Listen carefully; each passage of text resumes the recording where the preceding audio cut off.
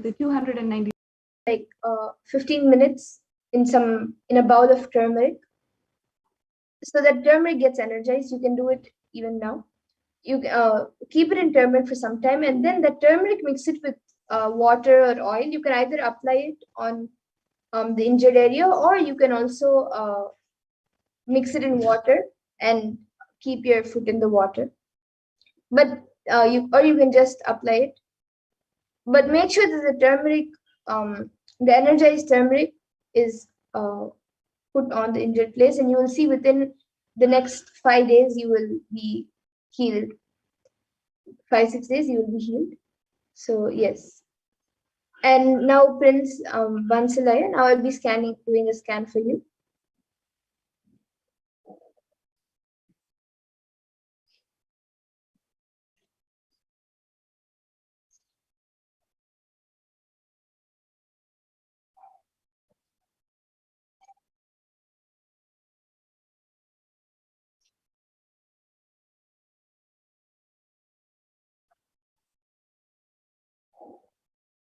Yes, so Prince Bansalaya, I was able to see for you that physically you're actually quite fine right now. Only sometimes you put a lot of stress on your body and you get a headache. But for that, I was able to see when you get a headache, you can just play the Mahavakya in the background, you will be healed. And as you've asked about the hair fall problem, I was able to see that that is mostly genetic, even if it's not directly like from your parents or close relatives. I was able to see that it is more of a genetic thing.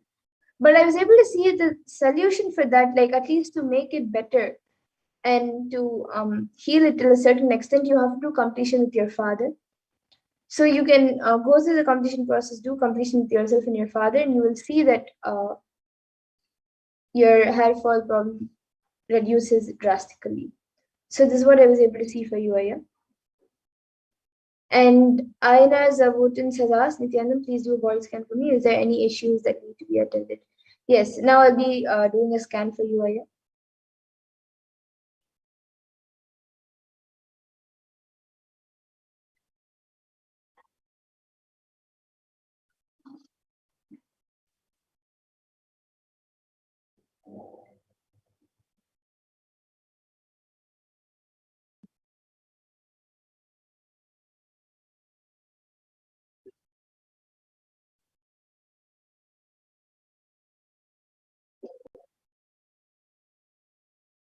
Yes, so Aina Zavutin, Aya, I was able to see that for you, in the next few months, there is a possibility of kidney stone being formed and you having a kidney stone. But I was able to see that you can prevent it by having a healthy diet, a very healthy diet, more fruits, and make sure that you take castor oil and haritaki every day. That will help in preventing the kidney stone.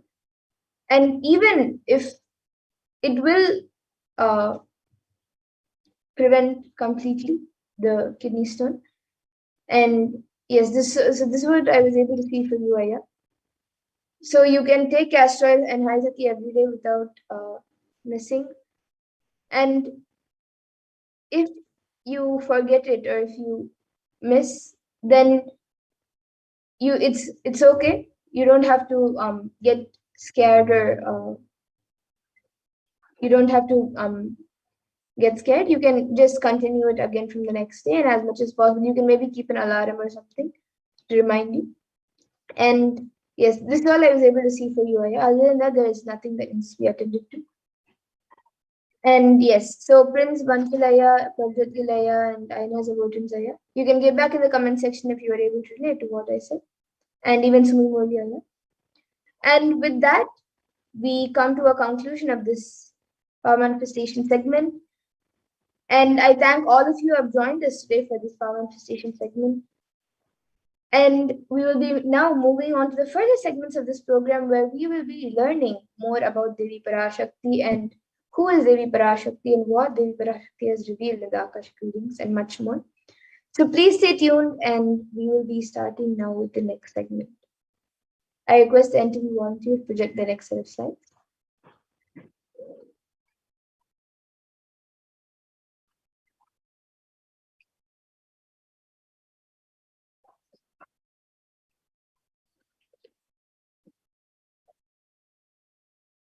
So in this next segment, we will be learning about the divine feminine consciousness, about who is Devi Parashakti.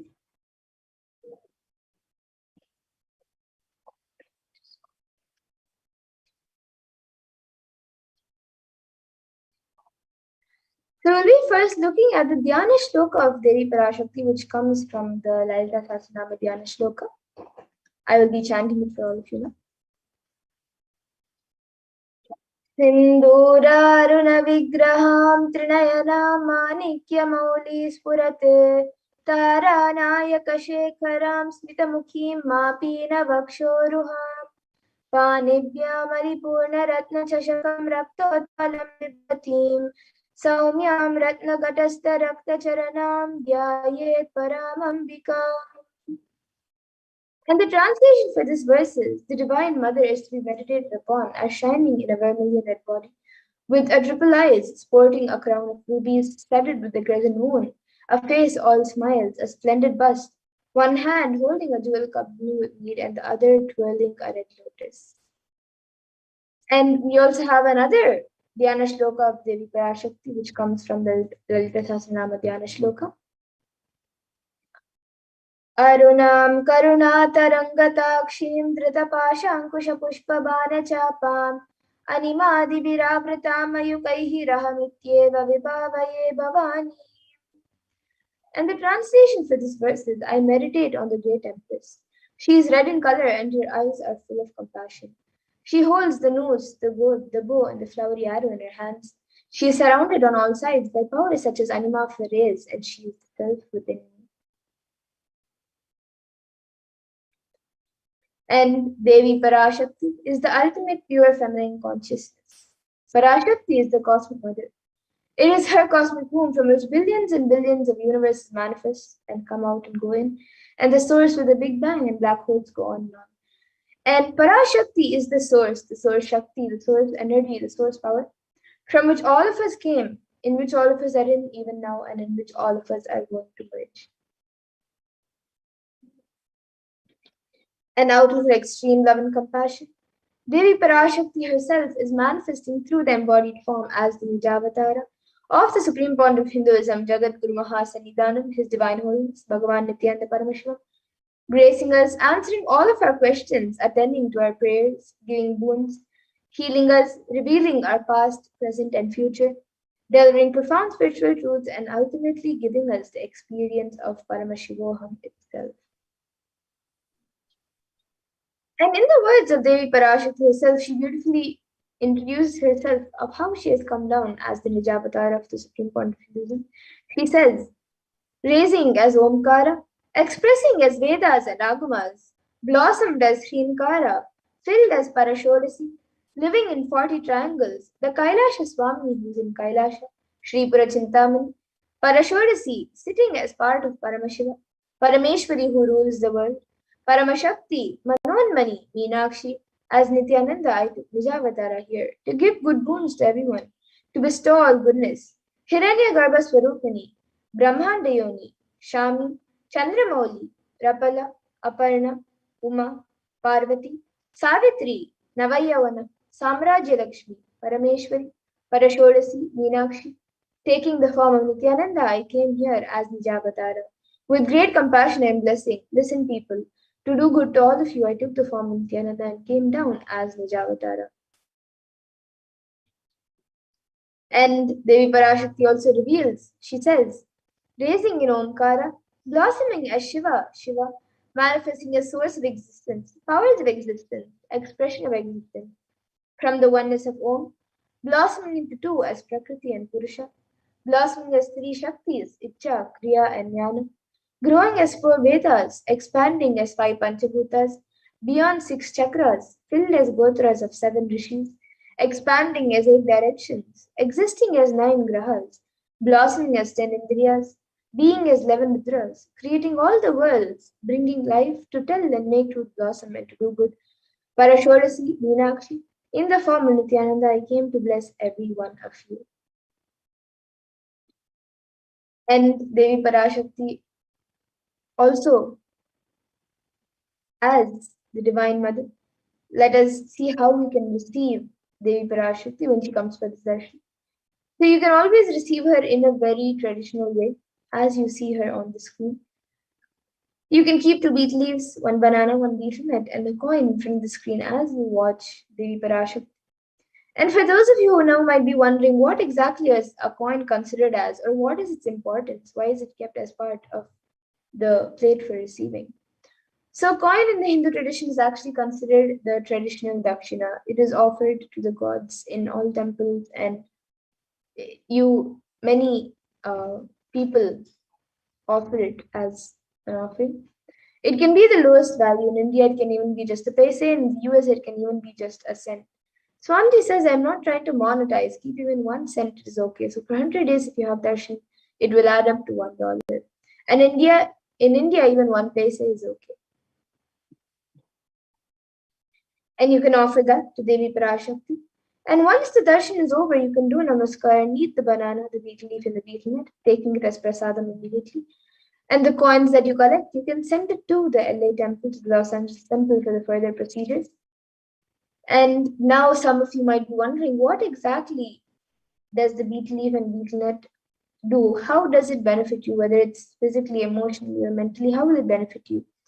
So this betel leaf and betel nut may look too small, but in a few days you will see how much it adds to your sentiment that really Devi Parashakti is there. You will not take the Devi Darshan for granted. Rituals will break your monotonous unconscious mentality and lifestyle and remind you and raise you to the powerful cognitions. It will break your unconscious behavior. And now all of you can see how you can set up your tambulam, how you can set up the two betel leaves, one banana, one betel nut, and a coin, how you can set it up in a plate. And as all of you can see in the image, there are a few additional items kept. So if you would like, you can also add the additional items such as kumkum, turmeric, flowers, glass bangles, and a coconut. But the four basic items that are kept as part of the tambulam is the betel leaf, the betel nut, the banana, and the coin. So you can keep it in front of the screen arranged in a plate as you receive Devi Parashakti when she comes for the darshan. And with that, we come to a conclusion of this segment where we have learned who is Devi Parashakti and how we can receive Devi Parashakti when she comes for the darshan.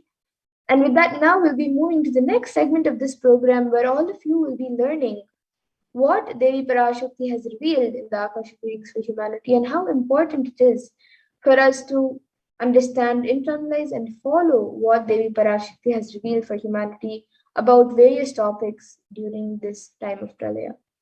So please stay tuned and we will be back after a really short break for the next segment of this program.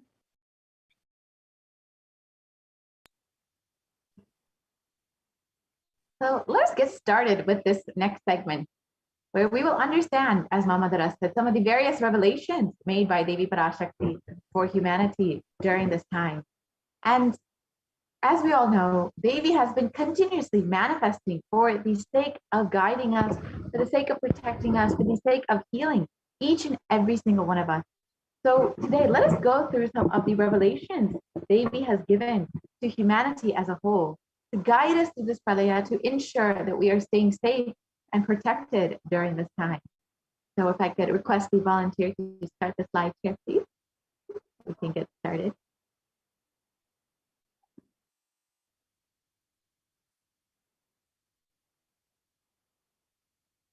Yep.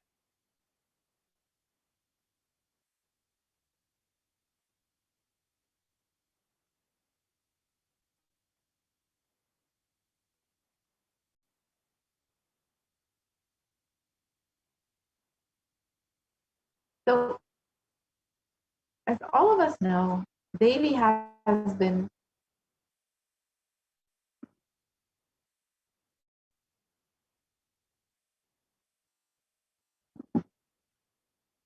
if we can go back to the previous slide, please.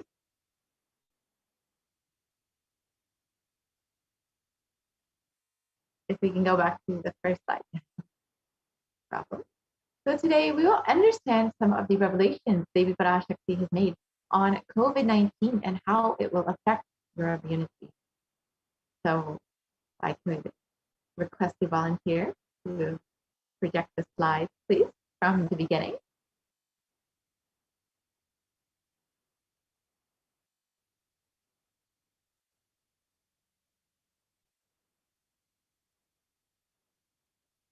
So out of his extreme compassion and love, the supreme concept of Hinduism has been manifesting Devi Parashakti herself and gracing us, answering all of our questions, attending to our prayers, giving boons, healing us, revealing our past, present, and future, delivering profound spiritual truths, and ultimately giving us the experience of Paramashivoham itself.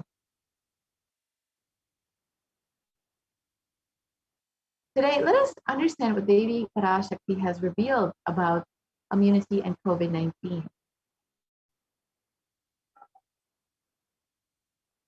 So, as all of us know, the world has been devastated by this COVID-19 pandemic. And as of July 2021, there have been over 4 million deaths and over 186 confirmed cases, 86 million confirmed cases of COVID-19. And unfortunately, the worst affected countries have been the United States, India, and Brazil. Let us listen to Devi Parashakti's revelations made on the 18th of June, 2021. That's the first priority. Still, you are all not realizing the power of my words when I say Corona is very much out there with the support of decision makers, rulers, people who are supposed to protect all of you. Due to their irresponsibility, it is there and getting more and more strengthened. It is becoming more and more stronger in multiple forms. And all the other diseases which are waiting to attack human bodies, because Corona has made the immunity strength weak in human bodies. Human bodies have lost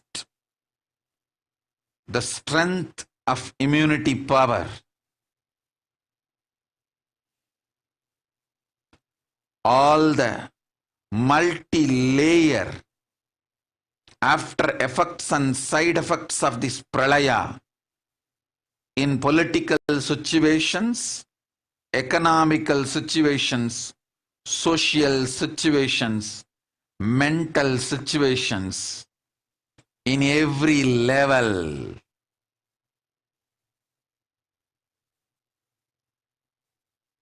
Cannot be described. Wait. This year, focus on keeping yourself alive. So let us reiterate Devi Parashakti's revelation.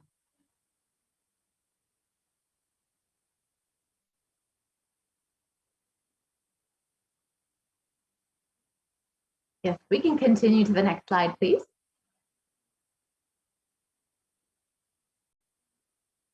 Devi revealed, still, you are not realizing the power of my words. When I say Corona is very much out there with the support of decision makers, rulers, people who are supposed to protect all of you due to their irresponsibility, it is there and getting more and more strengthened. It is becoming more and more stronger in multiple forms. And all the other diseases which are waiting to attack human bodies, because Corona has made the immunity strength weak in human bodies have lost the strength of immunity power. All the multi-layer after effects and side effects of this pralaya in political situations, economic situations, social situations, mental situations, in every level cannot be described. Wait, this year, focus on keeping yourself alive. let us understand what Devi has revealed about the immunity strength being weakened in human bodies. So the three main revelations that Devi has made is that Corona has made the immunity strength weak in human bodies. Let us first understand this revelation. If we can continue to the next slide, please. So Devi Parashakti revealed on the 18th of June 2021 that Corona has made the immunity strength weak in human bodies, and human bodies have lost the strength of immunity power. And in Science Daily, it was recently published that new research suggests a coronavirus infection actually alters the biomechanical properties of red and white blood cells, in some cases for months, a possible explanation for long COVID. And the article continues on that COVID-19 significantly changes the size and stiffness of red and white blood cells, sometimes over months. And these results may help to explain why some affected people continue to complain of symptoms long after infection. So as we can see, that COVID-19 actually does affect the immunity power directly.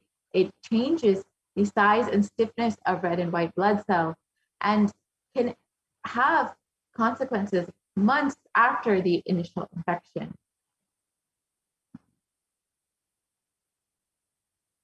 And in the Academy of Medical Sciences, it states that the way that the body defends against a virus is to recognize and neutralize it. However, an article by Forbes explains that Corona suppresses the immune system by disrupting the actions of the body's immune cells. And this immunosuppression allows for the 2-week incubation period, which gives Corona enough time to attack the body. So as Devi has explained, that Corona actually weakens the immune system, power of immunity. And as we can see, that research has also shown that it actually disrupts the actions of the body's immune cells. And here we can see in the graph below a typical timeline for someone infected with COVID-19. So the initial period of incubation is between around 0 to 5 days. And after that is the prodromal period, which is between 5 to 10 days. And the next 5 days is usually when people experience the acute infection, where sometimes they are admitted to the ICU or have other very severe symptoms. And many times after this, people do end up recovering and having recovery. However, there is a period many times where people are experiencing symptoms much long after this 2-week period. And many times this can continue on for months. And let us understand the impact of COVID-19 in comparison with other deadly diseases in history. So the impact of COVID-19 cannot actually be dismissed. We can clearly see where COVID sits amidst other deadly diseases throughout history. And you can see on the far left, you can see the HIV, AIDS epidemic that affected millions of people over the course of 40 years. Over 35 million people were affected by the HIV epidemic. However, in just 1.5 years, COVID-19 has already taken the lives of 4 million people. So the impact of this is very much well within comparison of some of the most deadly pandemics that we've seen in history. And further studies by the University of Oxford have found that cells are profoundly impaired after recovering from COVID-19. So as Devi has revealed, that COVID-19 actually directly affects the immune system and the cells that are part of the immune system. So this can directly affect how your body responds to other diseases. And the British Society for Immunology has also claimed that the effects of COVID are far beyond respiratory health, It also affects our cardiovascular system and our renal system. And an excerpt, we have an excerpt below from a research briefing on how the human body is affected by COVID after COVID-19. So the exposure to the disease COVID-19 causes symptoms in multiple organ systems across the body and is not limited to only the lungs and respiratory system, as was originally thought. In addition, patients are reporting chronic symptoms such as fatigue and shortness of breath that last for months after the original infection. And the name given to those suffering from COVID-like symptoms after the infection has passed is called long COVID. And long COVID can affect the lungs, the cardiovascular system, circulatory system, and it can also cause fatigue and inflammation. So as we know, this the effects of COVID-19 can have very long-lasting symptoms on various organ systems in the body. And as, of course, if our lungs, our cardiovascular system, our circulatory system are affected, it will weaken our body's ability to respond to other diseases. It weakens our immunity power, just as Devi Parashakti has revealed. And of course, long COVID can also cause fatigue and inflammation, which also can add to the weakening of our immune system.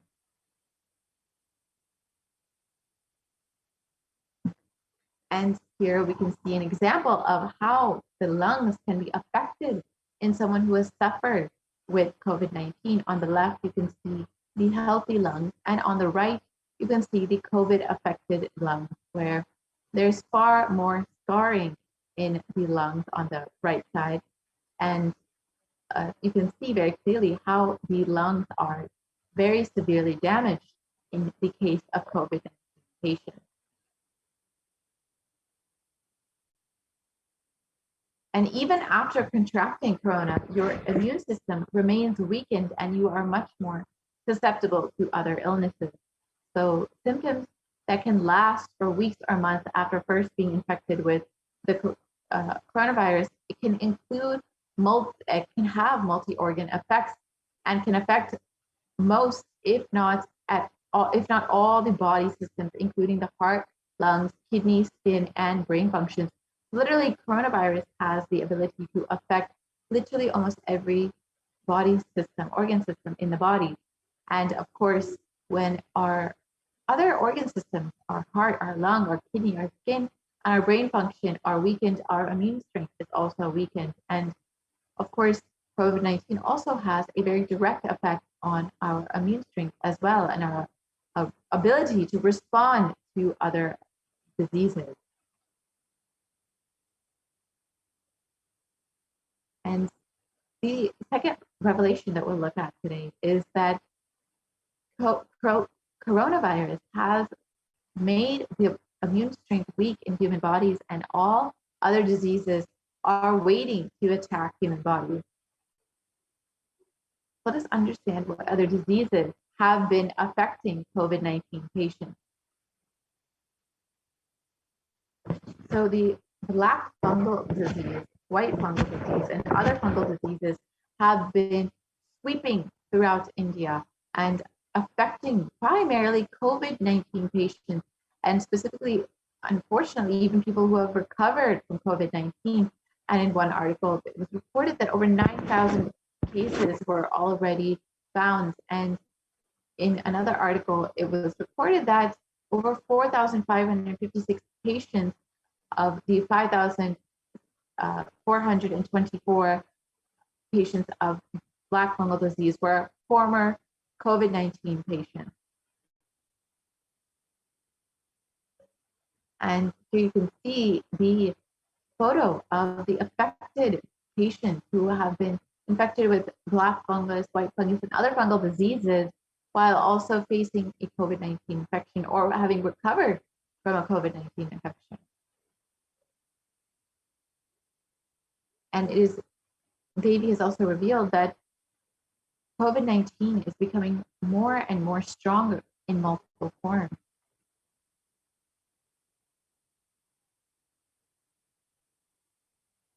So as we have all heard, there are several variants across the globe that have been affecting the many people across the world. And we've all heard of the variants coming out of India, Brazil, South Africa, and UK, and that have continuously been causing more and more waves of COVID-19.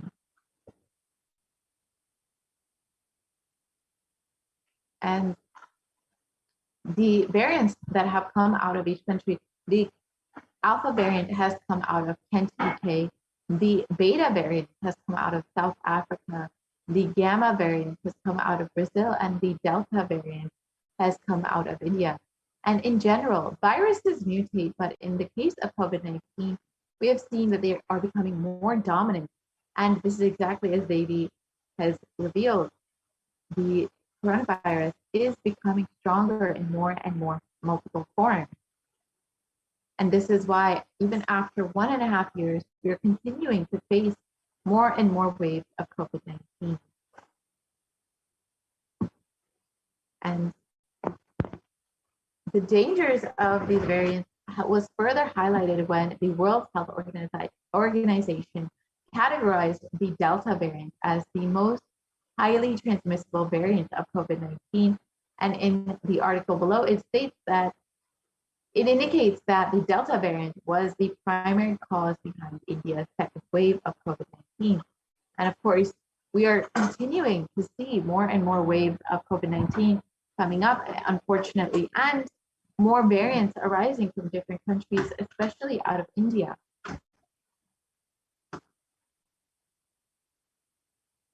And the below infographic shows that the 4 variants that are currently circulating and the countries which have been affected by these variants.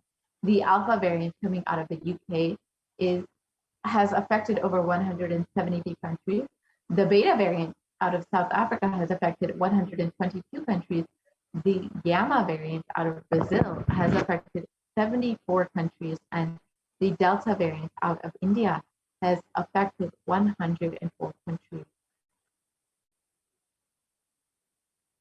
And other variants of COVID-19 have also been recently discovered, as we've heard from the Supreme Pontiff of Hinduism himself about the Lambda variant and the Delta Plus variant that will affect India.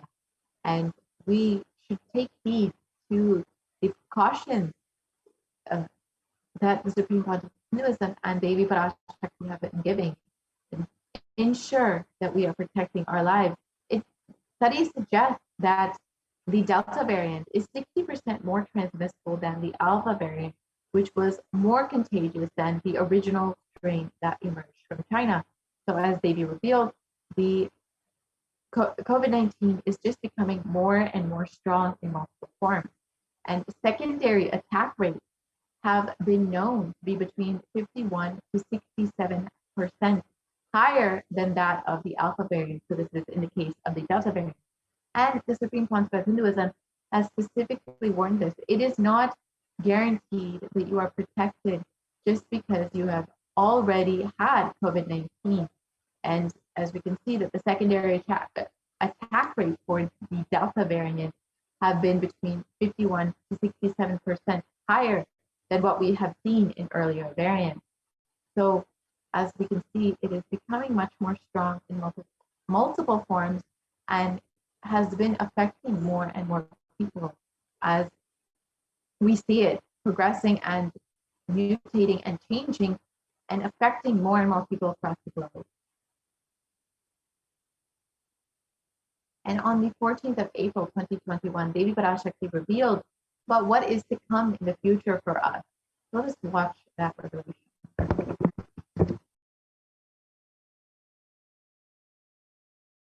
Sharmila, corona ஒழிந்தது. கொரோனாவை வைத்து அரசியலும் அழிவாட்டமும் செய்ய நினைக்கும் மனிதர்களின் சதிராட்டம் முடிய இன்னும் 4 ஆண்டுகளாகும். என் பக்தர்களையும் சீடர்களையும் கைலாய வாசிகளையும் நானே காத்துக் கொள்கின்றேன், நானே காக்கின்றேன். என் பக்தர்களுக்கு ஒரு துயரும் ஒரு துக்கமும் வாராது. ஆனால் உலகின் இந்த கொரோனாவின் சதியாட்டம் முடிய 4 ஆண்டுகள் ஆகும். 2025 தான் அடங்கும். இது சதியாட்டம், மனிதர்களின் சதியாட்டம்.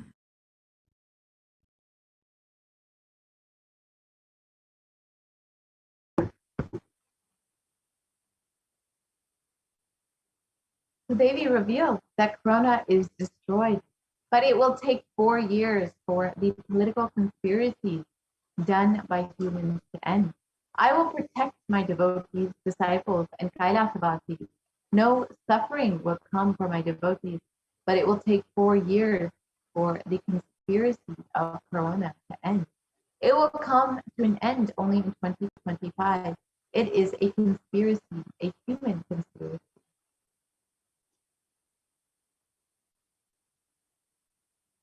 And as for Devi's revelations, we've already seen that COVID-19 is not going to be coming to an end anytime soon.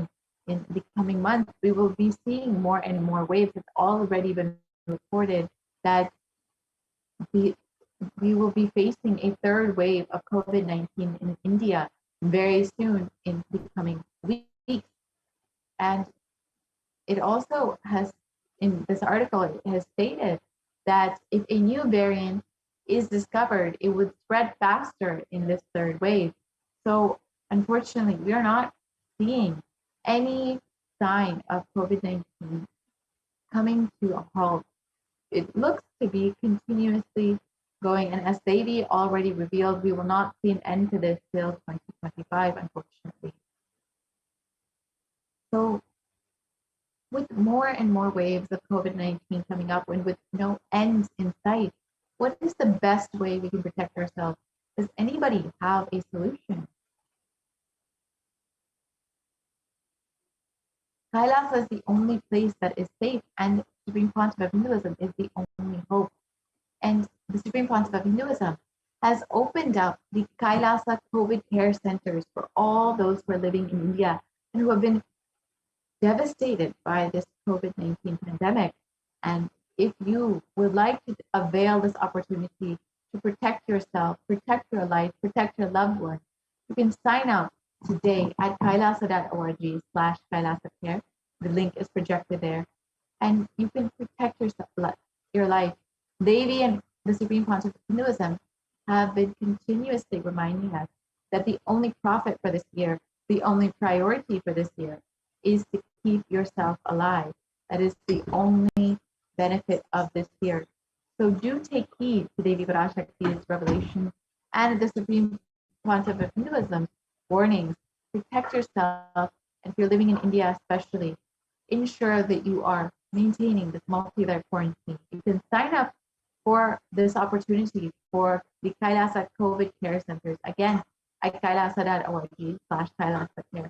So with this, we will be concluding this portion of the program and entering into the next segment, where we will understand some of the various ways we can connect with Devi Parashakti more deeply. And as we know, Devi has been continuously guiding us, has been continuously blessing us, and ensuring that we are protected and safe during this pandemic, during this pralaya. And it is when we needed her the most at the Supreme Pontiff of Hinduism has manifested Devi Parashakti just for the sake of healing us through the cosmic mother, the energy of the cosmic mother. And if you're just overflowing in gratitude for your cosmic mother, you are welcome to stay tuned for the next segment, where we will hear some of the ways we can offer our gratitude, our love for Devi Parashakti, and ensure that we receive all of the blessings and grace from Devi Parashakti much more deeply. So please stay tuned for this next segment. And if you would like to have any of your questions answered by Devi Parashakti, you can ask your questions in the YouTube comments below when we're having the live Devi Parashakti Akashic readings. And we just had them last night. And the Supreme Pontiff of Hinduism has been continuously blessing us and manifesting Devi Parashakti for us to ensure that we are protected. So you can ask your questions and ensure that all of your answers are answered. So if I could request the volunteer to project slides on offering, we can enter into this next segment and understand how we can connect with Devi much more deeply and how we can receive everything that Devi has to offer.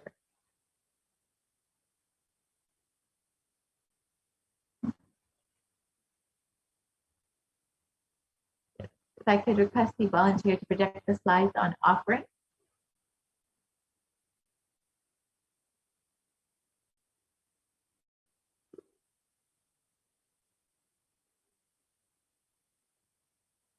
Yes, if I could request the volunteer to project the slides on offering.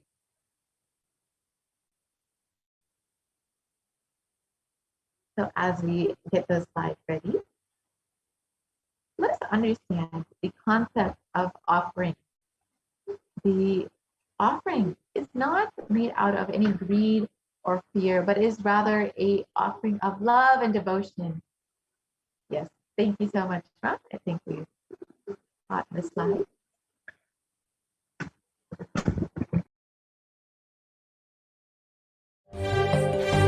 காளியின் ஆட்டத்தை ஆனந்தத்தை ஆனந்தத்தொடு ஆடிய ஆட்டத்தை கண்டோர் உயிருக்குளெல்லாம் இறங்கி குண்டலினி உயிர்ப்பிக்கச் செய்து மாய மனத்தின் இருளை அகற்றி மாயம் அழித்து மங்களம் தந்து குரு பக்தியும் சிவ பக்தியும்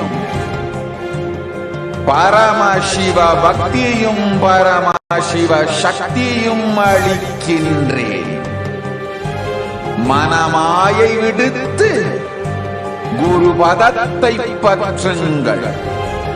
நித்யானந்தமாய் நிஜாவதாரமாய் வந்துதித்த என்னை பற்றி வாழ்வில் எல்லா நலமும் பெற்றிடுங்கள். ஓம் ஓம் ஓம். யாதுமாகி நின்றாய் காளி, ஓம் காளி ஓம் சக்தி, ஓம் காளி ஓம் சக்தி, ஓம் சக்தி ஓம் சக்தி ஓம் சக்தி. ஓம் ஓம் ஓம் ஓம்.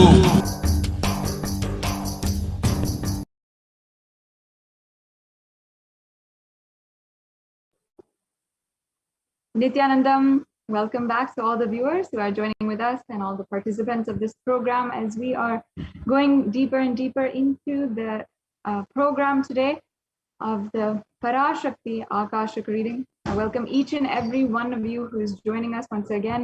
I hope you have been enjoying the program, and if you have any experiences that you'd like to share, or if you had witnessed and been a part of the exquisite spiritual feast, which was just yesterday's night darshan, you can really experience and you can really find yourself more and more deeper through this next segment, through the various offerings that you can make to Devi Parashakti. So let's begin by understanding the context of making an offering. Understand that masculine and feminine energy is present in every single one of us and is represented by the deity Ardhanarishwara, who expresses both the masculine and feminine energies. And in fact, both consciousness have to be expressed equally by every human being to be enlightened. It is a very, very intrinsic part of enlightenment itself, of course, because it's so related to our identity, our sexuality, and the expression of who we are. It's one of the core and fundamental parts of our identity. Until enlightenment only the masculine dimension expresses more than the feminine dimension, irrespective of the male or female physical bodies. Yes, let's go on. And actually, there are 5 dimensions apart from these, apart from the feminine energy itself, that you have to complete with in order to achieve enlightenment. 1 is the Pitrus, the ancestors. 2 is Kula Devatas. 3 is the parent.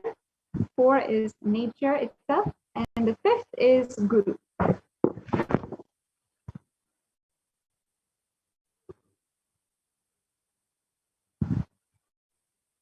And incompletions, life negative and adharmic cognitions in the 5 dimensions lead to misconstrued karana and karya, cause and effect, further leading to suffering and pain and calamities in individual, personal, and collective global levels.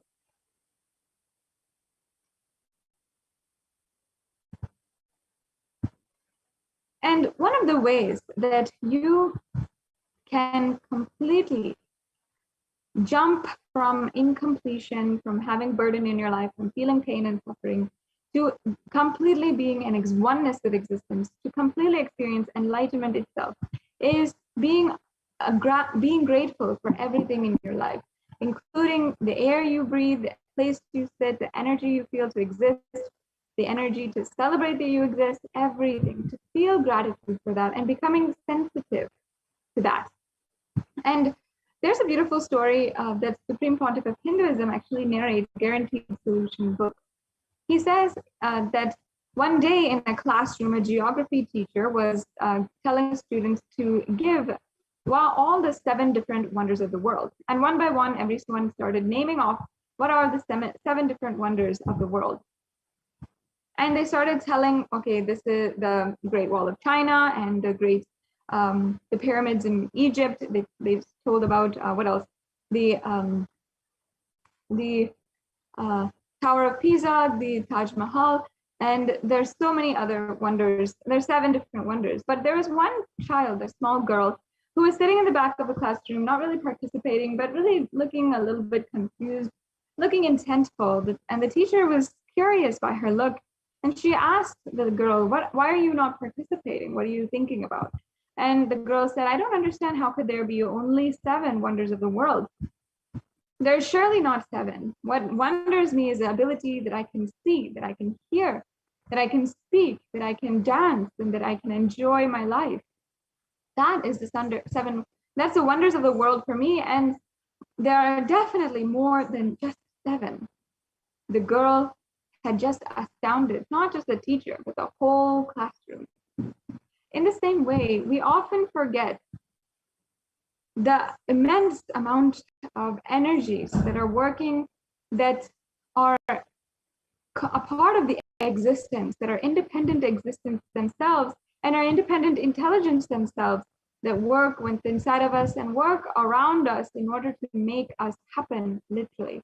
Actually, even the chakshu, which is the ability of sight in Sanskrit, is worshipped as an energy, not just a ability or something that we have grown capable of doing. It is energy in itself. Yes.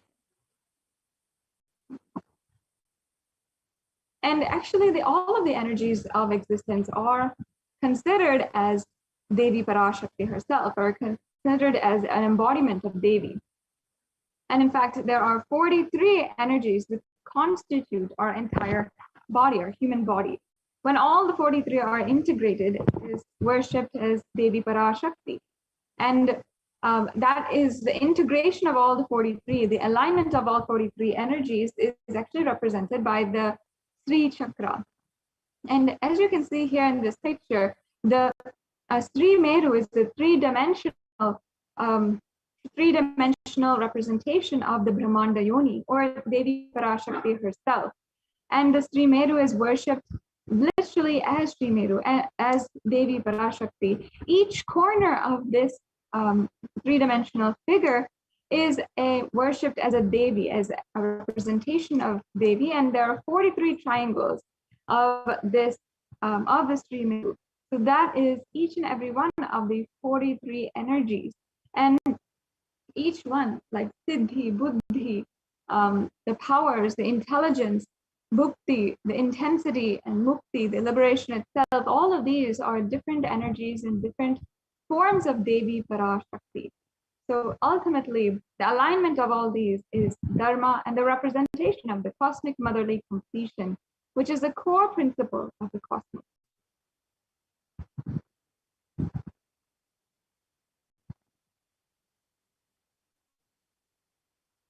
Awakening the sacred feminine is actually the key to enlightenment. Beautifully, there's a proverb that Ramakrishna Paramahamsa says, that the Swamiji himself has quoted many, many times, that literally enlightenment is the key on the hip to Devi Parashakti. And only a child to Devi Parashakti can reach that key and reach Paramashiva himself. Because no other person who can have the confidence or can have the just the right over the mother to take that key and reach Paramashiva, reach inside the house. And exactly like this, literally the sacred feminine, worshiping the sacred feminine, and that is seeing the whole existence as your mother and worshiping the whole existence, worshiping the existential energy as the mother energy. That is literally the key to enlightenment. And when awakened in a man, the man expresses, he becomes a great revered leader. When awakened in a woman, when she expresses the sacred feminine energy, she literally becomes Devi Parashakti.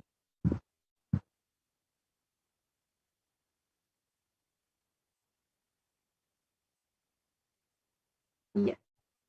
And conscious sovereignty is the key to awaken the sacred feminine consciousness.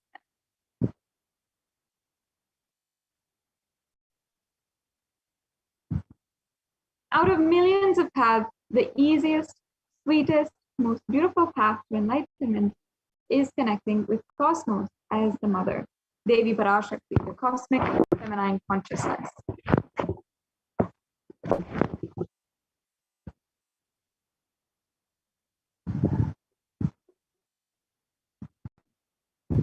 She is the one who expresses as Guru all gods and all manifestations in the universe. She can straightaway deliver enlightenment by connecting through the cosmic umbilical cord.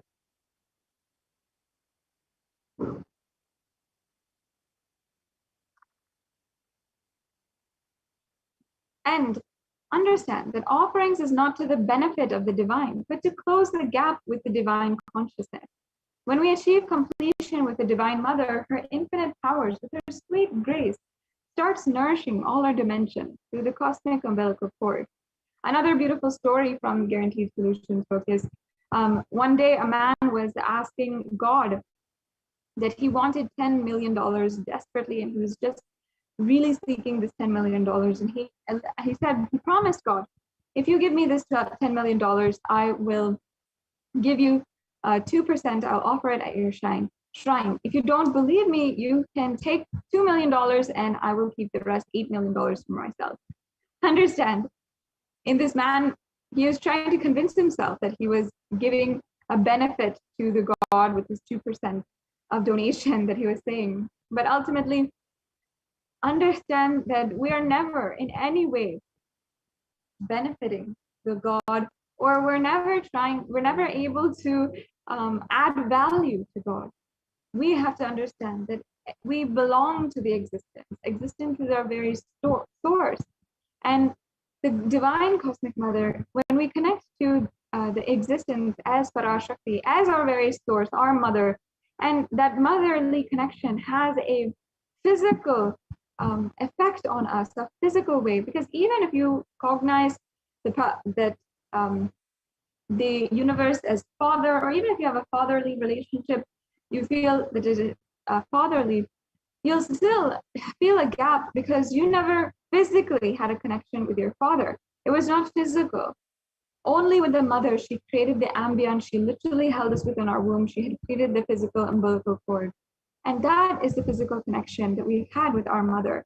And that is exactly what is reflected in the whole cosmos itself. When we understand that it's not just mother, but literally our physical body that she had evolved over 5,000, over thousands and thousands of years, countless years, from the very amoeba to the evolved through thousands of years of evolution, and we have literally been gifted this human body, and existence itself worked tirelessly, never giving up, and life itself, that life energy, had never given up on planet Earth, created even out of the most dire situations. The next slide, please.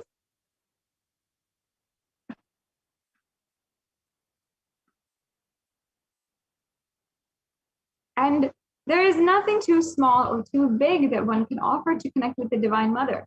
It has to be from a space of love, of a child looking at her mother and handing her what she has to share, deep love and gratitude. It can be a cup of milk or flour, or it can be a very precious jewel to adorn her smiling face or hair.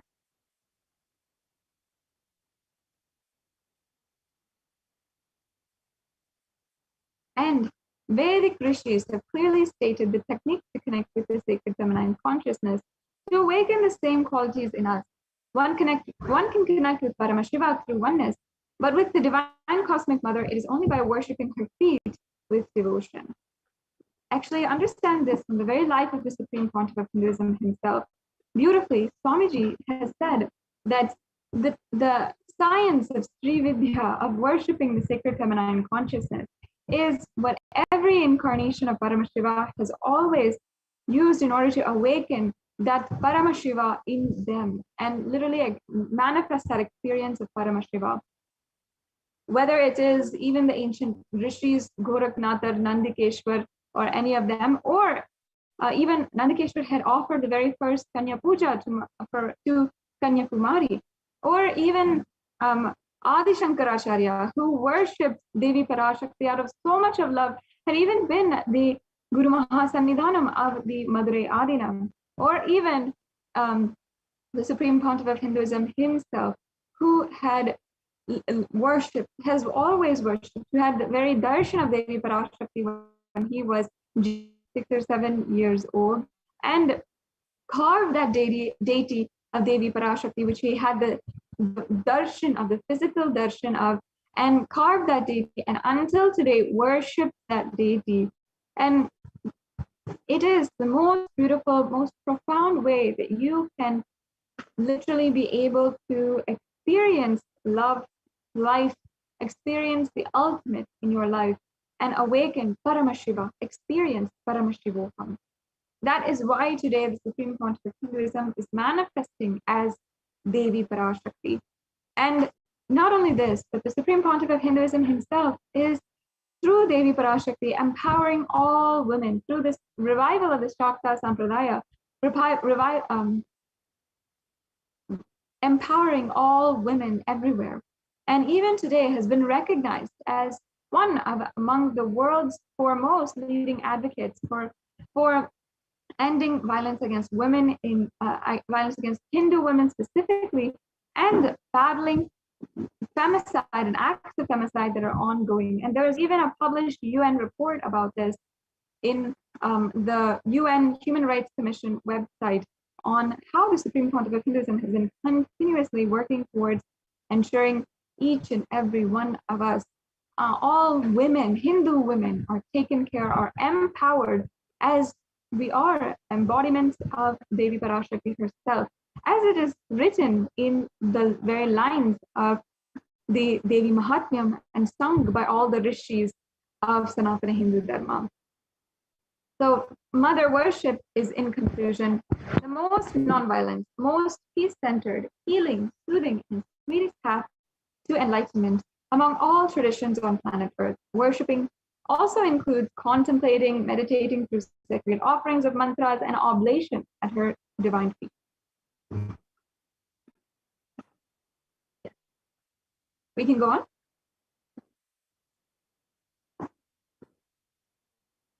Yes, we can go on to the next slide.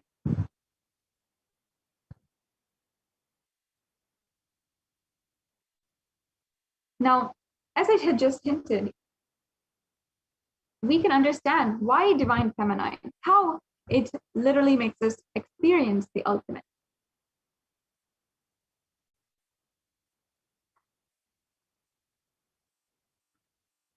Yes. And there's a beautiful verse from the Rig Veda. It says, Om Aham Rudrebhe Vasuvishcharanama Vasuvishcharanami Aham Adityer Uta Vishwa Devehi Aham Mitra Varuno Babibrami Aham Indragni Aham Ashwino Baha. Yeah. We'll go on. And the English translation means, I walk as the 11 Rudras and as the Vasus. I walk as Vishnu and other Adityas and all divine forms, Vishvadevas. Hold aloft Mitra and Varuna, even as Indra and Agni I do, the Ashwin twins too.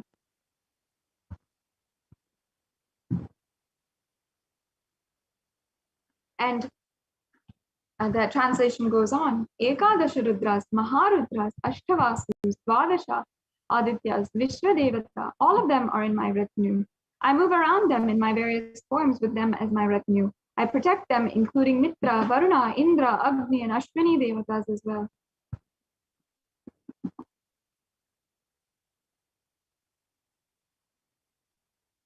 And in these verses, literally Devi is declaring herself as the inner self of all gods, divine energy, and she is pervading and all permeating energy.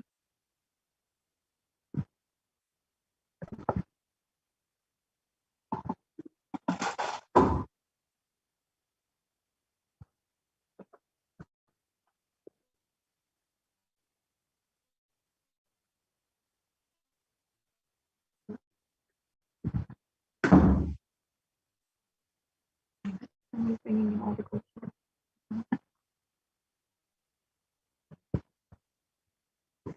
Yes, now let's move on. Let's get started into all the various offerings to Devi Parashakti.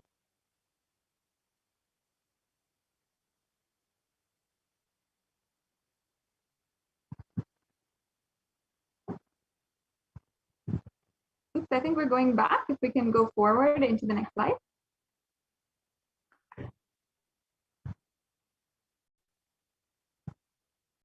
Yes, so we're starting off with the E-Hundi. The E-Hundi is the very first, very simple offering that you can make.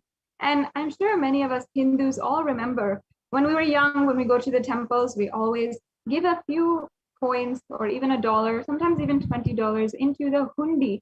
And we always offer it at the feet of Devi Parashakti, or we're giving it in the plate of the pujari, or in what is called the hundi and the hundial. And the hundi is just a very very simple structure that itself is for collecting donations and that kind of thing in the temples.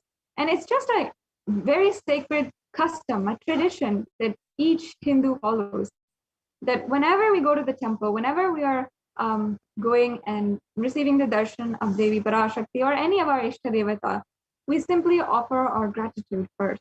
We offer our gratitude, we give our love, our respect in this very, very simple form, which would never be any way that we are, would never be any way that, you know, we never will feel, of course, that this is adding any value to Devi Parashakti, but simply that we are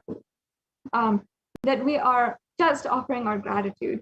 There's a beautiful verse here where Devi Parashakti is described.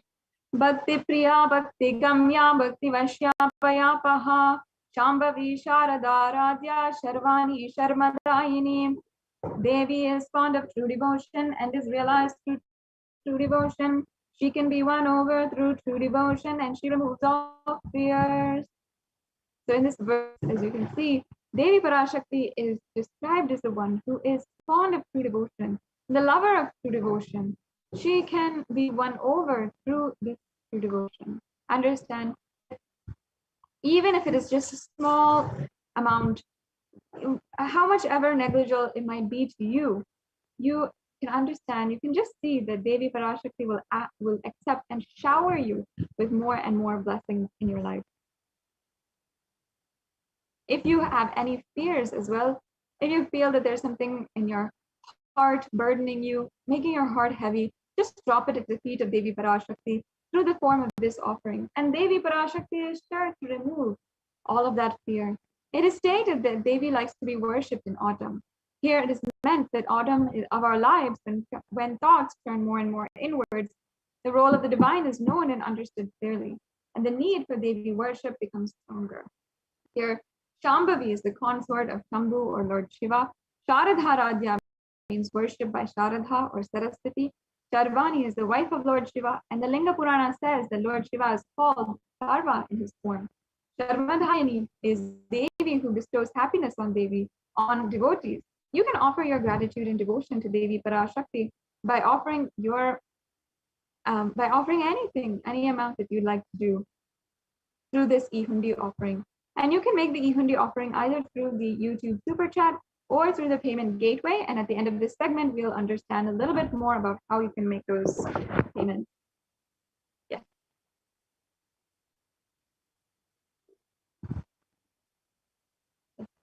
And the next offering here is the Sankalpa offering. And there is a verse from the Saundarya Lahari. Saundarya Lahari is basically an ecstatic expression of Sri Adi Shankaracharya, one of the great incarnations of Paramashiva, who had happened on planet Earth, I think around 2000 years ago. And he composed the Saundarya Lahari, which is a deep poem, a very sacred sentiment that happened, literally a manifestation that happened from Adi Shankaracharya out of a deep space of oneness with Devi Parashakti.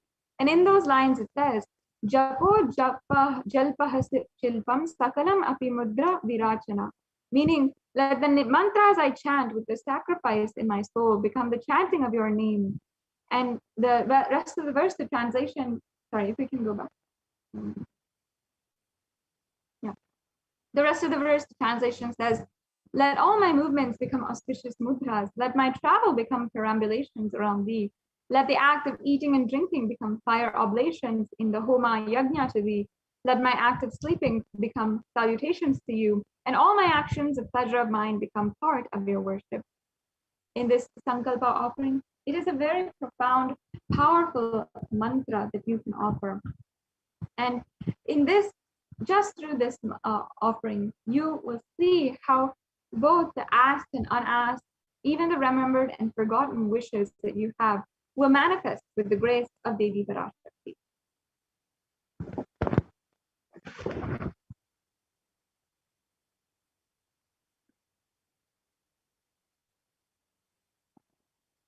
Yes. And next we have the Devi Sahasranama Swarnakasu. And in this, you can literally offer basically the offering of the 1008 names. That's the Sahasranama. And you'll be offering a gold coin inscribed with all of the 1008 names. And in this offering, it is basically an archana done to the Sri Meru, which is a very, very special offering. And you will see how it manifests and awakens the multiple divine feminine conscious attributes and powers.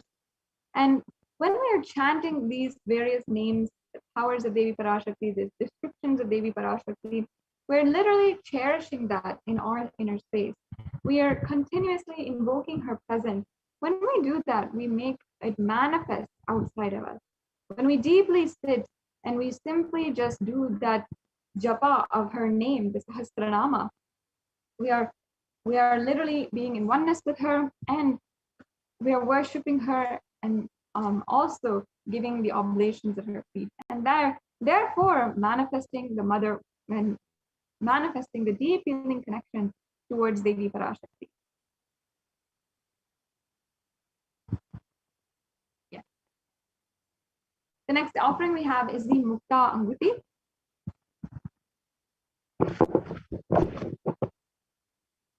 And there's a beautiful verse from the Devi Suktam where the translation says, let the goddess who brings good fortune, who is praised by gods, who is served by Devendra, who is praised by Devas, troubled by Asuras, who is praised and remembered as the devotion to her solves all, who is the source of all good in the world, let that goddess destroy all obstacles.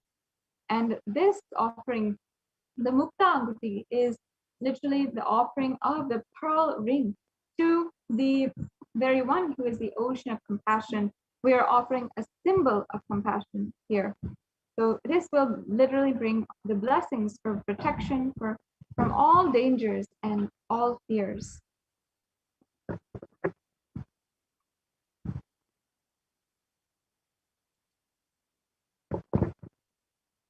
The next offering here is the Swarna Padma Pushpa. And there's a beautiful verse where in the Lakshmi Astutam it says, Siddhi Buddhi Prade Devi Bhukti Mukti Pradayini Mantra Murte Sadat Devi Mahalakshmi Namostute. The English translation means, Devi who bestows accomplishments and intellect, who showers worldly prosperity, Devi who powers the subtle mantra of the cosmos, I bow down to you, O Devi Mahalakshmi. And through this offering of the Padma Pushpa, there are hundreds of scriptural references for the Padma Pushpa, the lotus flower, being used in the worship. And it's also in Sanatana Hindu Dharma considered as a divine flower. Because it is considered as a divine flower, that's why it is offered and considered as one of the best offerings that you can make to Devi Parashakti. Among all of the flowers, among all of the various different flowers, this is considered as a divine flower that you can literally make this offering, and you'll receive the blessings for attracting positive relationships in your personal life as well as the business dimension.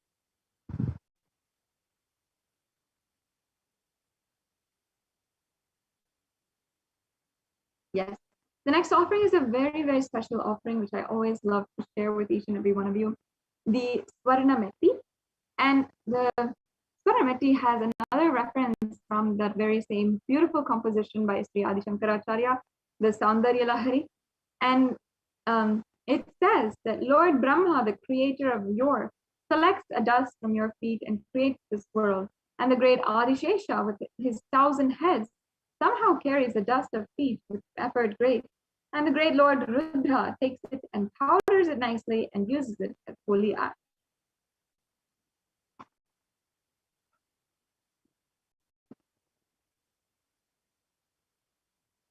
And through this offering of the Swarna Meti, you will literally be blessed to have a life of leadership qualities by offering worship to the divine lotus feet of Devi Parashakti, and achieved by even worshipping a tiny grain of dust from her feet. That is how gracious, how immense, how compassionate Devi Parashakti is. By just if you worship the dust which falls from her feet, you will attain so much. And beautifully, there's so many sweet stories of the feet dust of the divine being, how it can give so much of breakthrough. In fact, even until today, Swamiji himself narrates a story from his own life where he had served the great Swami Vairagyananda, who was a direct devotee of Sri Saradha Devi. Saradha Devi being the divine consort of Sri Ramakrishna Paramahamsa. And Saradha Devi had outlived Sri Ramakrishna Paramahamsa, and after he had attained oneness or attained Samadhi, he had Sarada Devi had been running the mission. And it's at this time that Vairagyananda Swami had been serving Sarada Devi. And he at one point had such a beautiful darshan of Sarada Devi as Devi Parashakti herself, Jagadhatri. And when he was offering the worship to Devi Parashakti once, there's a tradition of making a clay deity in Sanatana Hindu Dharma, and the deity of Devi Parashakti was made out of clay. And suddenly, it started raining intensely, and this worship, Sharada Devi and Swami Vairagyananda were both witness to, and they were both conducting. And Sharada Devi was, of course, offering her divine presence, and Swami Vairagyananda was offering the worship. And the deity of Devi started to melt, because often in the rain, the clay deities are just become clay once again, and it literally melts. So so when that happened, it was reported to Sharada Devi, and Sharada Devi just said, "Okay, I'll come and sit. You worship, or finish the worship with me, and we'll finish the worship." So then Swami Vairagyananda had the opportunity, had the grace to literally worship Sharada Devi's feet, and she literally had given him darshan as the Jagadhatri herself, Devi Parashakti. And Swami Vairagyananda had shared that he had this darshan to Swamiji, the Supreme Pontiff of Hinduism, in around 1998, 1999, when the Supreme Pontiff of Hinduism had been taking care of Swami Vairagyananda in Haridwar, in the Ramakrishna Hospital of Haridwar.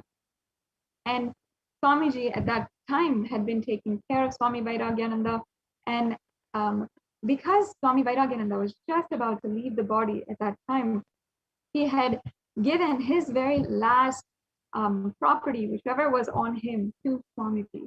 And that that very item was nothing but the padatuli, the feet dust that Swami Vairagyananda himself had collected from Sharada Devi, who had given him darshan as Devi Parashakti, who is literally the embodiment of Devi Parashakti. And until today, Swamiji covets, worships that feet dust of Devi Parashakti, the incarnation of Paramashiva. Imagine having been with him for more than 30 years now, or for, I think, more than 25 years now. And that feet dust of Devi is now today encapsulated in the first gold that was ever offered to Swamiji. And if you ever see the ring of Sharada Devi that Swamiji is wearing nowadays, even in darshans, is encapsulating that very feet dust of Sharada Devi. So it's such a beautiful story, and how Swamiji deeply worships the feet dust of Devi Parashakti. To the one who is literally worshipped by the Supreme Pontiff of Hinduism, by Paramashiva himself, you can offer this Swaranameti and adorn her sacred feet, and you'll have so many blessings in your life. Yeah, let's go on.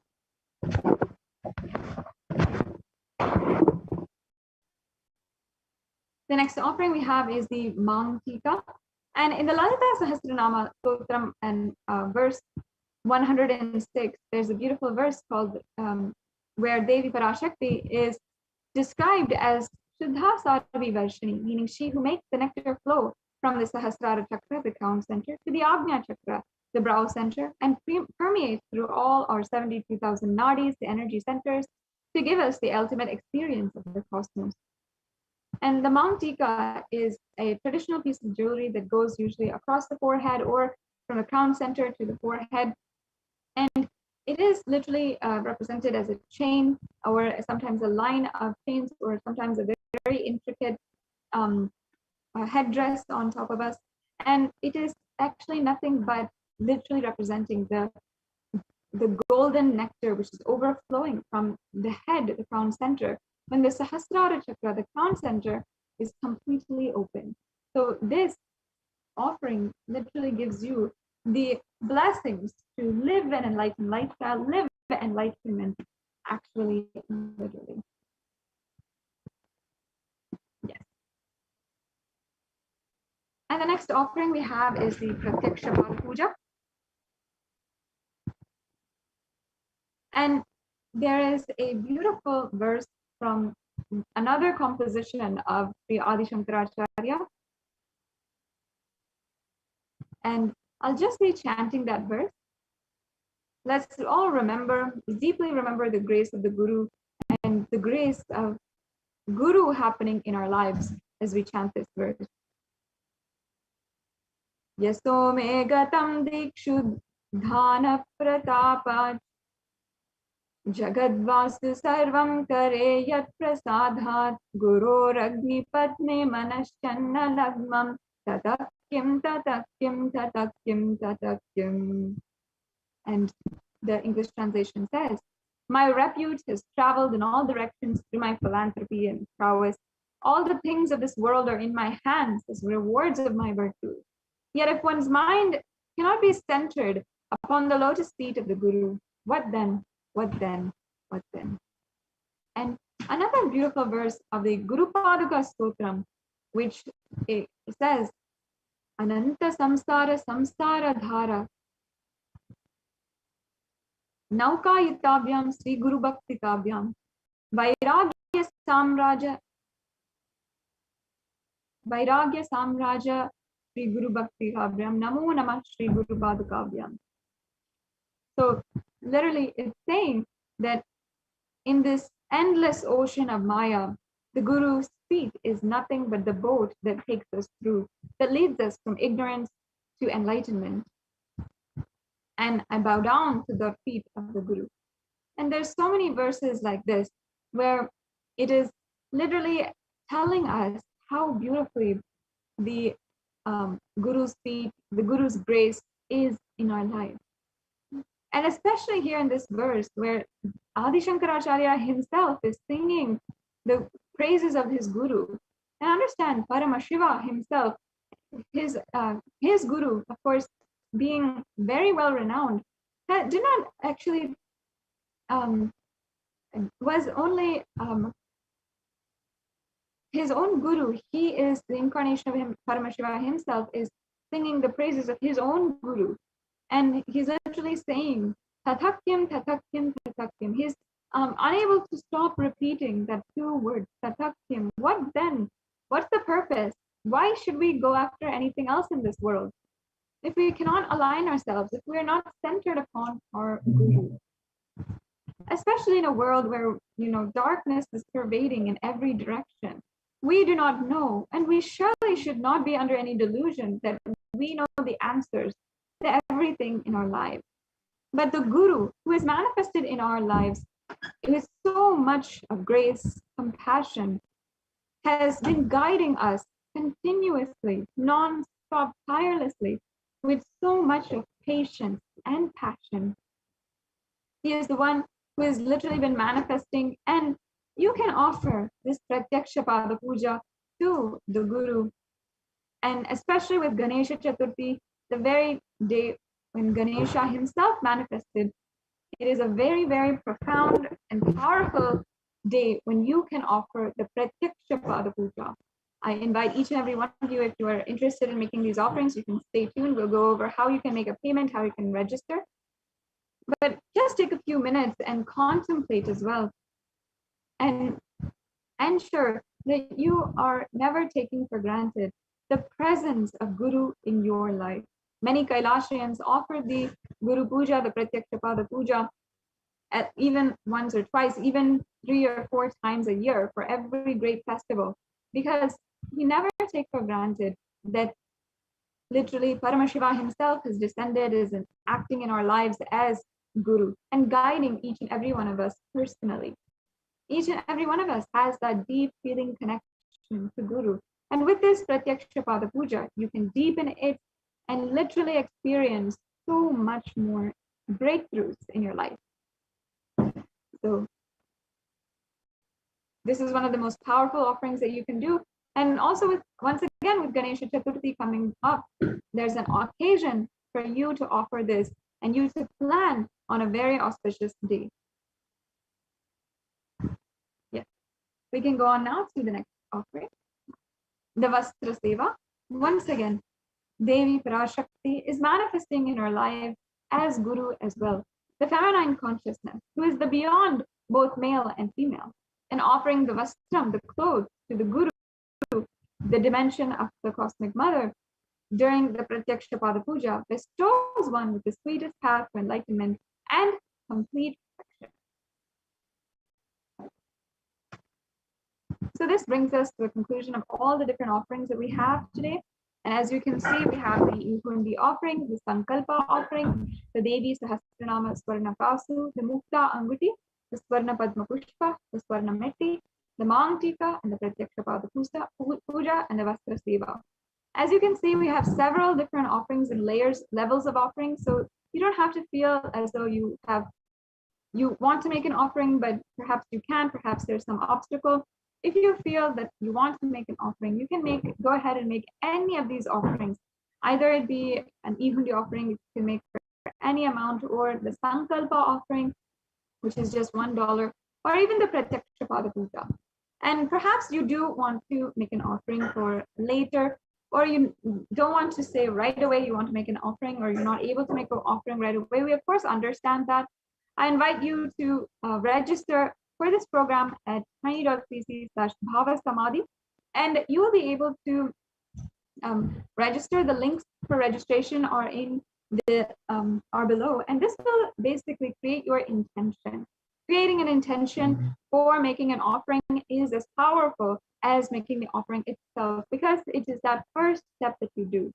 Before you put the payment, before you take the steps, before you even sit down and set up for your puja, before you have the darshan, before everything, you make an intention and you work from that intention. So you can make an intention today for offering any one of these offerings and simply take that first step. When you make an intention, you submit that to the cosmos.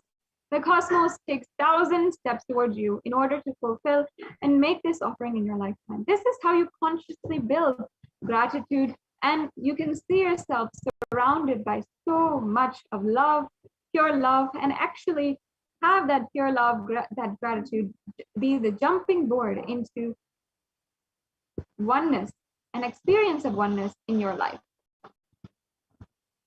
Yes, let's go on. Let's now understand how exactly you can make any one of these payments. We have the last few minutes of this segment before we move on into the next segments of today's program. So at this link, gateway.nityanandeshwara hindutemple.org, and then you can use the rest of the keywords here. Please make sure you go to this link and you can start making an offering, filling out the steps to make an offering. It's just 3 easy steps to make an offering today. You don't have to feel as though it is an elaborate process. It's a very straightforward way. And in the next couple of slides, I'll be showing you exactly what you have in store for you and what to expect once you're making a payment. Yes, we can go on.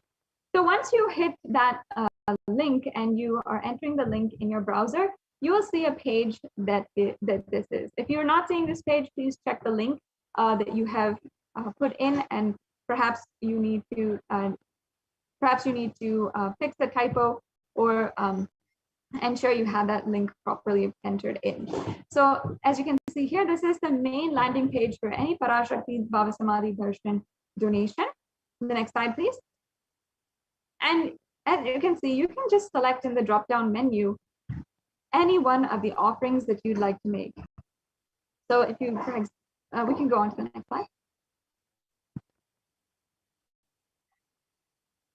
So you can see you can offer any one of these offerings, and all the offerings are in the drop-down menu. You can select the offering that you'd like to make and then add that to your cart. The next slide, please.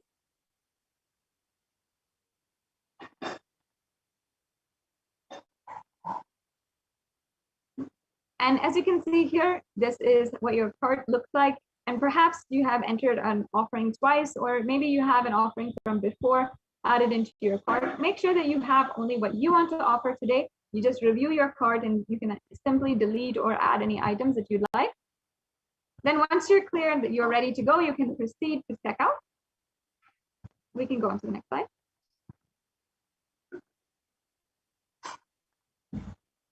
And then you can fill out your billing details and your payment details. So this is the last step. You can see the different options for the payment that you have through this gateway. And after this, you just submit your payment, and that's it. After this, I invite each and every one of the Yajamans, anyone who is offering, to go to tiny.cc/sankalpa-2021 and ensure that you're filling out the Sankalpa form. This form is mandatory and ensures that you are the names of your yourself as well as your family members is chanted during the puja. Yeah. Let's go on. Now, I'd like to invite each and every one of the viewers to join on the Kailasa's SPH Nityananda YouTube channel.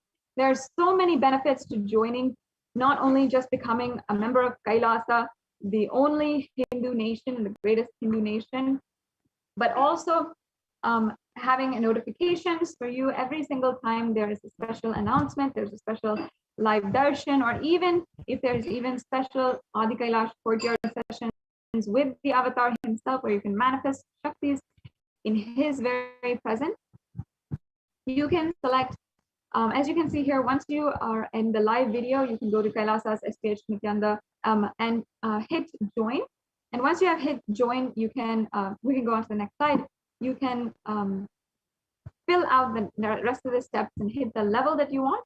There's the e-Kailashi and the bronze level, the silver level, the gold level, the platinum level, and the premium level.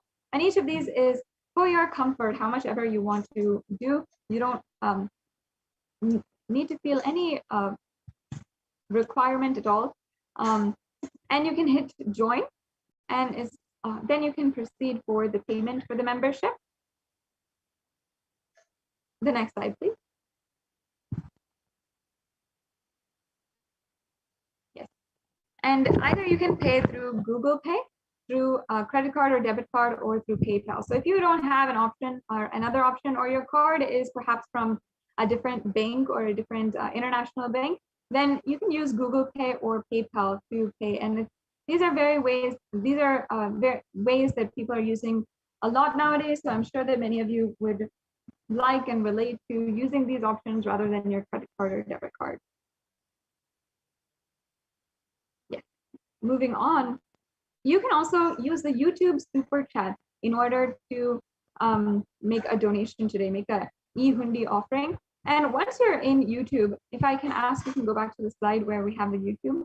You can go to the YouTube Super Chat, and then you'll be able to see in the right-hand side of the chat a $sign. And with that $sign, you can just go ahead and click on it, and you can select Super Chat or Super Sticker. And if you select the Super Chat option, you can make an offering in the chat itself.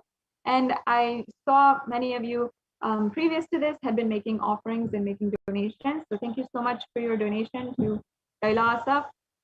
And this is just a small way that you can express your gratitude and offer to Devi Parashakti. As you can see, the page will look like this, and you'll be able to see a $sign as well near the chat section, which will be on the right-hand side of your main window, your main NTV window.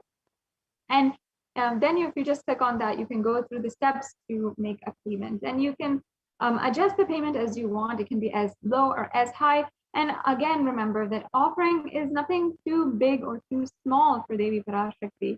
Just if you're just a child in her lap and you just want to offer out of your love and your gratitude, if you just even want to offer a flower or a cup of milk or even, a precious jewel, it'll all be the same to Devi. She'll just know that you are offering your love, your gratitude to her, and she will just continue, as always, taking care. And ultimately, you know that you did something, and she loves you, and you love her. That's all. And you can just use this very beautiful opportunity, this very unique feature, in order to make an offering and deepen your connection with Devi Parashakti.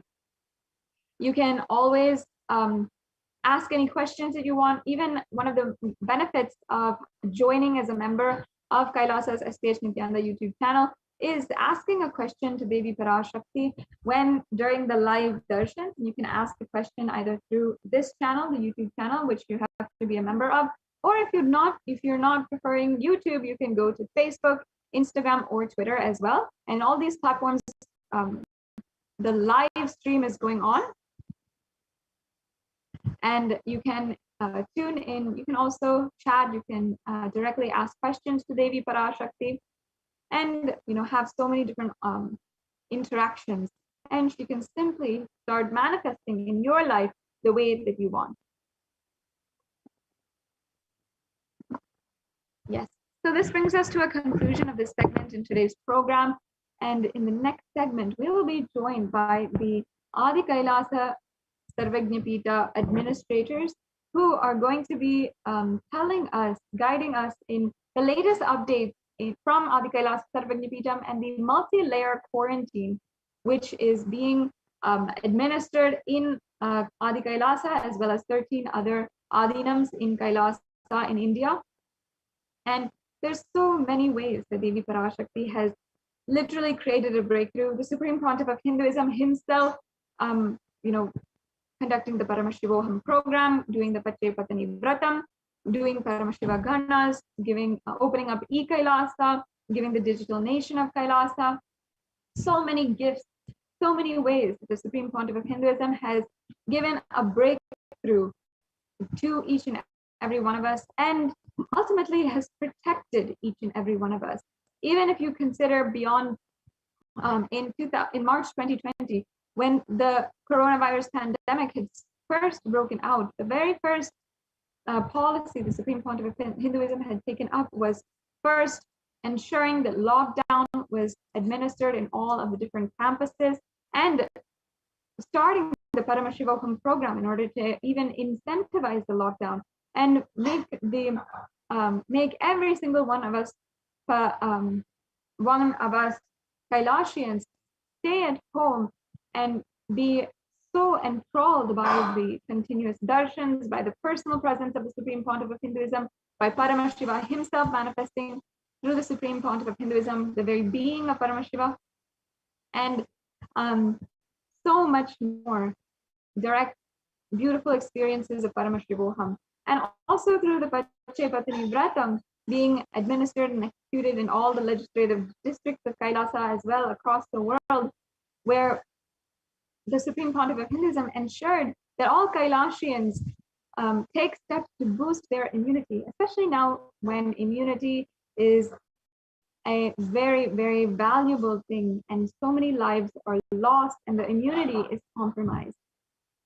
With this, we'll now be coming to a conclusion of this segment in today's program, and moving on into the next segment, we'll be understanding just this and understanding how the Supreme Pontiff of Hinduism has been literally on the ground, has been executing all these various policies to save millions of lives, and how also that has been recognized as a legitimate solution for the global crisis of COVID-19 by the United Nations, which is a very well-known, respected, and powerful international peacekeeping organization. So with this, we're now coming to a conclusion of this segment in today's program, and we will be moving on into the next segments after a quick break.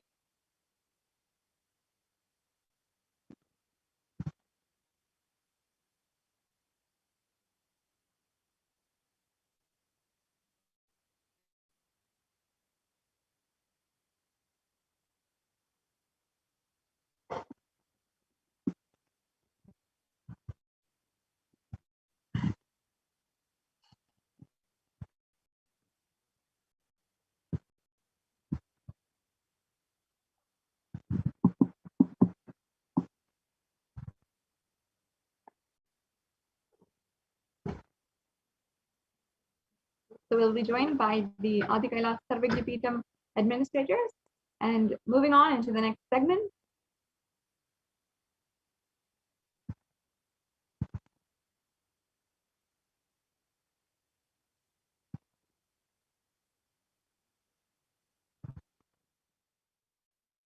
This is Nandini and I'm from Seattle. I wanted to share my experience on why I follow Nityananda. I've been volunteering at Nityanandeshwara Hindu Temple, and I've been doing a lot of seva here. Um, back in India, usually only men are allowed to touch the deities and do the abhishekam, alankaram, and several other deity activities, whereas women are restricted only to certain things. Whereas here in Nityanandeshwara Hindu Temple, people are allowed to do seva, irrespective of whether they are men or women. Anybody who gets Shiva Diksha is allowed to touch the deities, do abhishekam to them, and do alankaram to them, and enjoy that space. I've been doing a lot of activities like Suprabhadam, abhishekams, alankarams, and Palliyarai, a lot of other processes, and I've been feeling really blissful when I do it. So I would like to thank Swamiji for giving such a wonderful opportunity for me to, take part in the temple activities and, be so close to the deities. Thank you so much.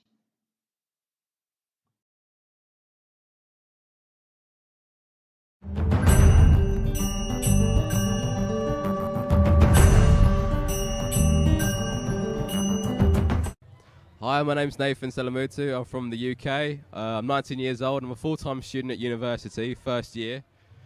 I've come here to Sadashivoham because my dad was talking about Nityananda and was telling me all the things that he could do to people from around the world, no matter the age. And I wanted to witness it firsthand myself, and which I did the first day, which was absolutely amazing because I saw Mahayoga manifest 4 diamonds out of her mouth, which is crazy. The day after that, we saw the Gurukuls in action, doing the same thing, manifesting all the powers that have been taught from Swamiji. And after that, we started doing it ourselves. I was able to manifest some powers as well. I was able to body scan, read from the banyan leaf, read from the yantra, and I've been able to do it successfully and repeatedly.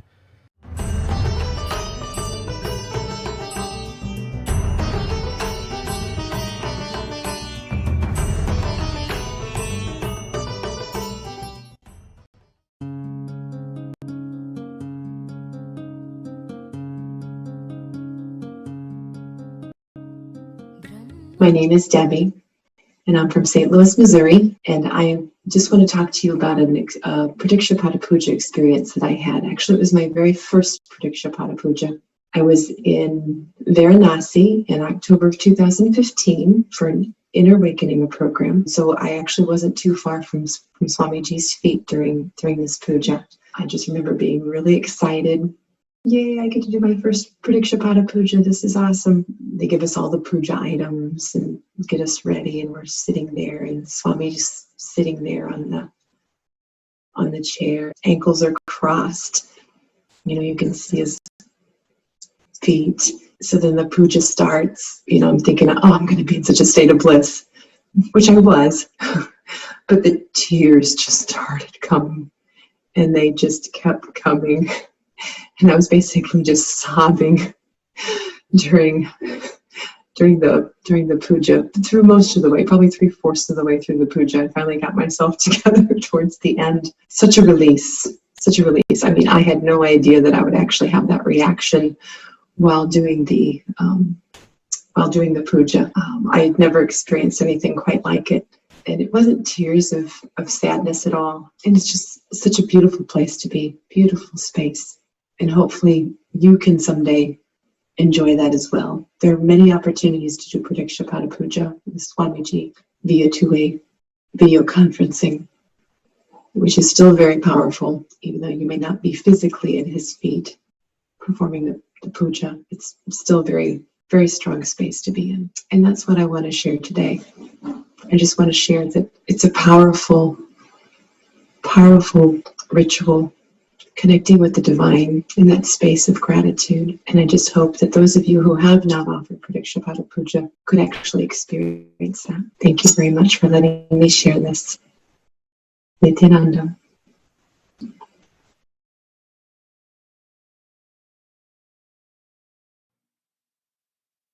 Hi, my name is Deva Ananda, and I live in Seattle, Washington, USA. And one of the reasons that I follow Nityananda, who we lovingly refer to as Swamiji, is because he's taught me so many different things that I can apply to my life on a daily basis. And my life is so much different than it was when I first met Swamiji. It's like I'm not the same person at all. And one of the things is, one of my hidden beliefs before was life is a cruel, harsh place.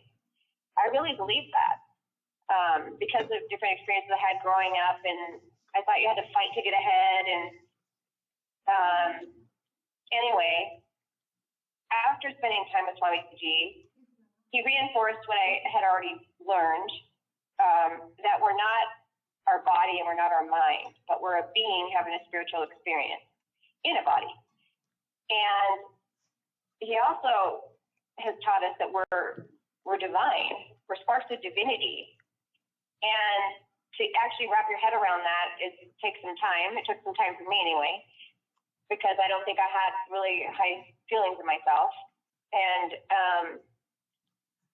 so, just constantly rethinking the way you think about life, the way you think about yourself, takes some time. But once you start thinking about things in a different way, you create a different life. And another thing Swamiji taught me is that existence is showering on us every moment. And that's another thing that was really profound. I was like, existence is showering on us every moment? And I had to actually walk around and think about that for some time and start thinking about it every day and applying it in my life. And then when I started believing, existence is showering on us every moment, then I started seeing different synchronicities and miracles in my life, because it's true. Existence is showing us every moment. But when we have limited beliefs that keep us in a lower frequency, that's the life we end up creating, a lower frequency life. But when we start embracing these higher cognitions, that Swamiji, he's always like several steps ahead of us, but we have so much to learn, keep learning from him, then you create a different life. Thank you. Nityananda. Hi, my name is Bharat. My wife is Kalpana. We are from Seattle, Washington. So one of the beautiful technique which Swamiji talked about, I'll tell you my exact feeling. We went in 2012. I went in 2012 for one of the inner awakenings. Swamiji brought up this new concept called completion. At the time, I was really, Swamiji, what is this theory, Swamiji? I want some meditation, something like that. I felt myself. Okay, I couldn't really experience what exactly is completion. So then afterwards, when I came to Dallas, I was actually trying to contemplate, and one of my colleagues, Bhagwan Reddy, he helped me in understanding the completion. So then I actually helped a few people in trying to understand completion. When they really complete, they really feel very gratitude. So from that space, understand that space and see how the things are, that actually helps us in the family also. So basically, when someone is going through a little bit of highs and lows, we understand from which space they are coming from. So we know that they need to be complete, but we also need to be caring and trying to understand from which context they are coming. So for kids, in case of kids, we need to listen to the kids, what they are talking, and also give them the right cognitions. For example, if I have been in the outside world, I wouldn't have told my kid, come to temple, all these things. Maybe once in a while I would have told them, but because I am going, she sees me that I am going every day. She sees me I am putting basma. She is seeing that I am putting rudraksha. So she has some cognition about, unknowingly or knowingly, cognition will be there in the chain. And for example, today I was doing some yoga. So she sees me that I am doing yoga. And when I do it, automatically they will also catch the thread. And one day, maybe not today or tomorrow, but one day they will catch it and they will implement that in their life. So that's how only when we do ourselves, kids also catch that, try to explain. And also I will try to guide her whenever she is going through different situations. I'll ask her, I'll make sure she understands what I'm talking. I'll tell in terms of examples so that she understands the concept of completion and integrity, authenticity, responsibility, and enrichment. So, they really help us and move us in a great way towards achieving to our higher states of consciousness. Yes. On the same topic, completion, and how being in the Sangha, being with Swamiji, Paramahamsa Nityananda, how it is helping her also. We have an 8-year-old daughter. Completion helped me reduce my anger. As when she was like 2.5 years old, I used to get upset with my expectations, and she is not behaving the same way. With that, learning the completion process helped me understand and catch my anger before I really burst out on her, very young child. That helped me, and I could resolve my issues. And additionally, she also attended IA Inner Awakening evening with Swamiji, and she was 4 years old. I am really surprised how how the blessings of the divine, right? So she was able to be there when she was 4 years old. That is definitely a big blessing. And we also saw that how she was very shy and calm before, and after that she kind of in all her dimensions she started developing, growing, and we feel happy for that. And growing, she's growing in the sangha. Definitely, and a lot of other parents tell me saying that she is so good, so patient, so understanding and accommodating, and I really feel all these is coming up along with the ambience we are in. So yeah, thank you. Thank you. My name is Ma Nitya Smrtyananda, and I'm from Seattle. I'm a Tanadar at the temple and a volunteer. I want to express my gratitude for Nityananda. He has led me to a place where I can express his teachings in my being, and I can now assist humanity to raise themselves to their highest level of consciousness as I continue to evolve through his teachings. Thank you.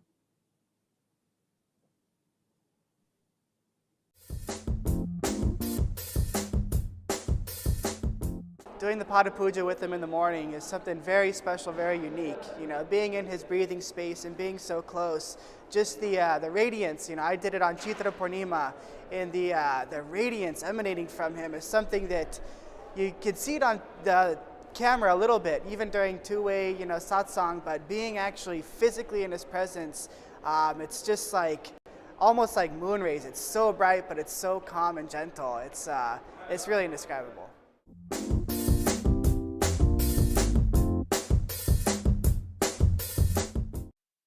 Hello everyone, this is Nandini and I'm from Seattle, Washington. I basically wanted to share a few of my experiences on why I want to follow Nityananda. One such experience is when I did Pratyaksha Pada Puja at Bangalore Viditi to Swamiji. Everybody gets an opportunity to talk to Swamiji after they do the Pada Puja, and I had a lot of questions to ask him during that time. I went there, he was right in front of me, and he asked me what I want. And even though I had a lot of questions, at that moment, I felt like I had everything and I didn't have anything that I want to ask him, because I felt really fulfilled at that moment. And when he asked that question, I also had that intense feeling that anything that I asked this person who is in front of me, he would be able to grant it to me at that moment itself. So I had that kind of a connection and confidence right at that moment, even though it was the very first meeting that I had with Swamiji. So that was an amazing experience, and this is one specific reason why I follow Nityananda. Thank you.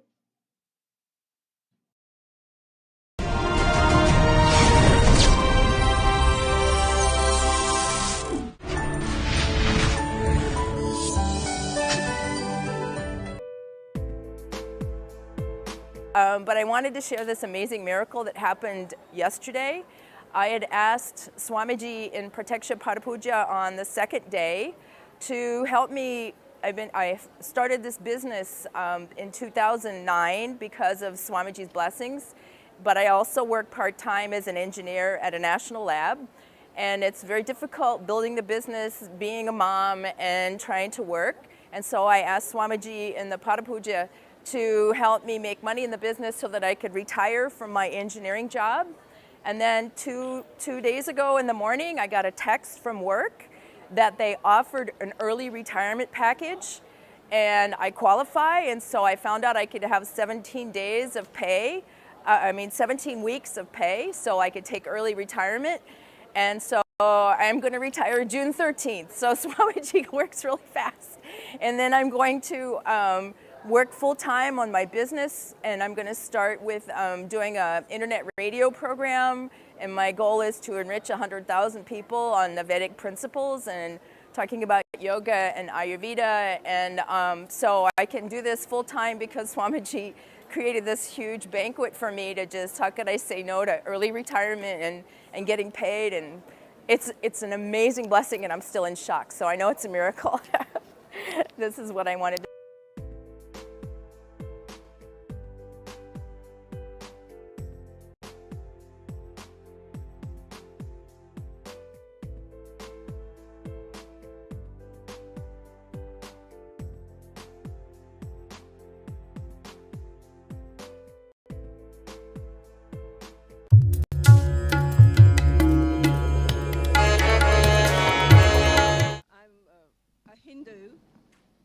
no idea about, I'm a Hindu, but I had no idea about the puja rituals and the sacred Rudra Abhishek rituals that we were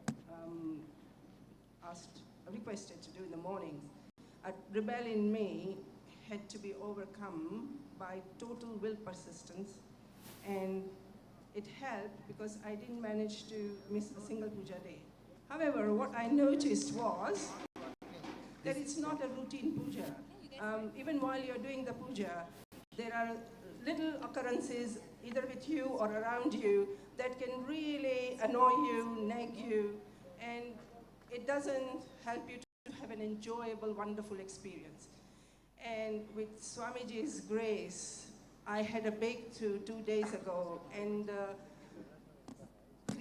managed to create a space within me about Sadashivatvam where I said to myself, no matter what, I am going to have a wonderful puja experience every single day with integrity, with deep reverence and devotion to Swamiji, our Guru, and Sadashiva himself.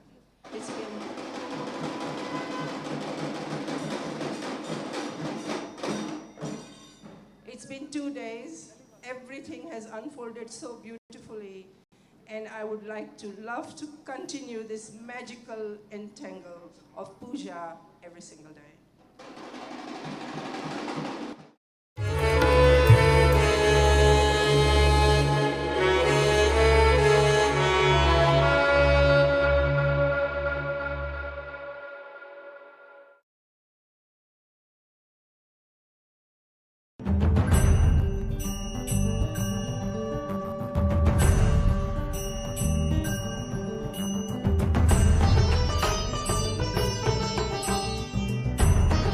This is Beilin Gao. I from Norway.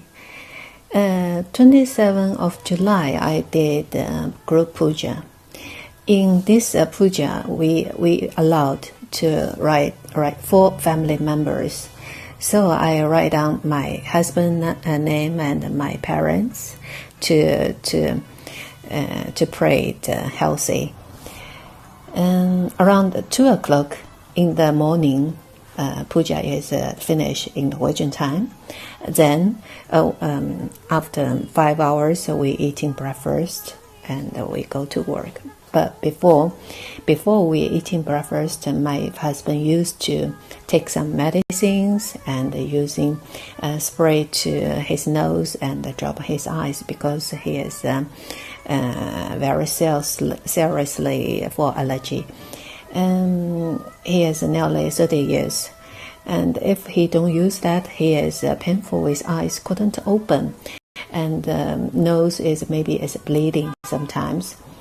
Using this medicine also over 1 year and couldn't stop.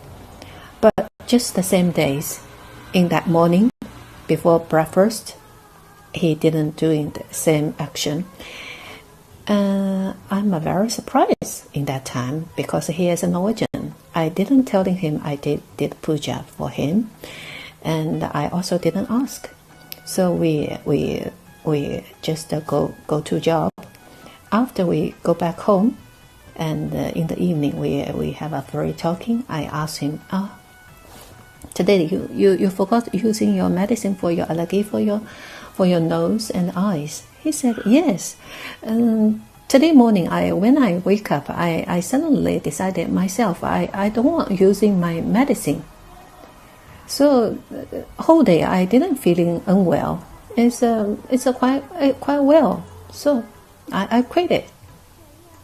In my mind, I think, wow, this must be Swamiji did.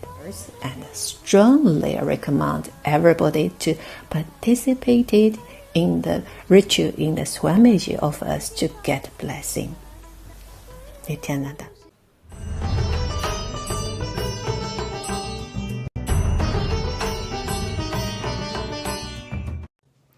Nityanandam. So thank you for being here. Today is going to be a very short but straight to the point video, and I'm here with my father. And the topic of the video is why I follow Nityananda Swamiji. So before I ask him the question, I just want to mention briefly, for those who don't know, that my mother is the one who connected to Swamiji first in 2010, if I remember correctly, so for about 10 years now. Then my brother felt the connection and actually decided to pursue the lifestyle of sannyas. In 2016,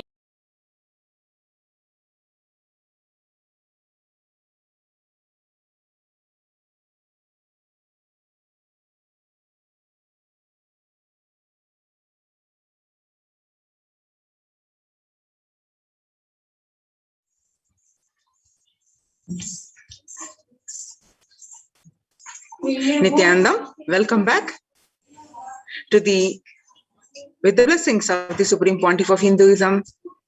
Let's start this segment of a revival of the temple sciences and ecosystems of Kailasa, which are the de facto spiritual embassies and the COVID care protection centers. Nityanandam Paramasugadam Kevalam Jnanamurtim Dvandvatitam Gagana Sadrusham Tattvamasya Dilaksham Ekam Nityam Vimalamachalam Sarvadi Sakshibhutam Bhavatitam Triguna Rahitam Sadgurum Tam Namami. Nityanandam. So with the blessings of the Supreme Pontiff of Hinduism, Jagat Guru Mahasannidhanam, His Divine Holiness, Bhagwan Nityananda Paramashivan's blessings, what are the Kailasa's temple-based ecosystems?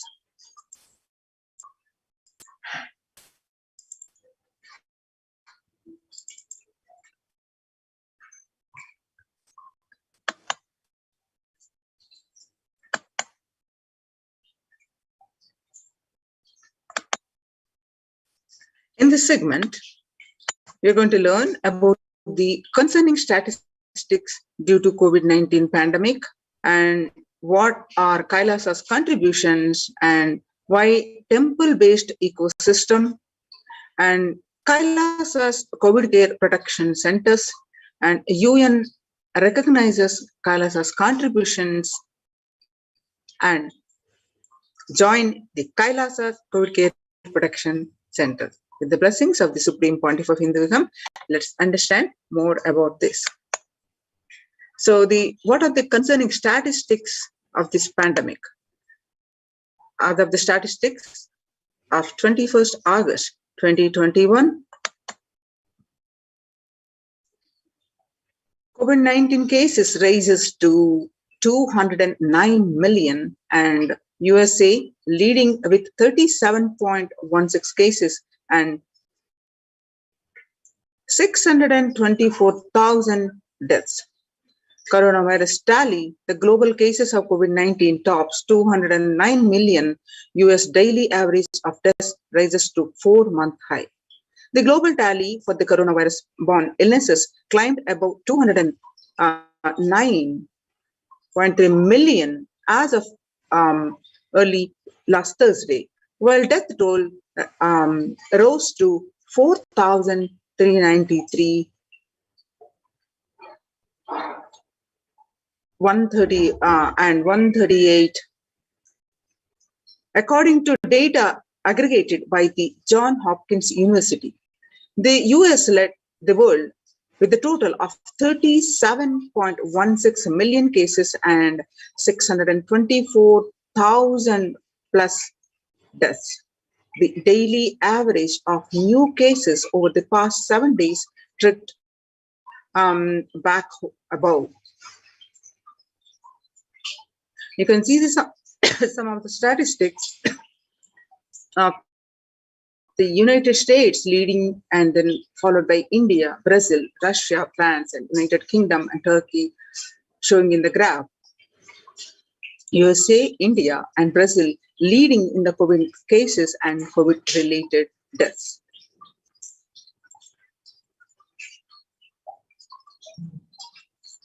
The World Health Organization, according to that dashboard, globally, as of 6 p.m. 19th August, there have been the confirmed cases. You can see the number of confirmed cases over 209 million plus. And the deaths are 4,390,000 deaths and reported by the World Health Organization.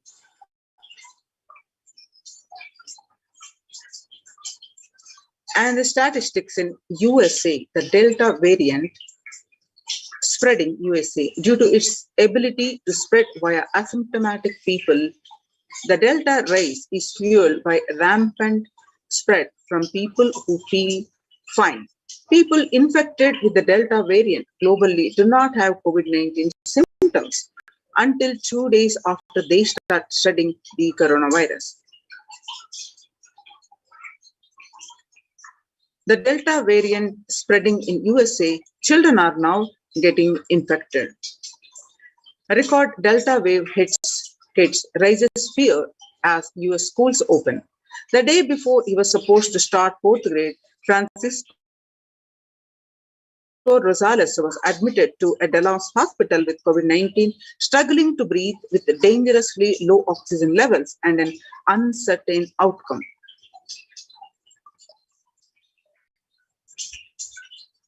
The Delta variant spreading in Sri Lanka.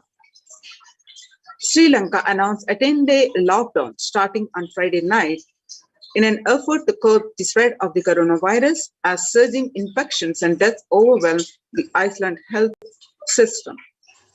The Indian Ocean nation recorded its highest single-day death toll of 187 and 3,793 cases recently.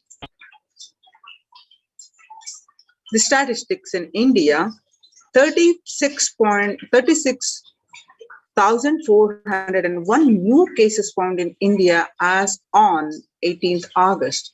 Death toll in Maharashtra alone has crossed 1,35,000. You can see the statistics graph, how the sharp spike in increasing the wave. And some more statistics from India. The Jawaharlal Nehru University CSSC published on 19th of August 2021, there are 3.23 crore cases and 4.33 lakh deaths. You can see the statistics in India across the states: Maharashtra, Kerala, Karnataka, Tamil Nadu, Andhra Pradesh, Uttar Pradesh, West Bengal, Delhi, Chhattisgarh, and various other states, the cases and the deaths in the respective states.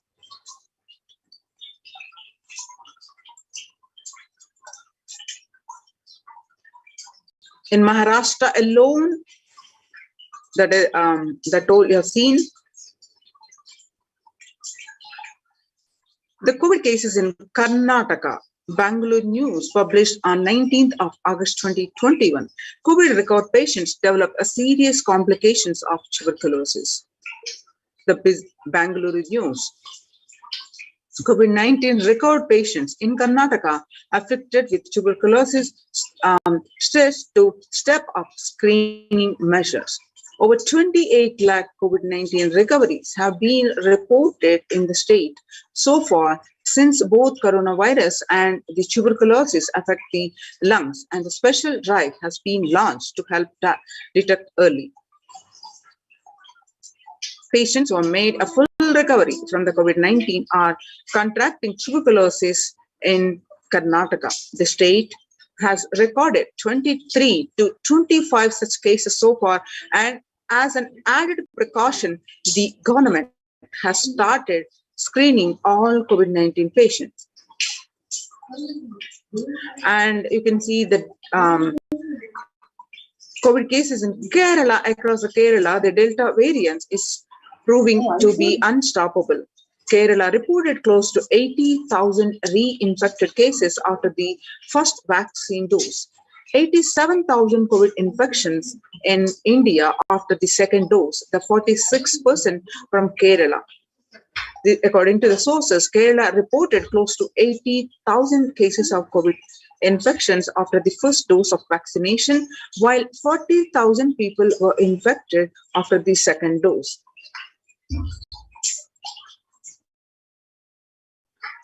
The Times of India published on 20th of August 2021, COVID-19 Bangalore takes over Mumbai. become the district with the second highest. COVID-19 Bangalore takes over Mumbai, become the district with the second highest death. Bangalore urban has now overtaken Mumbai to become the district with the second highest COVID death in the country. While Pune continues to lead the table, as of August 18, Bangalore has 15,953 virus-related deaths compared to 15,930 in Mumbai and 18,779 in Pune, Bangalore, which are the highest overall COVID-19 cases for a single day.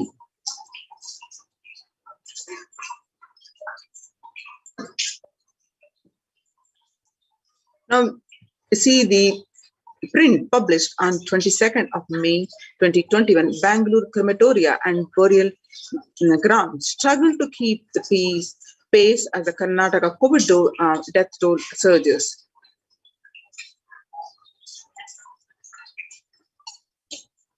Subscribe to our YouTube channel and press the bell icon to get the latest updates. Over the last 2 weeks, Karnataka has witnessed a devastating COVID-19 surge, recording the highest COVID-19 related deaths and a number of new cases. Bengaluru has emerged as a new COVID-19 hotspot due to the positivity rate and an increase in the deaths. With the surge in COVID casualties in the second wave of the pandemic, crematoriums in Bengaluru, as in the rest of the country, are finding it difficult to handle the daily burden of bodies being brought in. Battling shortage of space and other infrastructure crunch, many have constructed new sheds to ensure last rites can be carried out even during the rains, and burial sites. Some burial sites are also reusing their space. The print visited a crematorium on the outskirts of Bengaluru. We are 25 kilometers in a place called Tavarekere, where at least around 60 to 80 bodies are being brought every day and final rites are being performed.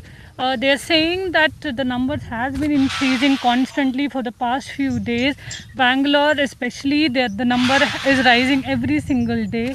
At the same time, in Karnataka itself, the number of COVID-19 cases have been rising constantly for the past few days, and the positivity rate is also a major concern. At the same time, the vaccination drive is not progressing as smoothly as it should be. If you can see just behind, this is where the bodies are being brought, and they're trying to ensure that everything is done in a proper manner.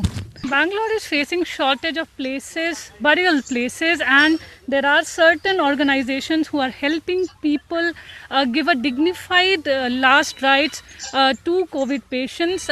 We have with us Akhtar Sharif from the Popular Front. Sir, आप थोड़ा बताएंगे आप लोग किस तरह से मदद कर रहे हैं और किस तरह का दिक्कत अभी आ रहा है ये जो सेकंड वेव आया है कोविड का?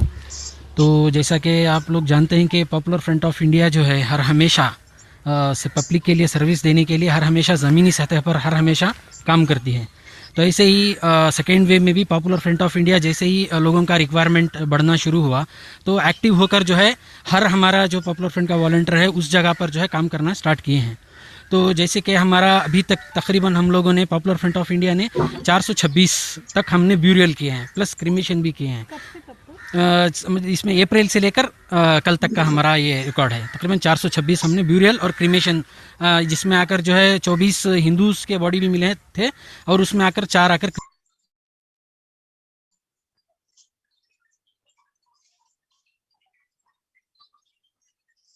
The Times of India published on 20th of August 2021, the COVID-19 Bangalore takes over Mumbai, becomes the district with the second highest. You can see the statistics. The Times of India published on 20th of August 2021, COVID-19 Bangalore takes over Mumbai, becomes the district with the second highest.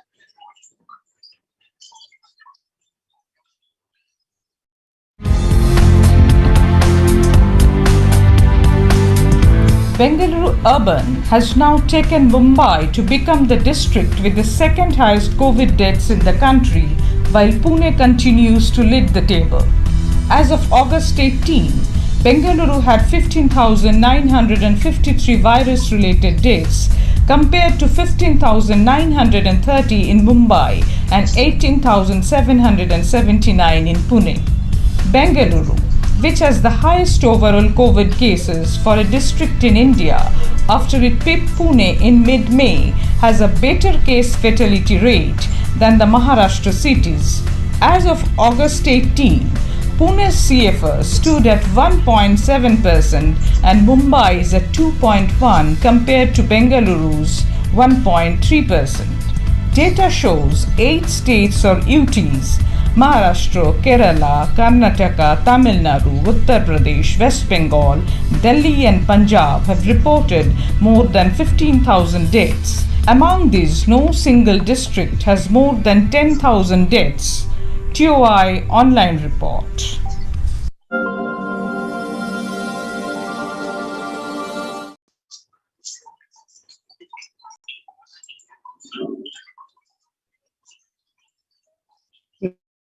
The post-COVID patients now suffering from the life-threatening blood clot in arteries.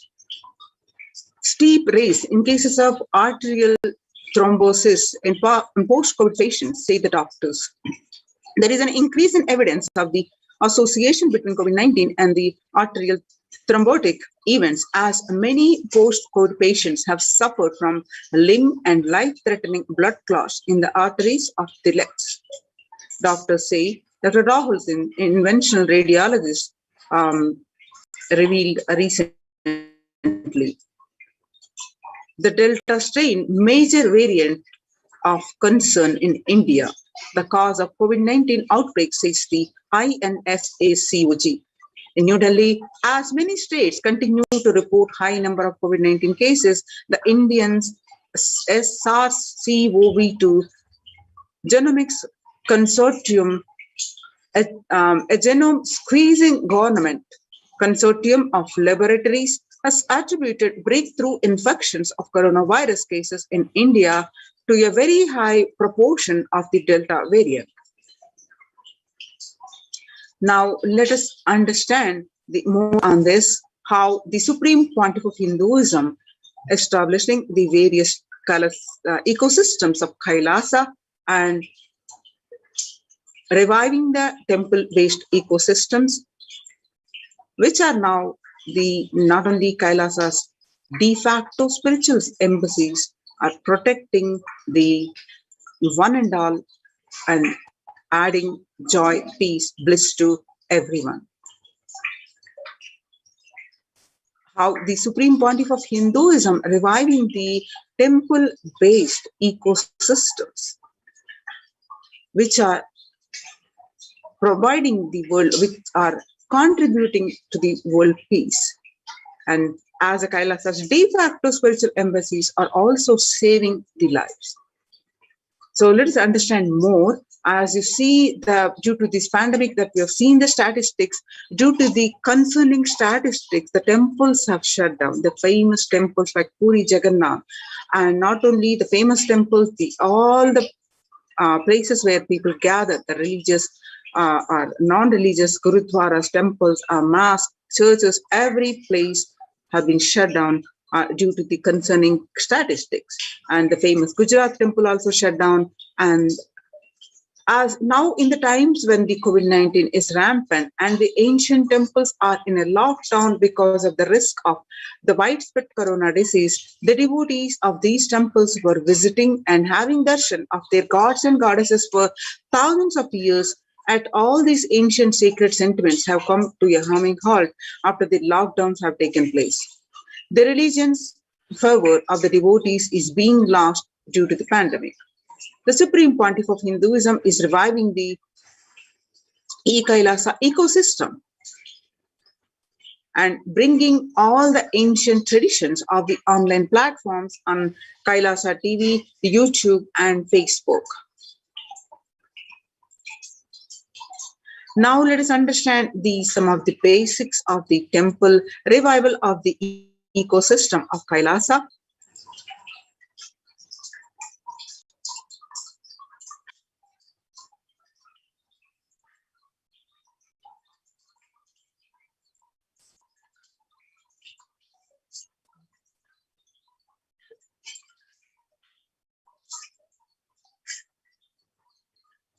The temple ecosystem of Kailasa.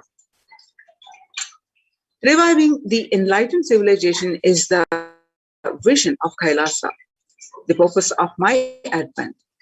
Paramashiva assuming this body and manifesting, says the Supreme Pontiff of Hinduism. Kailasa is basically an enlightened civilization where everything happens based on the ultimate cosmic principle and ultimate possibilities and powerfulness. You want to know about the universe, just they will show you in the universe and teach you. And you want to know about the cosmos, they will just show you the cosmos and simple, straightforward way. In Sanatana Hindu Dharma, we had at least 10,000 sampradayas, religions, spiritual traditions, keeping this enlightenment science alive. Each Hindu sampradaya is a spiritual ecosystem created for keeping enlightenment science alive. Every monastery, every adhinam, every mutt, every temple, every Veda Patashala, every Sarvajna Pita is a lineage sampradaya created to keep the ecosystem of spiritual enlightenment alive. Some may be Shakta, some may be Yoga, some may be Vedanta, some may be Tantra, some may be Yoga Vedanta, some may be Yoga Shaiva, some may be Vaidika Shaiva. All kinds of permutation and combination, each temple, each mutt, each monastery, each adhinam, each Veda Patashala, each Sannyasa Sampradaya is a spiritual ecosystem created to keep the enlightened ecosystem, enlightenment science alive of that Sampradaya. Hindu temples are not just worship altars or religious congregation places or just memorial for certain legendary person or incident. Hindu temples are residences of God. That's why in Chidambaram, Nataraja is one of the Dikshita, and Srirangam, Ranganatha is one of the Bhaktar who are doing the puja. The temples are residences of God in Hindu tradition, in reality, not just in Hinduism, in reality in every tradition, every religion. So there are a time Hinduism has 56 nations, 200 states, 1,700 provinces, and 10,000 sampradayas. Almost 95% of the population of those days were Hindus. Slowly, the brutal terrorists invading life negative gangs enter, destroy, rob, plunder the temples, and destroy the spiritual ecosystem, the enlightenment ecosystem. In last 1,000 years, we did not have a single nation, we did not have a single state, and we did not have a single province practicing Hinduism as a state religion legitimately, and 10,000 sampradayas, without any doubt, the Supreme Pontiff of Hinduism says 200 are left alive, struggling to be alive. Three unique things of Hinduism. One is the ability to make the divine land and get rooted on the deity, which is called Prana Pratishtha, which is done various ways. We will be understanding that. And the incarnations landing, the ecosystem where the incarnations land, the enlightenment spiritual ecosystem where incarnations happen. And the third is the devotion to the feminine consciousness, the Devi worship. These three are unique to Hindu tradition.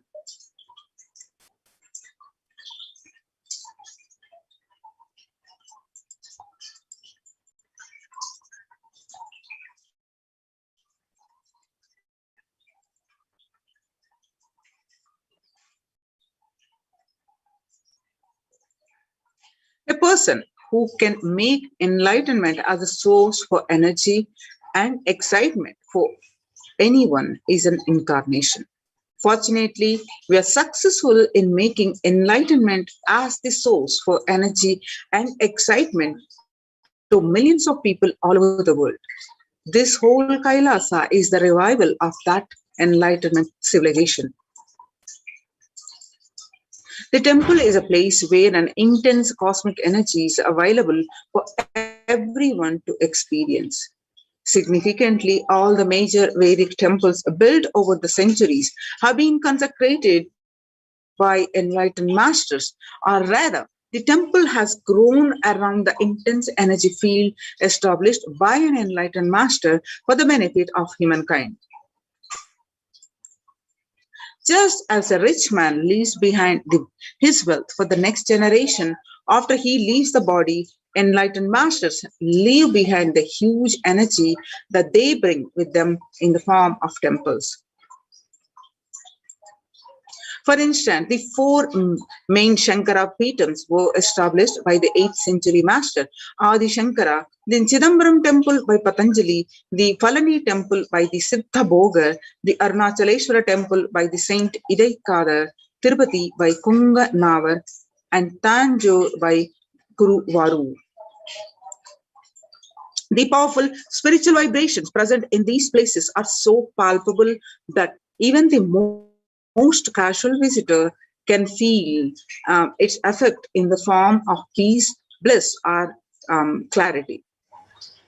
When maintained properly using the subtle powers of mantras, the rituals and meditation, temples can hold and radiate this precious energy for thousands of years.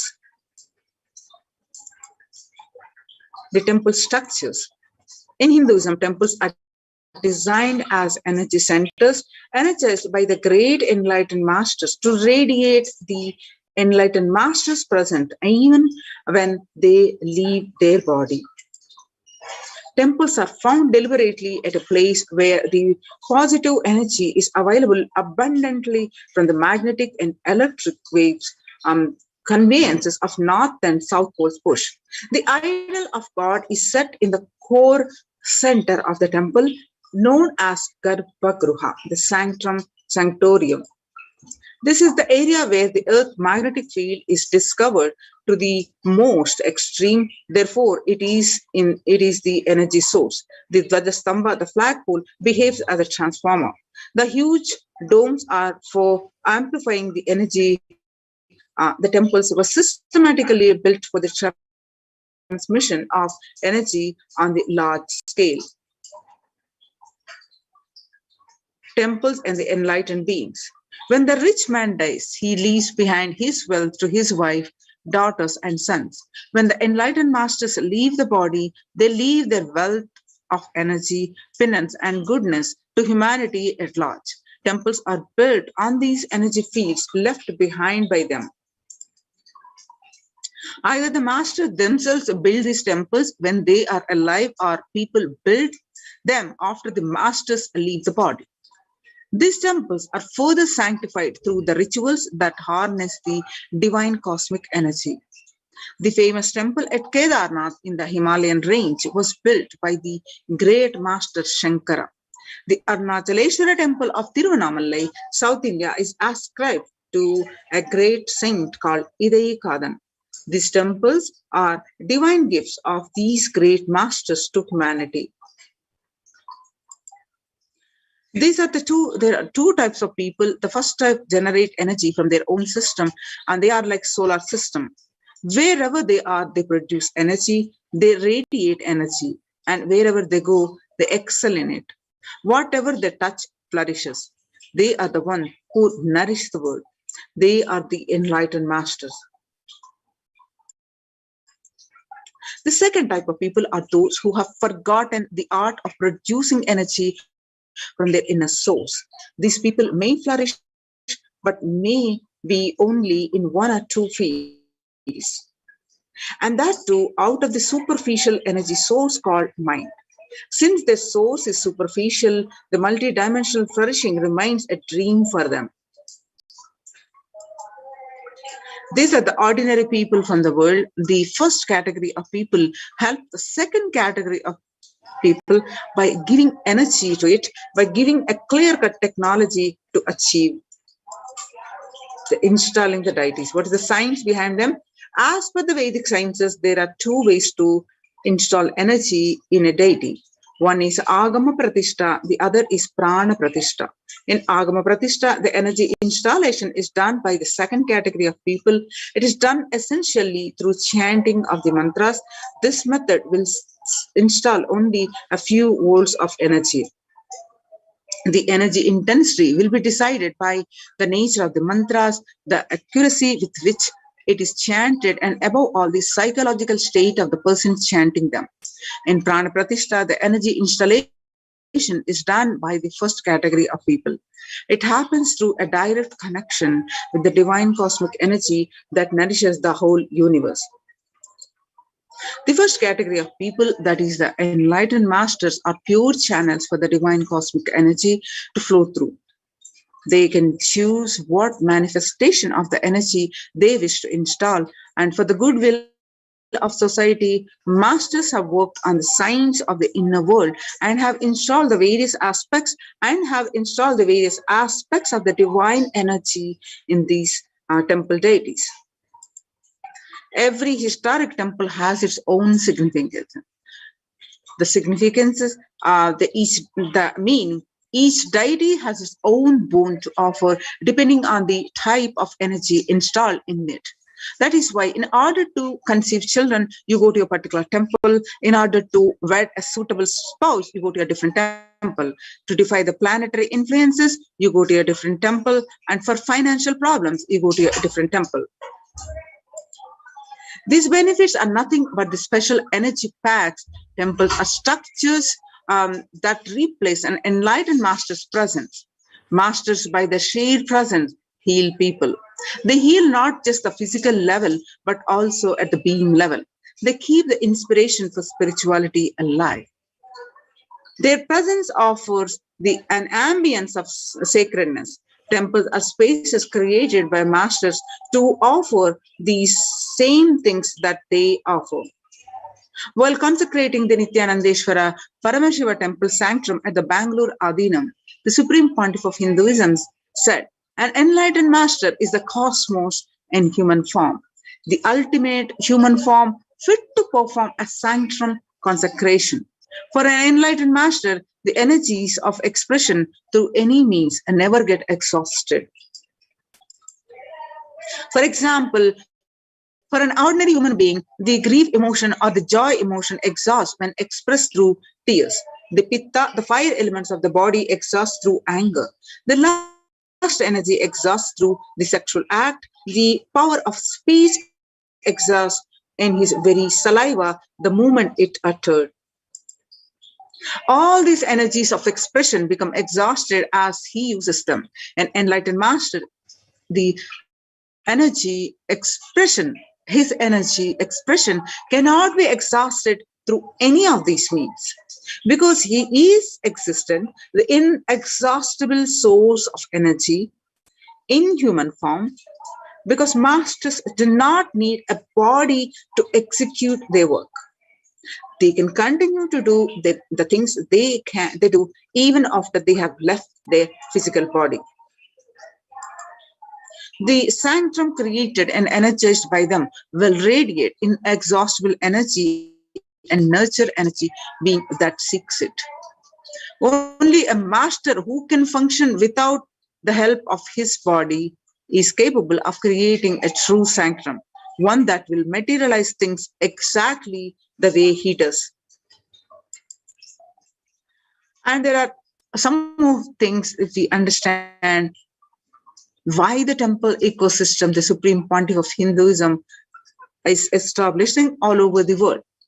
As we see, he has established the temples across the, especially in the United States. Each temple that he has established is a specific boon to give. For example, Houston, he installed the energy of the Navagraha dosha, Pariharasthala, and Prayaga, where you offer the oblations to the departed souls. The Ohio Sarvajnapitam is the Pariharasthala. So, Supreme Pontiff of Hinduism establishing these temples across the world as a radiate the specific energy field to take care of the devotees. And one more question we always wonder is, if God is everywhere, why go to a temple? To answer this question, Sri Ramakrishna, the great enlightened master of 20th century, gave a beautiful answer. There is a milk all over the cow's body, but we cannot get it just by piercing it anywhere. So though the cosmic energy is available everywhere, we are not able to perceive it because it is extremely subtle. Cosmic energy is available in the most subtle form. An enlightened being or highly evolved soul knows the science of distilling this subtle energy into a gross form which we can perceive and absorb. Temples are engineered by the great rishis in such a way that the cosmic energy becomes available to all as the source of healing and spiritual transformation. Why so many temples in Hinduism? In India, about 90% of all tourist attractions are temples. There are lakhs of temples across length and breadth of India, and in places like Varanasi, for every person living there, there is a temple. But why so many temples? Whatever where a civilization thinks are the highest experience, it builds structures related to that. If people in the country think football is the greatest experience, they build magnificent football stadiums all over. If people think education is the greatest experience, they build schools and colleges. For thousands of years, Hindus in India thought of enlightenment and God as the highest experience, so they built temples. For this reason, in any city, there will be a large temple built first, and only then a city will form around it. The human body is considered a miniature of the cosmos, and a temple is an expression of that human frame. Now let us understand the science of temples. Temples are created to replace the enlightened master's presence. Enlightened masters, when they leave their body, they wanted a space which can continuously inspire people, which can continuously heal, which can give them the experience of spirituality, which can give them a sacred feeling. In every tradition, creating a space for divine or creating a place in which people can relate with the divine has become a part of their culture, part of their life. People have put aside any constraints of money and time to erect inspiring structures built on faith, science, and mystery, as well as greed and fear. Throughout the passage of time, some of these magnificent structures around the world have become museums and wonders, and some continue to be the seat of religious authority. Many continue to attract faithful, offering solace, energy, social interaction, and a framework for life itself. But for many, the science of temples built on thousands of years of research and development has been lost. The understanding has been lost. Through the physical structures, they are still standing. For some, the belief, the experience is no longer there. By understanding the science of Indian temples, humans can experience the intelligence, power, miracles that these structures were made from and for. And what did the energy have to do with the temples? See, the last statement of the science, E is equal to mc square, that whatever exists is energy, is the first statement of Upanishad. As research is providing every day the cosmic truths that the quantum physics is still struggling to comprehend, were ultimately the already commonplace in the ancient and rich Vedic tradition of India, where when Einstein declared that E is equal to mc square, that whatever exists is energy, he confirmed that the Upanishads are sacred Indian scriptures said thousands of years ago. With an enlightened insight into the play of matter and energy, that makes up the universe. The Vedic seas have declared more than 10,000 years ago that whatever exists is nothing but energy. Isha Vasham Idam Sarvam. That means Isha Vasha Upanishad. The last statement of science is equal to mc squared. That whatever exists is energy is the first statement of Upanishad. Isha Vasham Idam Sarvam. Whatever exists is energy. So the last statement of science is the first statement of Upanishad. Whatever exists is energy. In modern times, temples are truly the oxygen baths for the soul. With an enlightened insight into the play of matter and energy that makes up the universe, the Vedic seas had declared more than 10,000 years ago that whatever exists is nothing but the energy. The Ishavasham Idam Sarvam from the Ishavasha Upanishad, the last statement of science is equal to mc squared, that whatever exists is energy, the first statement of Upanishad. Isha Vasham Idam Sarvam, whatever exists is energy. So the last statement of the science is the first statement of the Upanishad. Whatever exists is energy. In modern times, temples are truly the oxygen bath for the soul.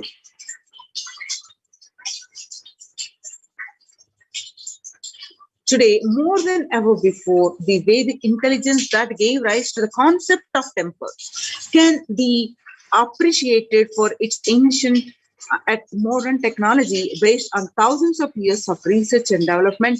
The powerful positive vibration present in the temple can flush out negative energies without even being aware of it. Deep cleansing, recharging, and ultimately purifying of the being can happen effortlessly in a temple, resulting in physical and mental healing. In modern times, temples are truly the oxygen baths for the soul. A temple is more than a building. The entire art of building temples is not a mere art. It is a science. Temple architecture is a highly developed science. Every single facet of it, from the size of the idols to the size of the rooms, the courtyards, the direction in which each has to be situated,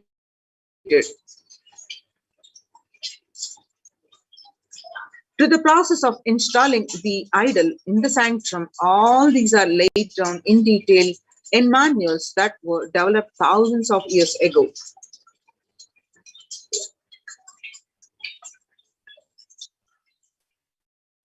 An Indian temple is more than just a building or a structure. It is the image and energy of the divine. A temple is a miniature cosmos comprised of the 5 elements and a presiding deity. A temple is an outgrowth of the deity which has its own independent intelligence and from which energy is constantly radiating. Temples are also used for social interactions, spiritual education, cultural events, and economic exchange. Temples provide the opportunity for transformation towards a higher consciousness. Now let's watch the Supreme Pontiff of Hinduism energizing, doing the prana pratishtha of a temple.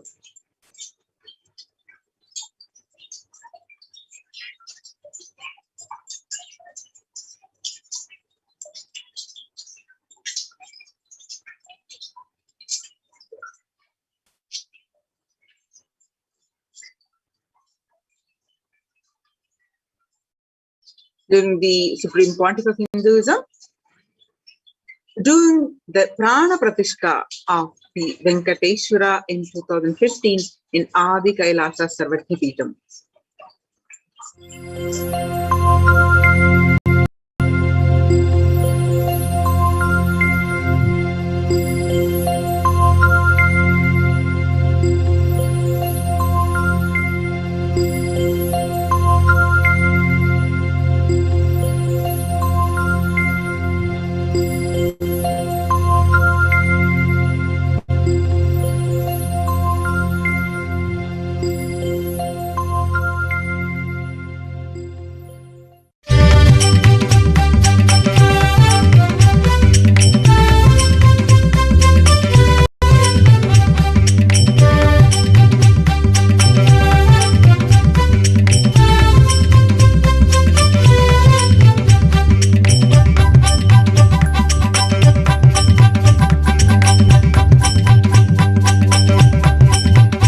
नित्य नारायण गोविंद माधवा नित्य नारायण गोविंद केशवा नित्य नारायण गोविंद माधवा नित्य नारायण गोविंद केशवा नित्य नारायण गोविंद माधवा नित्य नारायण गोविंद केशवा नित्य नारायण गोविंद माधवा नित्य नारायण गोविंद केशवा हरे नित्या नित्यानंता हरे नित्या हरे हरे हरे नित्या नित्यानंता हरे नित्या हरे हरे हरे नित्या नित्यानंता हरे नित्या हरे हरे हरे नित्या नित्यानंता हरे नित्या हरे हरे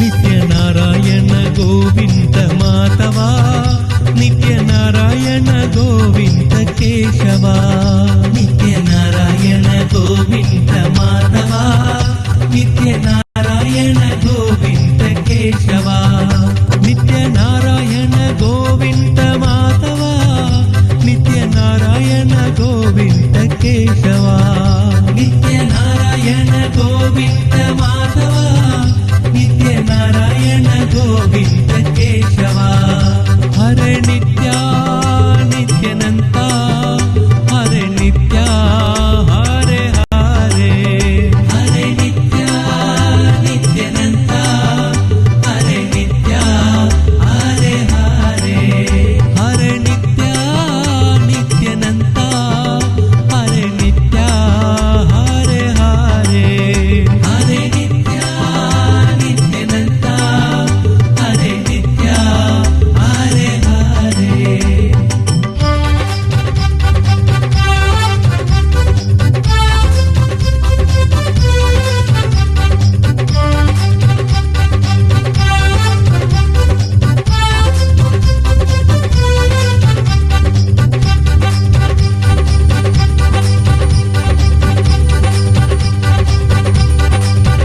नित्य नारायण गोविंद माधवा नित्य नारायण गोविंद केशवा नित्य नारायण गोविंद माधवा नित्य नारायण गोविंद केशवा नित्य नारायण गोविंद माधवा नित्य नारायण गोविंद केशवा नित्य नारायण गोविंद माधवा नित्य नारायण गोविंद केशवा नित्य नारायण गोविंद माधवा नित्य नारायण गोविंद केशवा नित्य Narayan Govind Madhava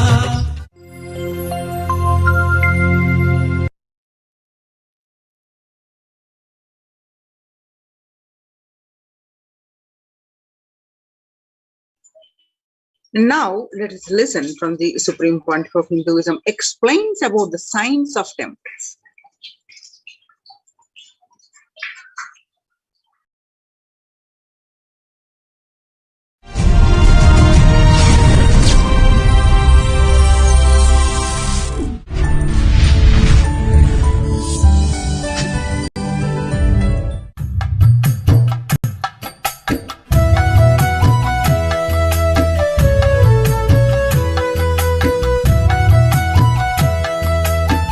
We'll enter today's subject.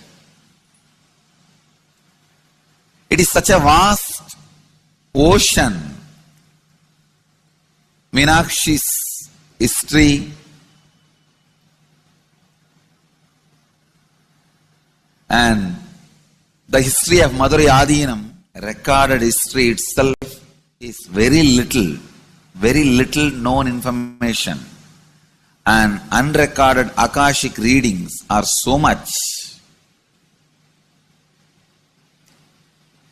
I have to sync the whole thing in tune. It is still taking time for me to comprehend, especially to present it in your language, the language in which all of you can understand.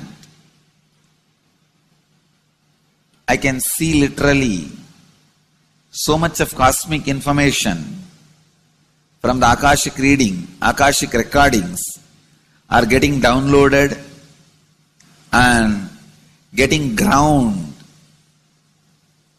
processed to get expressed in the language in which you all can grasp, you all can understand, you all can receive, you all can enjoy.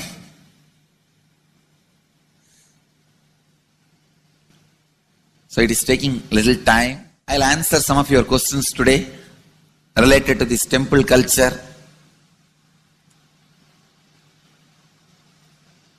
As part of this Satsang series, Madurai Adinam series. This is a question from Rajiv, India. Beloved Master, people not belonging to this culture knows little about this particular Meenakshi temple. Please tell us who is Devi Meenakshi and her husband. Why this grand temple? What are the visible and invisible functions of this temple? Please tell us, Swamiji. Read the next question also. As we see in our present time, towers of mobile, TV or dish TV antennas everywhere connecting invisibility to satellites, doing an incredible function for individuals and for society. My question is, there is and was everywhere temples and deities in this culture. Anybody coming from outside just wonder, is this just sentimental carved stones, worshipping culture or just artistic sculpture? What is the invisible function of temples, deities? See, both questions, same answer. That is the reason I wanted to answer both the questions together. Modern day dish TVs, antennas, mobile towers, all of them work in the level of certain frequency where the words, pictures, visuals can be transmitted. See, the verbalization and visualization, names and forms can be transmitted from one place to another place through these mobile towers, dish TV antennas. But the temple towers are created to transmit super consciousness from one place to another place. Please understand, in Meenakshi's time there was television, conscious television. It used to be in stone slab, and if you just sit in front of that stone TV, meditate, connect with Meenakshi, she will appear live and answer whatever you want. So each of the stone slabs only slowly later on became deities. You can see in our temples this happening. The TVs in which I am appearing and speaking are slowly becoming deities. They are receiving worship. Flowers are offered to it. Aarti is done to it. Incense is given to it. Now, all our temples are planning to have a separate throne for this TV. In Los Angeles, already I am on the throne. The TV is in the throne. The TV, in which people are seeing me, have already become deity. Same way, please understand, the stones through which people were able to connect with the super consciousness have become deities. Same way, all our temples, deities, everything is a connecting mechanism with super consciousness. the mechanism which connects with the superconsciousness.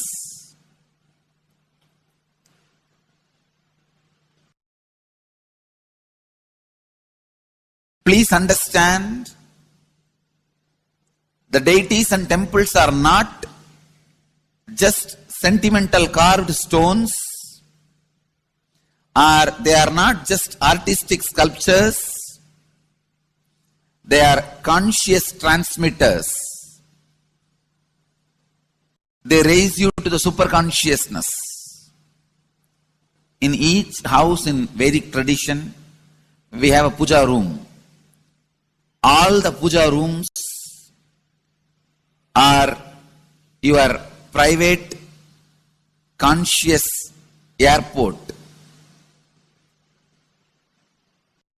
are conscious transmission centers. The main temple is a place from where continuous superconsciousness is radiating. So if you just sit and connect with a deep feeling connection, see, in those days human beings were so beautiful and simple. Just remembering the name of the deity is enough. They are already in connection with the deity. That feeling connection. When I read Patanjali's Yoga Sutra, it says, sit in Siddhasana and be in Samadhi. That's all. So the human beings were so simple in those days. Just if you sit in Siddhasana, you are already in Samadhi. If you sit, your mind sits. Now, if you sit, your mind sits. Mind is completely away from the body. In those days, human beings are so simple and intelligent. All the non-mechanical parts of their brain were awakened. It is Western culture which killed the non-mechanical parts of the brain, the functions of the non-mechanical parts of the brain. Please understand, in the Vedic civilization, always human beings were brought up in such a way that non-mechanical parts of the brain was fully alive and awakened. It is a cultural invasion, destroyed the greatest possibility of the human being when the non-mechanical parts of the brain is not functioning anymore. The temples, deities, all these are looking useless. Otherwise, they are a huge conscious infrastructure. Please understand. One example, suddenly, if we find some method to travel just 20 feet above the air or 30 feet above the air without petrol or diesel, all our automobiles, roads, everything will become useless. Then you will wonder, why so many automobile industries are established? Why so many cars are produced? Why this huge road waste? I think our ancestors are fools. You don't understand. At one period, it was used. It was being useful. Our temples, our deities, all these are useful if all your non-mechanical parts of the brain is awakened.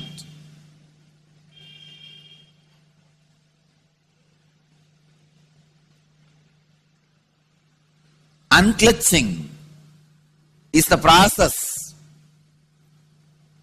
to awaken your non-mechanical parts of the brain.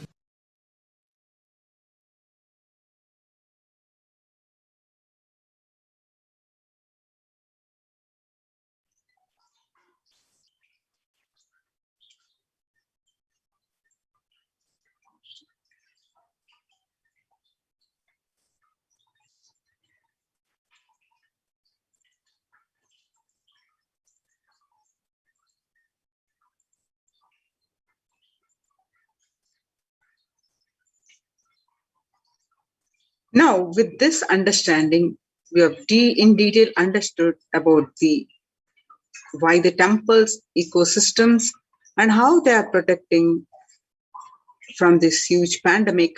And not only that, they add to our joy, bliss, and all aspects in our life, the growth.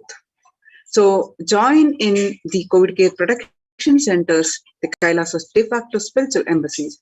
Register now through the link below, https://kailasa.org/Kailasa care. Kailasa's temple ecosystems are the place where everything related to super consciousness is revived. All the sampradayas, that means the multiple sects of the Hinduism, are each exploring the signs of awakening, the individual peak possibility in a unique, time-tested, foolproof way.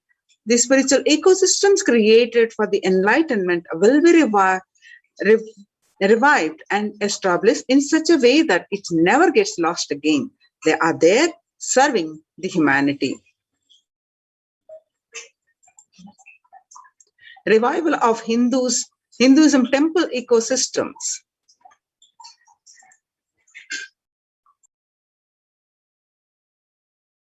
I am going to revive Hinduism by setting up a model community, enlightenment ecosystem. I am going to create absolutely from the scratch newly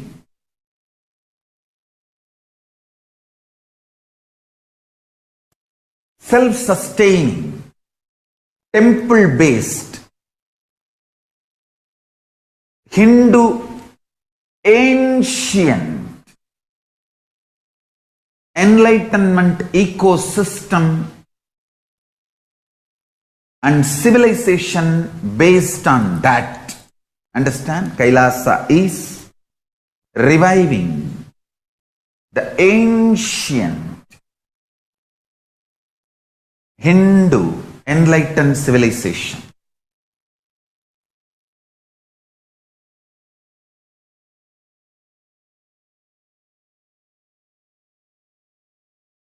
Paramashiva himself manifested this Kailasa Mandala, the enlightenment ecosystem, and the lifestyle. I am going to revive this whole enlightenment ecosystem, Kailasa, by creating a model Kailasas all over the world.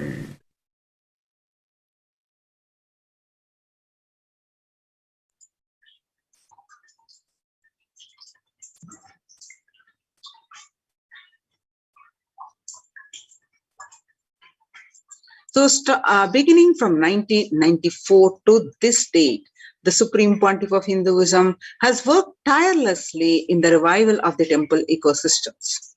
Through Kailasa Department of Religion and Worship, the Department of Human Services led by the Supreme Pontiff of Hinduism, this lifelong commitment to the mission and vision of bringing global harmony, sustainable living, and reproducible ecosystems has been proven in building active, contributing temple ecosystems around the world.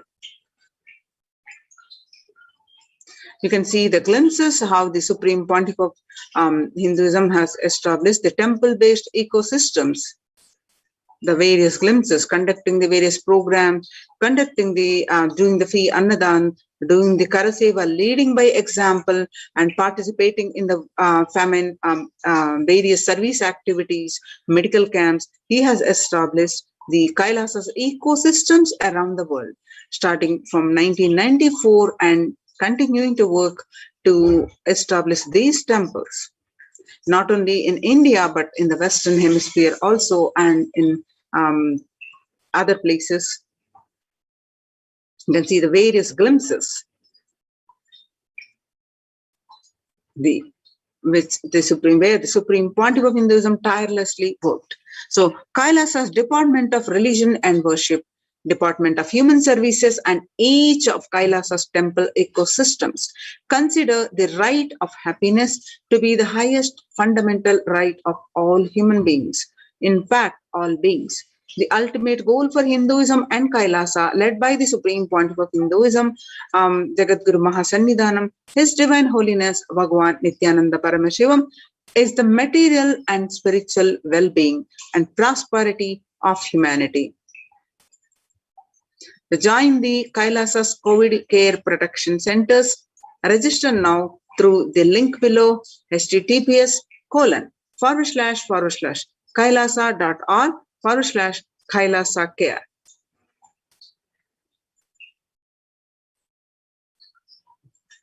So we'll be moving on to the next segment of this program after a very short break.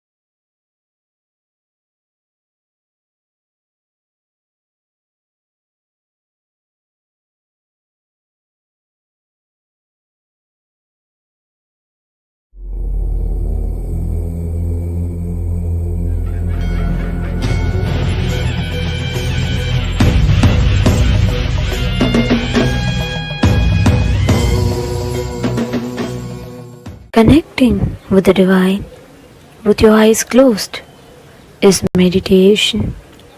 Connecting with the divine with your eyes open is darshan. Come, let us all now move from meditation to darshan. Slowly, very slowly, please open your eyes. சுண்ணாம்பு போல சுருச்ச மோகத்துக்கு எங்க சூரிய நர்வமோசம் எங்கெங்கே வச்சிச்சோ வெத்தல போல விரிச்ச மோகத்துக்கு எங்க சந்திர நர்வமோசம் எங்கெங்கே வச்சிச்சோ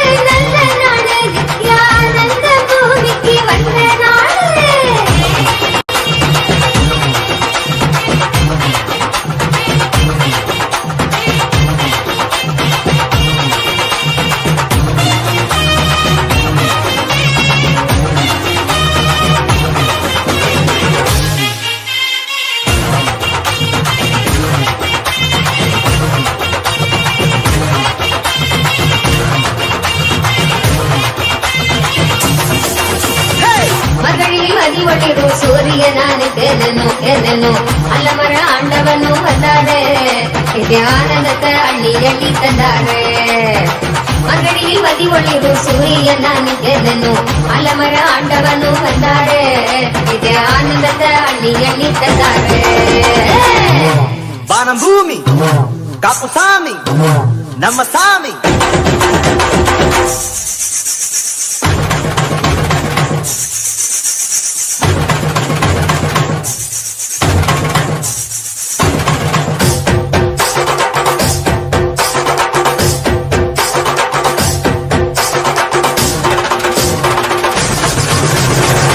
முத்துரவரத்தினமே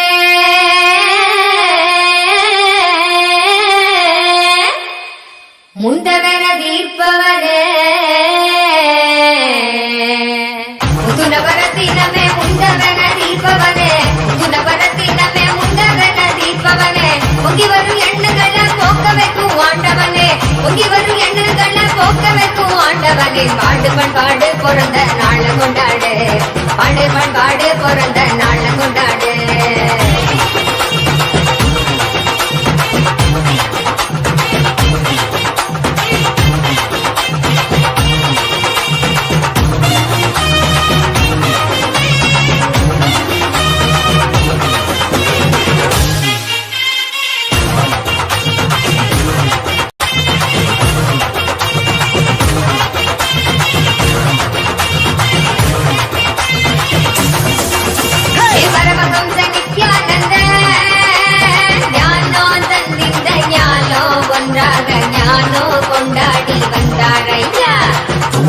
Cinca, cinca, cinca, dai bol passe.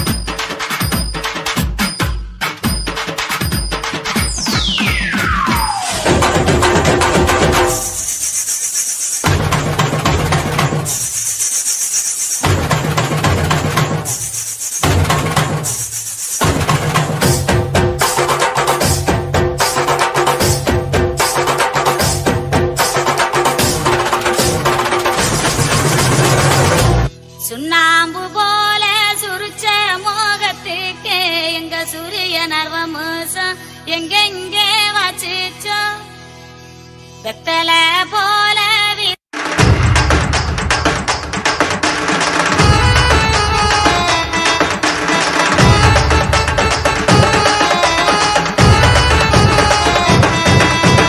அண்ணாமலையில் பிறந்தான் புவி எண்ணாத யோகமே கொண்டிட நித்யன் ஈரேழு லோகத்திற்கெட்டா ஈசன் முக்தி நேரி அருளவே நித்யனாய் உலகிற்கு வந்தம்மை ஆட்கொள்ள தேவர்களை காத்திட வைத்தான் தாயாய் பேரருள் புரிய உடல் ரோமம் சிலிர்த்திட நித்யனாய் வந்து அண்ணாமலையில் பிறந்தான் புவி எண்ணாத யோகமே கொண்டிட நித்யன் ஈரேழு லோகத்திற்கெட்டா ஈசன் முக்தி நேரி அருளவே நித்யனாய் அண்ணாமலையில் பிறந்தான்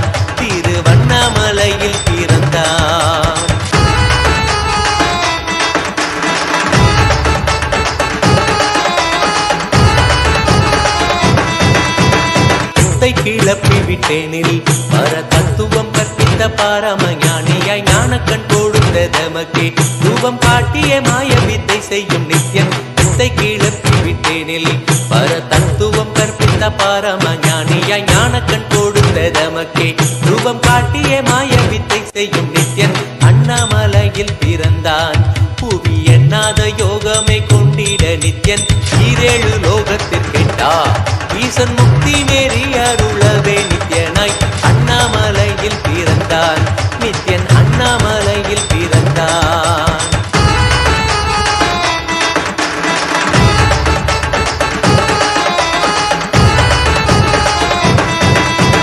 மெய்ப்பொருளான நித்யனை ஆழ்ந்து சிந்திக்க ஐயனின் ரூபம் விளங்கும் தாண்டும் சிவசக்தியாக ஐம்பொறிகளுக்கும் புலனாகின்ற நித்யன் மெய்ப்பொருளான நித்யனை ஆழ்ந்து சிந்திக்க ஐயனின் ரூபம் விளங்கும் யாண்டும் சிவசக்தியாக ஐம்பொறிகளுக்கும் புலனாகின்ற நித்யன் அண்ணாமலையில் பிறந்தான் புவி எண்ணாத யோகமே கொண்டிட நித்யன் ஈரேழு லோகத்திற்கெட்டா ஈசன் முக்தி நெறி அருளவே நித்யனாய் அண்ணாமலையில் பிறந்தான் திருவண்ணாமலையில் பிறந்தான்.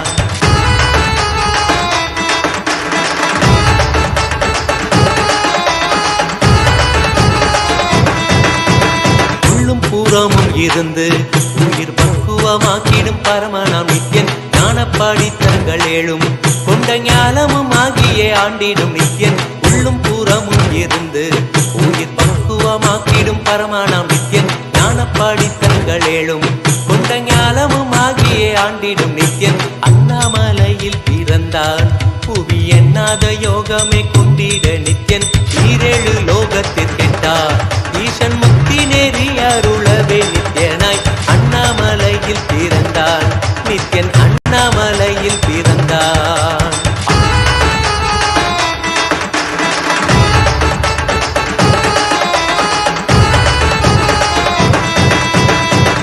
வாக்கியங்களான அருள் கவிதைகள் நித்யனின் மகிமை சொல்லிடும் மகிமை அர்ப்பித்த பின்னே சிவசக்தி ஸ்வரூபமாய் தோன்றிடும் நித்யன் அப்த வாக்கியங்களான அருள் கவிதைகள் நித்யனின் மகிமை சொல்லிடும் மகிமை அர்ப்பித்த பின்னே சிவசக்தி ஸ்வரூபமாய் தோன்றிடும் நித்யன் அண்ணாமலையில் பிறந்தான் புவி எண்ணாத யோகமே கொண்டிட நித்யன் ஈரேழு லோகத்திற்கெட்டா ஈசன் முக்தி நெறி அருளவே நித்யனாய் அண்ணாமலையில் பிறந்தான் திருவண்ணாமலையில் பிறந்தான்.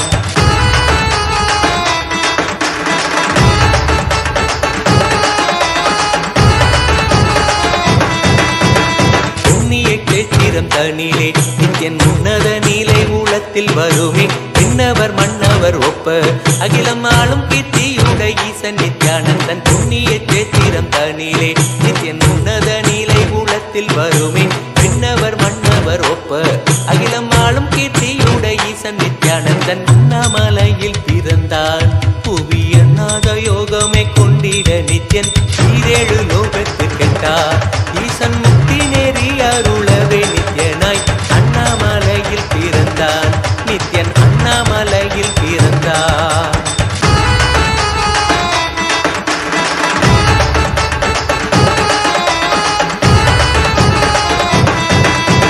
முப்புரி நூலை தரித்தவன் ஐயன் வேதியன் வெந்நீர் பூசிய நித்யன் அண்டத்தின் மூல காரணன் முடிவற்ற ஆனந்தத்தை தொண்டற்கருள்வான் முப்புரி நூலை தரித்தவன் ஐயன் வேதியன் வெந்நீர் பூசிய நித்யன் அண்டத்தின் மூல காரணன் முடிவற்ற ஆனந்தத்தை தொண்டற்கருள்வான் அண்ணாமலையில் பிறந்தான் புவி எண்ணாத யோகமே கொண்டிட நித்யன் ஈரேழு லோகத்திற்கெட்டா ஈசன் முக்தி நெறி அருளவே நித்யனாய் அண்ணாமலையில் பிறந்தான் நித்யன் அண்ணாமலையில் பிறந்தான்.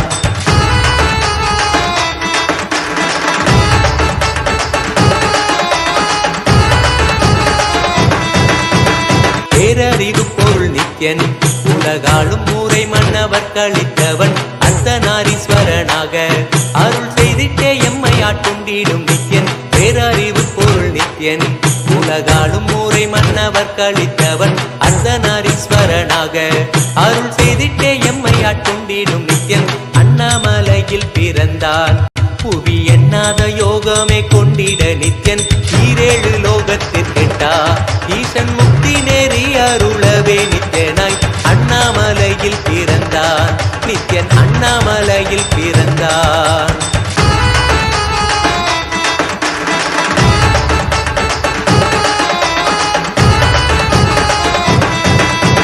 பிறவி பிறவியாய் தேவர்கள் பரம்பொருளான பரமனையை தேட ஈசன் பிறவாமல் ஆட்கொண்டு எம்மை ஒரு தத்துவம் தன்னை உரைத்திட நித்யனாய். பிறவி பிறவியாய் தேவர்கள் பரம்பொருளான பரமனையை தேட ஈசன் பிறவாமல் ஆட்கொண்டு எம்மை ஒரு தத்துவம் தன்னை உரைத்திட நித்யனாய் அண்ணாமலையில் பிறந்தான்.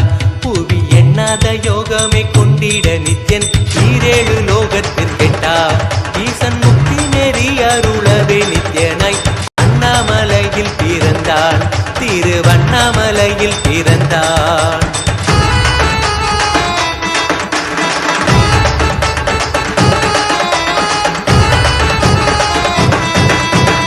எண்ணிலா வடிவமுடையவன் என்னும் எண்ணம் கடந்த முதற் பொருளானவன் பிறவி எடுத்தே சலிக்க அருள் தாகத்தை தீர்த்தன் வினைகள் களைந்தான். எண்ணிலா வடிவமுடையவன் என்னும் எண்ணம் கடந்த முதற் பொருளானவன் பிறவி எடுத்தே சலிக்க அருள் தாகத்தை தீர்த்தன் வினைகள் களைந்தான்.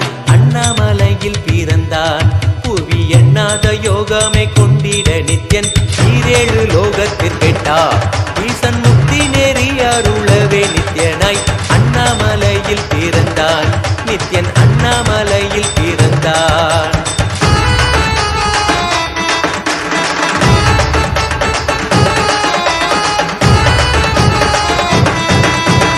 ஆனந்தமாய் என்னுள் நித்யன் முக்தி மார்க்கத்தை காட்டி விட்டிருந்தருள்வான். மாலையன் காணாத சோதியன் தெளித்தேனாயே நித்திட ஞானம் அருள்வான். ஆனந்தமாய் என்னுள் நித்யன் முக்தி மார்க்கத்தை காட்டி விட்டிருந்தருள்வான். மாலையன் காணாத சோதியன் தெளித்தேனாயே நித்திட ஞானம் அருள்வான். அண்ணாமலையில் பிறந்தான். புவி எண்ணாத யோகமே கொண்டிட நித்யன் ஈரேழு லோகத்திற்கெட்டா ஈசன் முக்தி நெறி அருளவே நித்யனாய் அண்ணாமலையில் பிறந்தான். நித்யன் அண்ணாமலையில் பிறந்தான்.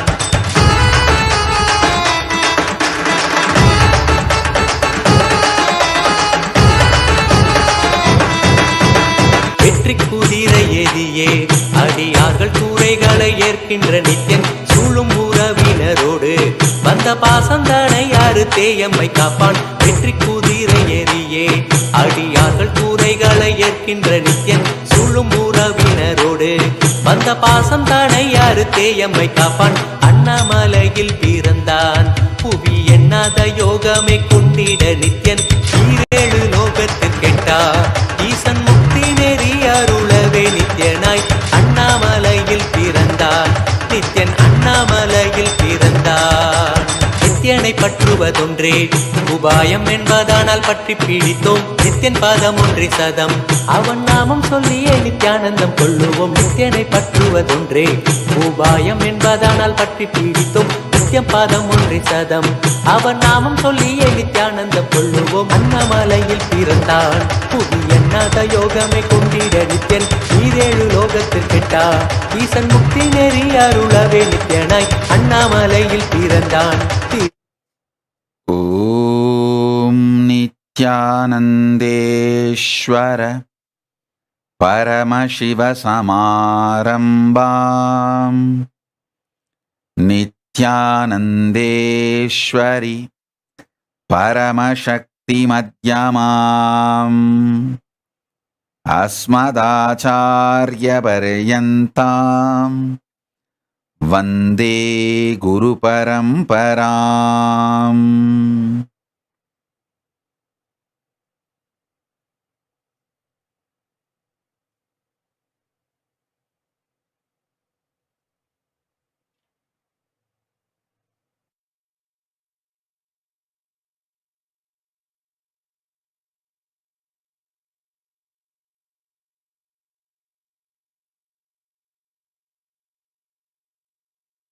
I welcome you all with my love and respects. I welcome all the devotees, disciples, samajis, satsangis, everyone sitting with us all over the world with my love and respects.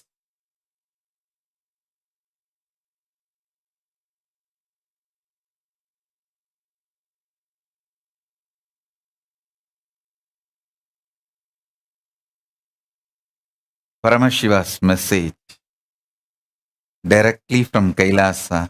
Listen. Conscious sovereignty is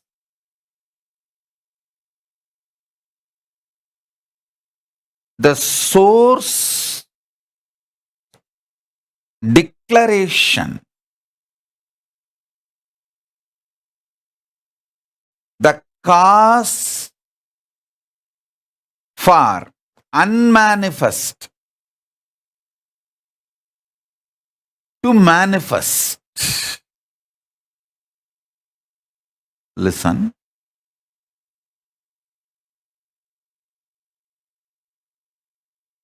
The unmanifest, Paramashiva, when it starts manifesting, the conscious sovereignty is the source theme mixed with bliss. Bliss is a lubrication. Conscious sovereignty is the source will through which the unmanifest becomes manifest. Listen intensely.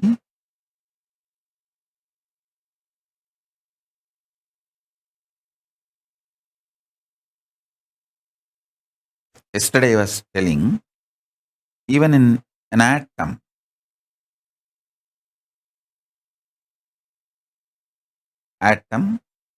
cell, all this unit level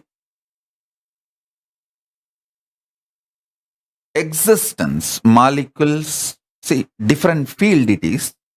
In biology, you call it a cell. The outer world science perceives molecules, cell, atom, all this from different external,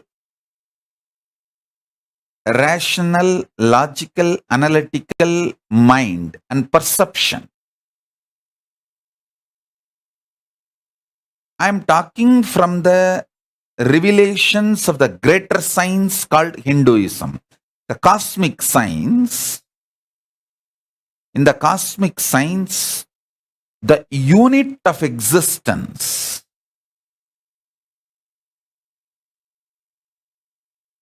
the unit of existence, in cosmic science we call it as tattva. The tattva, in the modern science you call it, in each field you have a different unit, the core unit. In some fields you call it a cell, in some fields you call it as atom, in some fields molecules. But I am talking about the cosmic science. In cosmic science, the unit of existence is tattva. The core tattva, unit of existence, the unmanifest is more than 99.99999%. The outer world science also, modern science also agrees, even in the atom, unmanifest, the vacuum is 99.999%. only very small, that existence of neutrons and protons.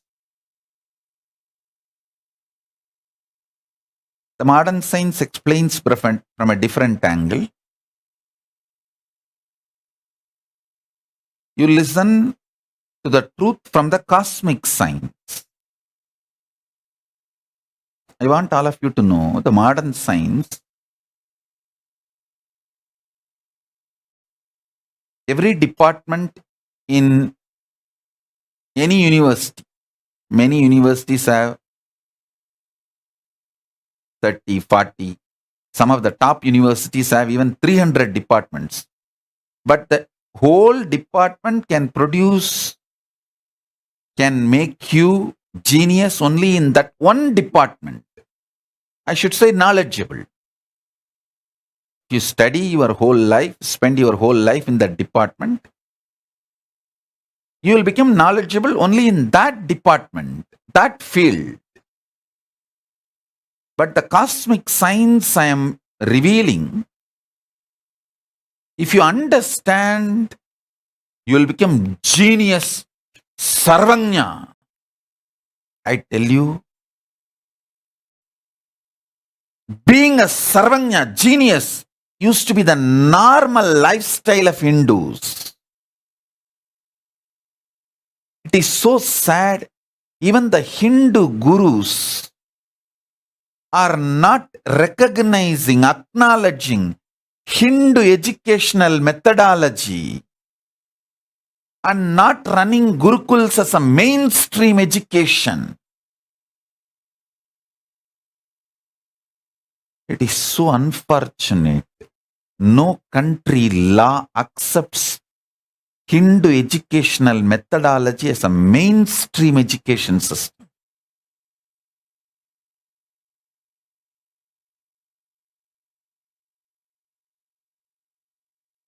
Anyhow, now it is my responsibility, Kailasa's responsibility, to make Hindu education system as a mainstream education system. See, if you understand the core unit principle of the cosmic science, you will become genius in any field you just put your attention. The unit of the existence, the tattva, should be understood in its core. Listen. The unmanifest existence of you decides to manifest out of his conscious sovereignty. So, the conscious sovereignty cannot be lost, even if you think it is lost during your manifestation process.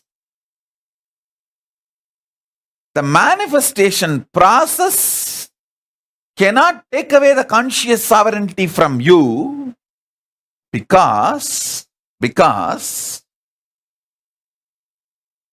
conscious sovereignty is the source will. Source will. Why? Even the unmanifest manifests. Bliss is the lubrication. Conscious sovereignty is the source will from which the unmanifest becomes manifest. I tell you, oh Hindus, you inherit a rich tradition, richness from genius.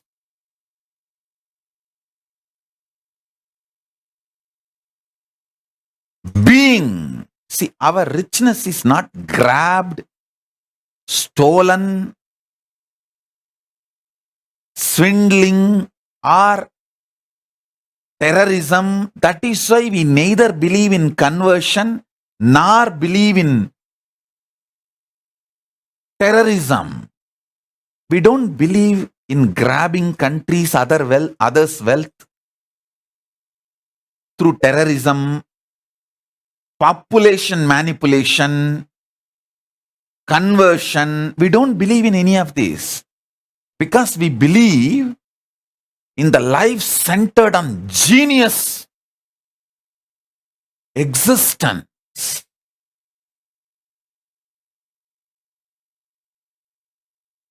Hindus are perfect in everything. Modern day Hindus just lost your appetite for being a genius. This stupid NRI cheap lifestyle. One home, 2 car, 2 kids, green card.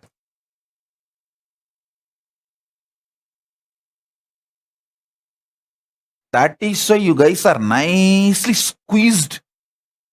Your whole life is sucked and dumped like a dirt by 50 by the global tech giants. Working for global tech giants is the hell and curse on the Hindus who don't want the genius lifestyle and who opt for mediocre, cheap way of existence. It's a curse you guys brought upon yourself.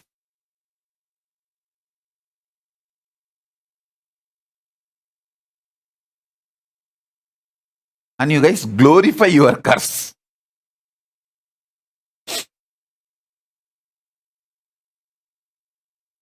Oh, I'm a senior manager of this tech giant company. Pooh.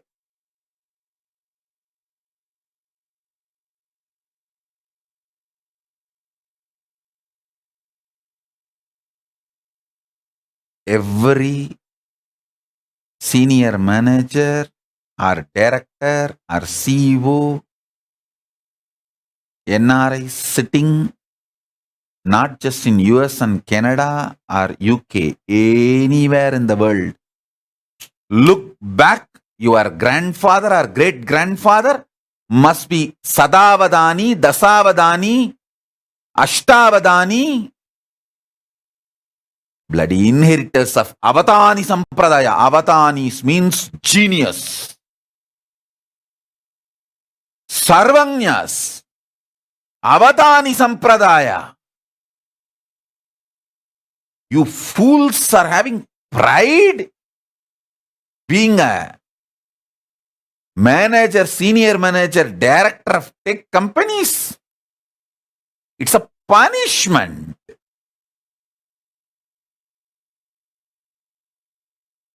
A born Hindu dying without becoming genius is a curse.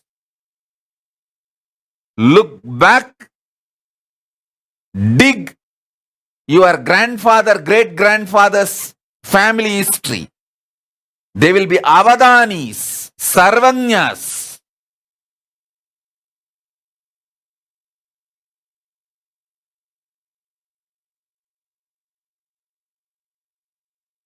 Appetite for being genius is the educational method of Hinduism. Understand? Education for all to make living is the preliminary education in Hindu tradition. Hindu tradition, till the age of 14, the Kulattul, the family knowledge for making living will be given. That is preliminary education, basic education. But Gurukul education is for refining the personality and making you genius. Making you genius is the education of the Hindus.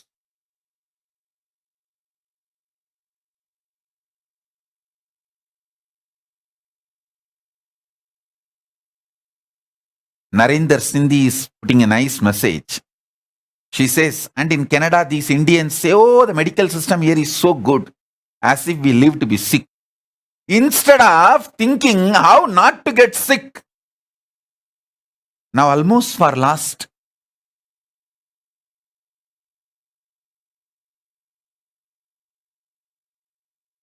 3 years after I left India, only once I had some diagnosis. One of my devotee doctor came and did some diagnosis on me. That's all. 3 years, neither I visited the hospital nor my grandfather. It is true what I am saying. My grandfather died in 90s. Only the last day of his death, he went to hospital. 90, his whole life, he went to hospital only once. The day he died, that's all. And it's not that Tiruvannamalai has a great hospital or a medical care. Lifestyle is such.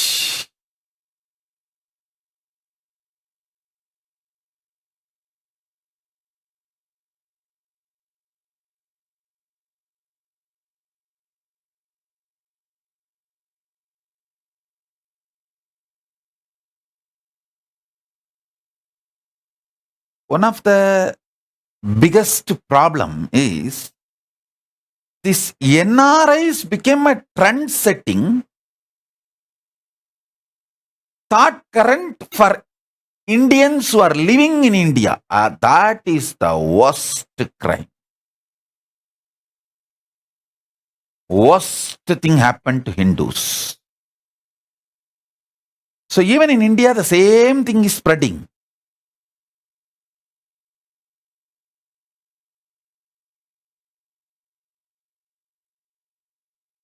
Two kids, one house.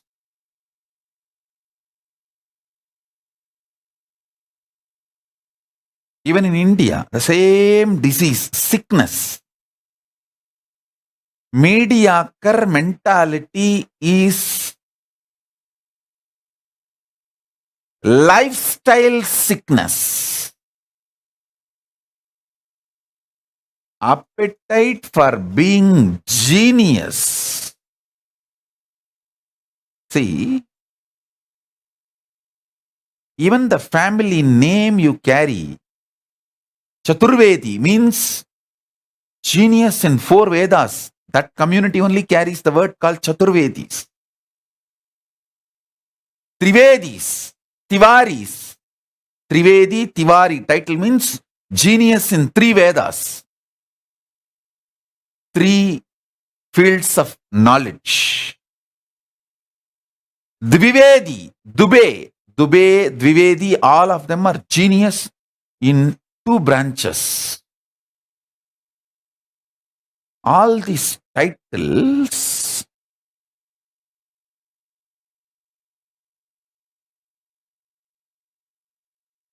shows your grandfather, great-grandfather, they were all genius.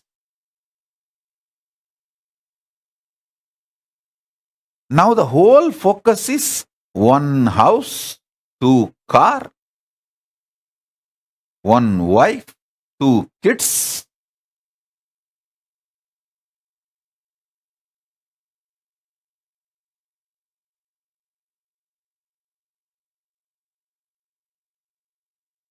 Appetite for being genius, seeking the truth. And That brings real depth in life and fulfillment. Sorry for being strong, but unless I am being strong, who is going to tell you guys?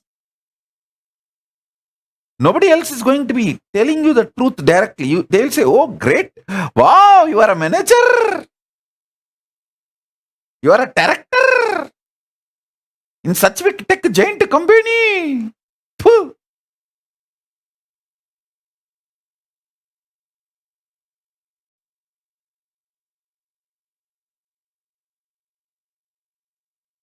The appetite for genius.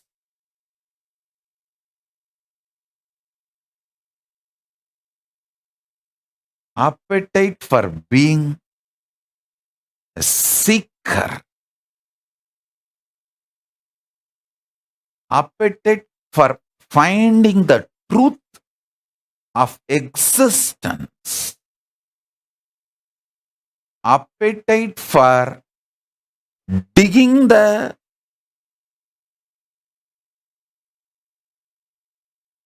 reality.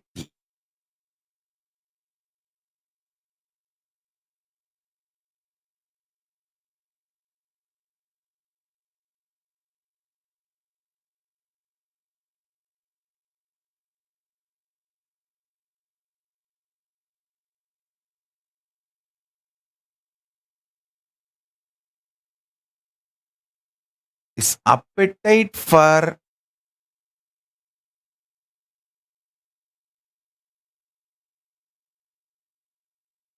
seeking truth, discovering it.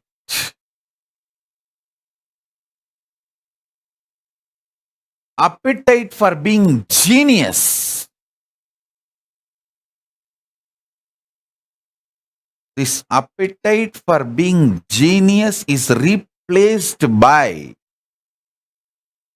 westernized Hinduism, the neo-Hindutva. The neo-Hindutva is making the whole Hinduism as a school college running organization religion. Hey! And that also Christian school and Christian syllabus and Christian medical system, hospitals. Many Hindu gurus come and tell me, they even cry to me, Swamiji, I am from this sampradaya, even my school students don't get initiated in my sampradaya. Why will they? Because the school you are running is giving a Christian education and you are teaching the Christian history. You are not teaching the Hindu history to them, or the real history to them. What you are teaching in your school, they are going to follow, then why will they respect you? Your school books, you don't open and see, it is directly abusing your ancestors, your sampradaya.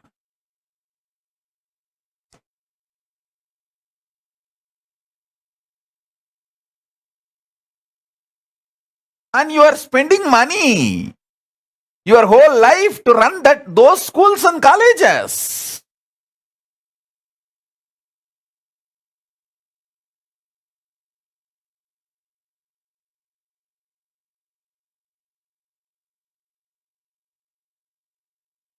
One of the worst things done to the modern day Hindus, all their mutts and religious organizations are forced to run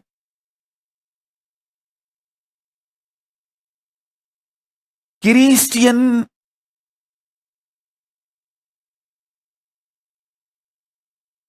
syllabus schools, Christian medical method hospitals. Even the Hindu mutts and organizations and gurus, unfortunately, have no freedom to run Hindu education or Hindu medicinal method hospitals Hindu education schools or Hindu medicinal method hospitals, they can't run. Just see the number of madrasas, Christian education organizations, Christian schools, colleges and theology schools, and Hindu gurukuls number before independence. And see the number now. You will understand why I left India. Why I was kicked out of India. I should use that word.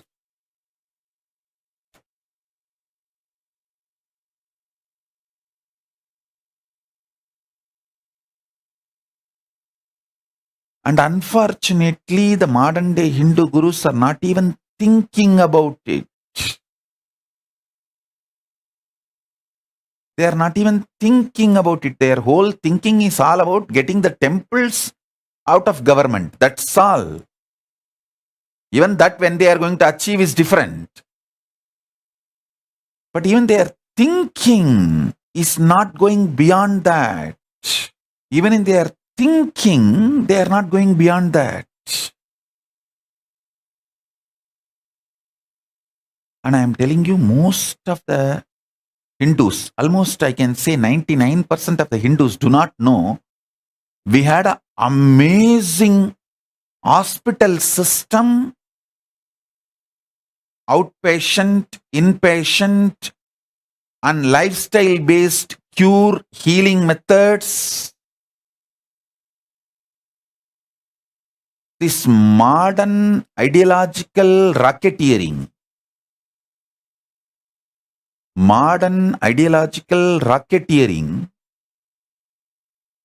has destroyed our indigenous knowledge system, medical system, lifestyle system, even the business methodology system.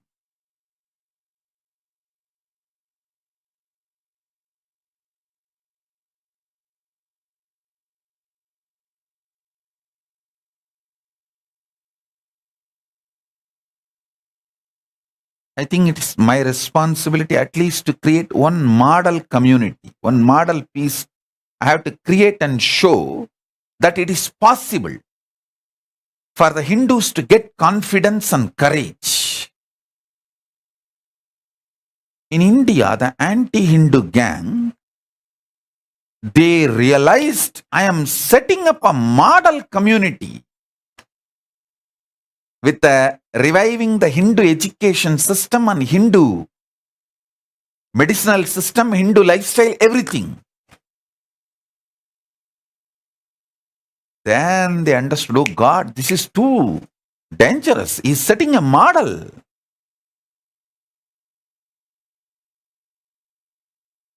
That is when they attacked the very core. Otherwise, there is no need for them to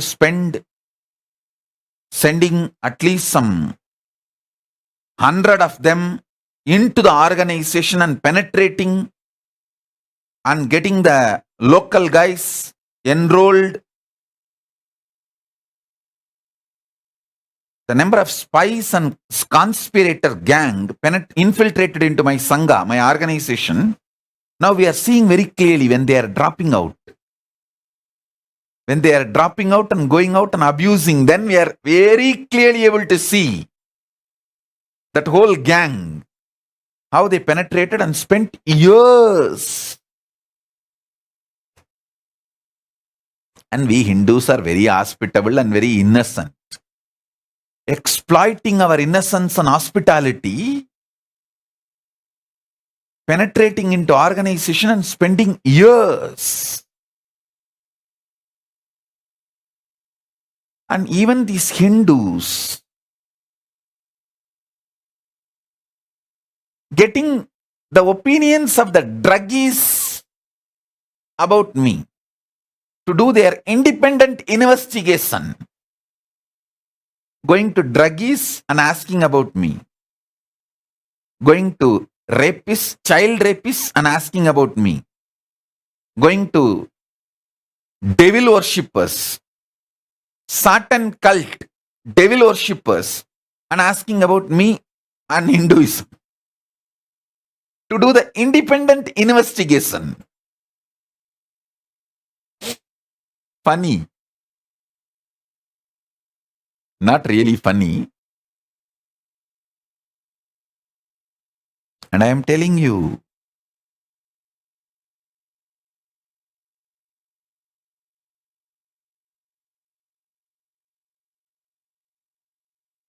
the appetite for being genius and the Hindu education system, Hindu knowledge transmission system. Actually, we should call it as a Hindu knowledge transmission system. It's not just education system. Education word is too poor.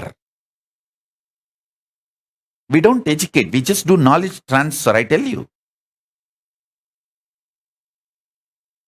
All the arts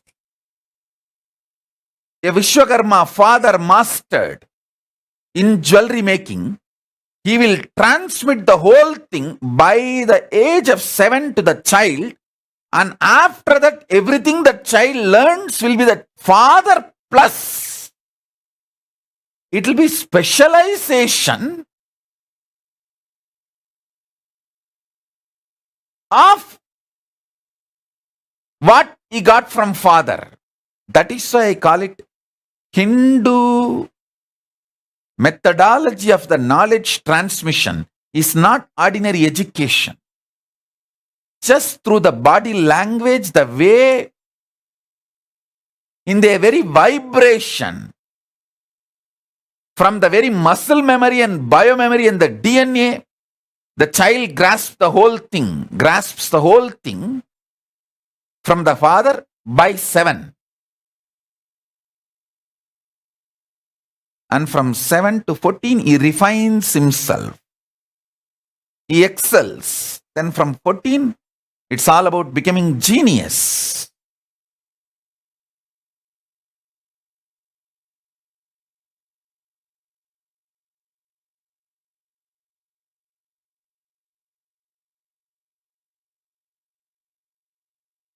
Insatiable, extreme appetite for being genius, seeking the truth, is the fundamental attitude of Hindus in life. The fundamental attitude of appetite for genius is taken away by the modern education, making Hindus mediocre, making them believe this one house, 2 kids theory, one house, 2 cars theory. One house, 2 cars is replaced. The appetite for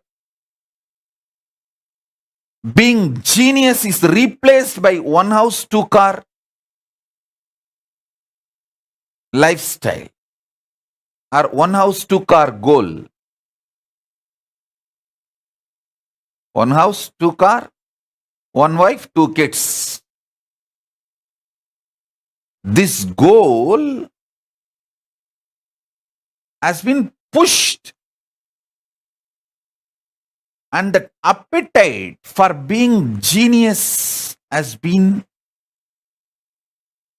destroyed in the very root. So the modern day Hindus, neither they spend their time nor intelligence or money or their treasure, talent, time, anything. They don't spend any of it in becoming genius, seeking the truth, being a personality with a depth.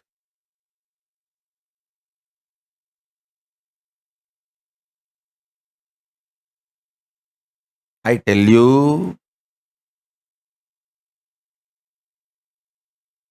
allowing the kids to date and break their celibacy before 21 destroys their depth till 21. Absolute celibacy makes the depth in personality. Understand? Actually, it takes 21 for your brain to get mature to handle the emotional ups and downs of relationships. If you started dating or all this boy girl thingy before 21, don't feel proud about it. Don't feel cute about it.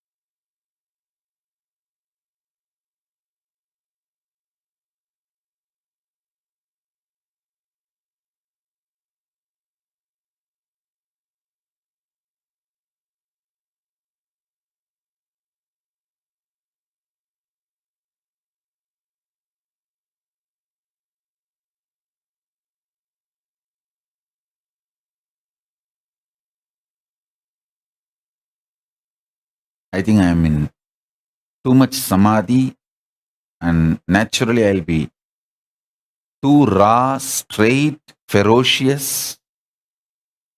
Better let me stop talking for now.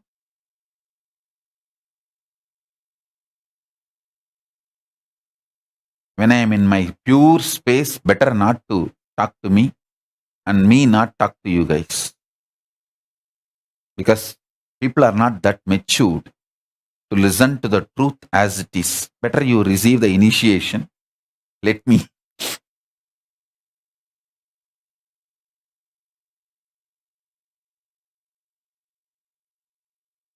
give you all blessings, support, methodology. Okay, let me give you solution instead of digging the problem deeper. But unless the problem is explained, you won't even learn the depth of the problem. That is the biggest problem. And nobody is interested in analyzing the problem. Nobody is interested in hurting you. And I am also scared of hurting you guys. Because you guys are not realizing the problem. You guys start developing anger towards me for showing the problem.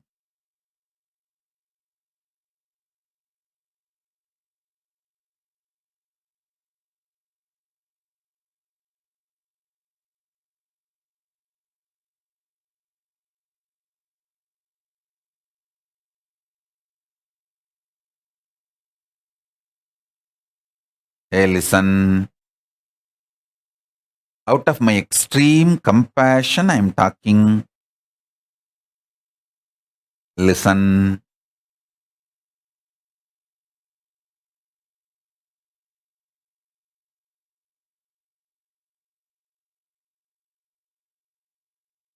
You NRIs are great, wealthy, highly tax paying.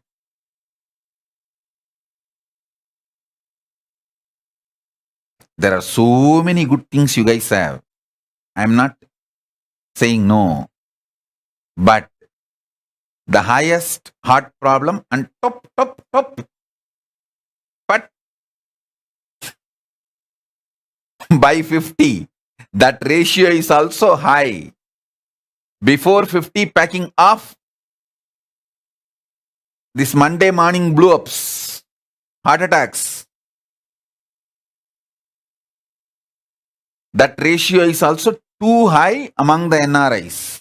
You go and study, see the statistics. I'm talking from the number. It's all public information. The reason is not following the lifestyle of Hinduism. Rituals mold day-to-day life. Person who has the habit of Nitya Puja, even if it is 10 minutes, I guarantee you will be 3 times more productive in your life, because this Nitya Puja habit will not let you just rot in your bed without getting up. See, your concept of vacation is just rolling on the bed without getting up. Arey, fool! The whole concept of vacation is wrong. Becoming couch potatoes is not life. There are tons of things. When people get time for themselves, all they do is just I don't get up from the bed. I just roll till evening. Is it a pride? Cute?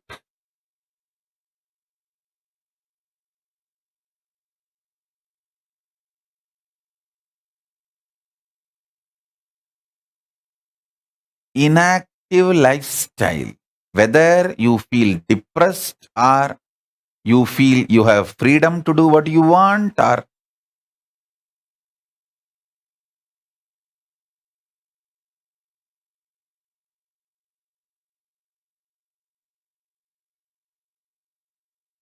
that is not lifestyle. A ritual retrieves more than 30% of your life from your tamas, laziness demon. Start practicing 10 minutes a day Nitya Puja. You will see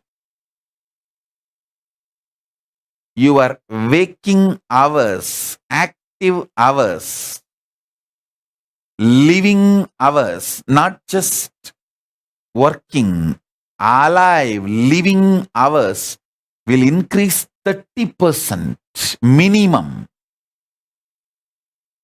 For a modern day human beings, I think even 80% will increase.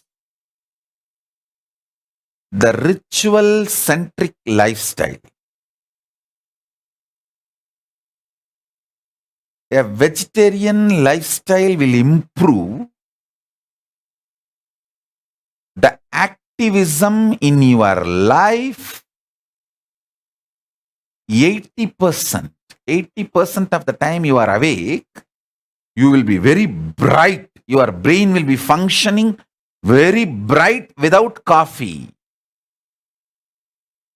Without coffee, you will be organized if you live a vegetarian lifestyle. Vegetarian lifestyle keeps your brain organized without coffee, without caffeine.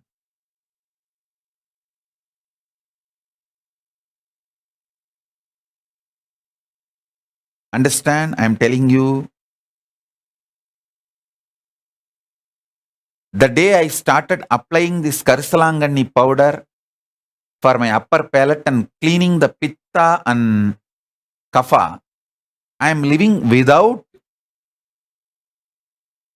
any need for solid food or coffee, tea.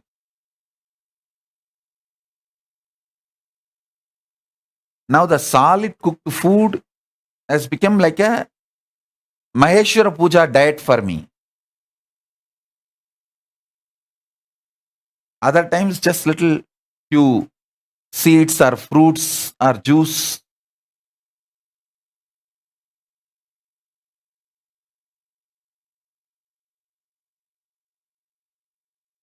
See, if you start seeking the truth, if you start having appetite for being genius,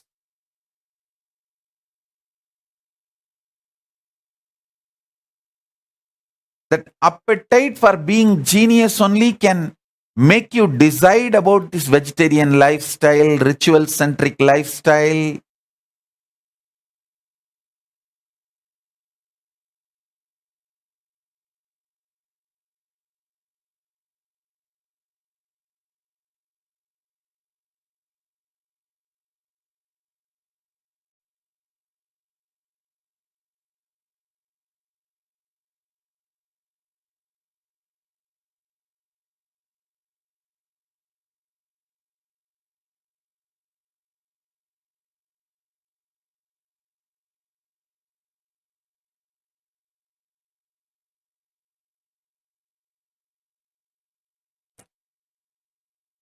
Appetite for the truth, conscious sovereignty,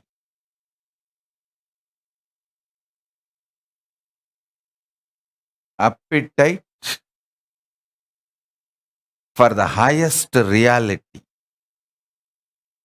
is the fundamental ecosystem, lifestyle,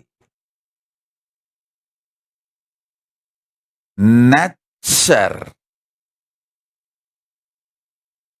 existential reality for Hindus. Oh, Hindus, reclaim that first. Don't allow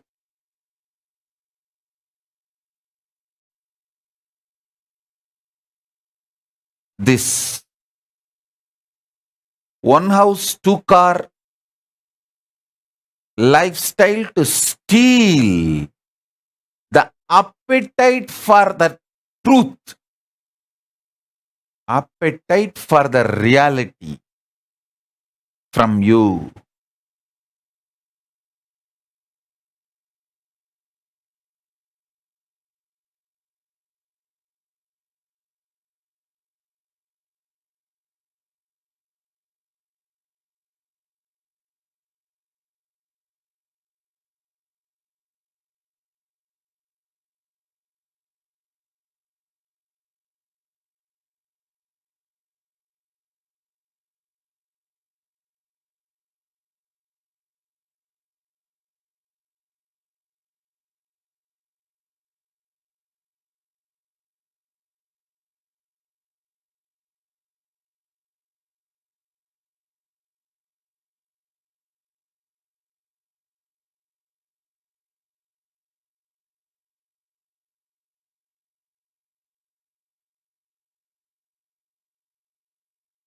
The brain evolves subtle capacity to grasp the cosmic truths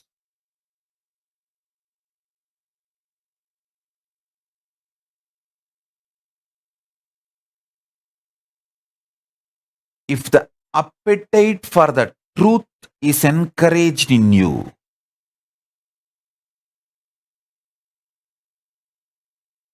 Seeking conscious sovereignty is awakened in you. Looking for the truth and reality, when it is kindled in you or rekindled in you, only then your brain starts developing those subtle grooves to grasp life.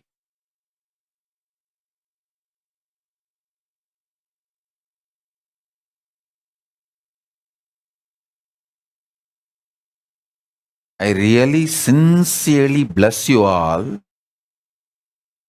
to awaken conscious sovereignty and seeking for the conscious sovereignty. Seeking the truth.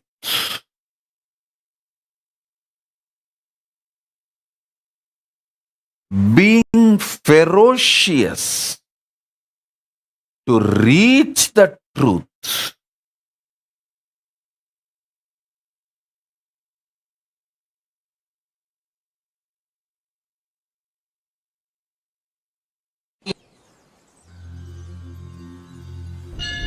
அஞ்சலென்றடைய அபயம் தரும் லிங்கம், ஆனந்த நித்தியன் தந்த ஆனந்தலிங்கம், பிணி நீக்கும் உயிர் காக்கும் ஞான ஒளியாக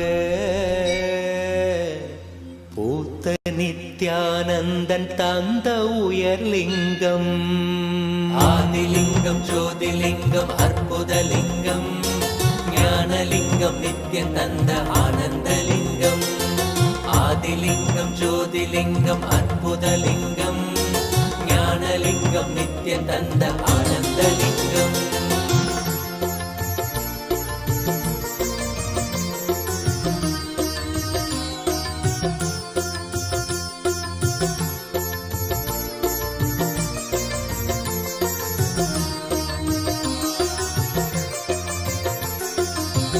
அருணயம் பதிதனிலே மலைவல வழிதனிலே அருமையாய் அமர்ந்த நித்யன் ஆனந்தலிங்கம், அருணயம் பதிதனிலே மலைவல வழிதனிலே அருமையாய் அமர்ந்த நித்யன் ஆனந்தலிங்கம், கருதிடும் அடியவரின் மலையெனும் துயர்களையே கடுகன உடைக்கும் நித்யன் ஆனந்தலிங்கம், கருதிடும் அடியவரின் மலையெனும் துயர்களையே கடுகன உடைக்கும் நித்யன் ஆனந்தலிங்கம், கவலைகள் விடி உறவே அவலங்கள் பொடிப்படவே கருணையின் அருளழகாய் ஆனந்தலிங்கம், கவலைகள் விடி உறவே அவலங்கள் பொடிப்படவே கருணையின் அருளழகாய் ஆனந்தலிங்கம், சுயமதை உணர்த்திடவே சுகமதில் நிலை பெறவே தவநிலை குயத்தும் நித்யன் ஆனந்தலிங்கம்,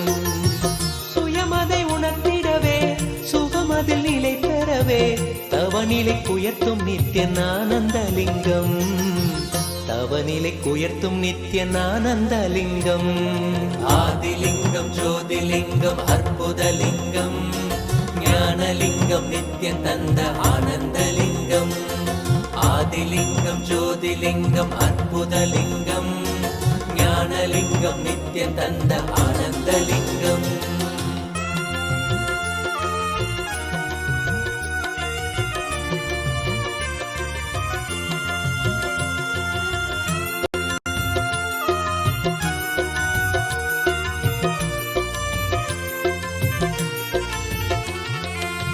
பிணிகளை போக்கிவிடும் பிறவியும் போக்கிவிடும் உயர்நிலை வாழ்வளிக்கும் ஆனந்தலிங்கம், பிணிகளை போக்கிவிடும் பிறவியும் போக்கிவிடும் உயர்நிலை வாழ்வளிக்கும் ஆனந்தலிங்கம், மனிதருக்கு அரியதொரு அரூபரூபமெனும் அஜோமுகத்தை காட்டும் ஆனந்தலிங்கம், மனிதருக்கு அரியதொரு அரூபரூபமெனும் அஜோமுகத்தை காட்டும் ஆனந்தலிங்கம், அமரர்கள் உலகமெல்லாம் அருள் பெற விரதம் கொண்ட 1008 நித்யன் ஆனந்தலிங்கம், அமரர்கள் உலகமெல்லாம் அருள் பெற விரதம் கொண்ட 1008 நித்யன் ஆனந்தலிங்கம், குணக்கடல் குவலயத்தை குறைவின்றி காக்க எங்கள் குரு நித்யானந்தன் தந்த ஆனந்தலிங்கம், குணக்கடல் குவலயத்தை குறைவின்றி காக்க எங்கள் குரு நித்யானந்தன் தந்த ஆனந்தலிங்கம், குரு நித்யானந்தன் தந்த ஆனந்தலிங்கம், ஆதிலிங்கம் ஜோதிலிங்கம் அற்புதலிங்கம், ஞானலிங்கம் நித்யன் தந்த ஆனந்தலிங்கம், ஆதிலிங்கம் ஜோதிலிங்கம் அற்புதலிங்கம், ஞான ஞானலிங்கம் நித்ய தந்த ஆனந்தலிங்கம்.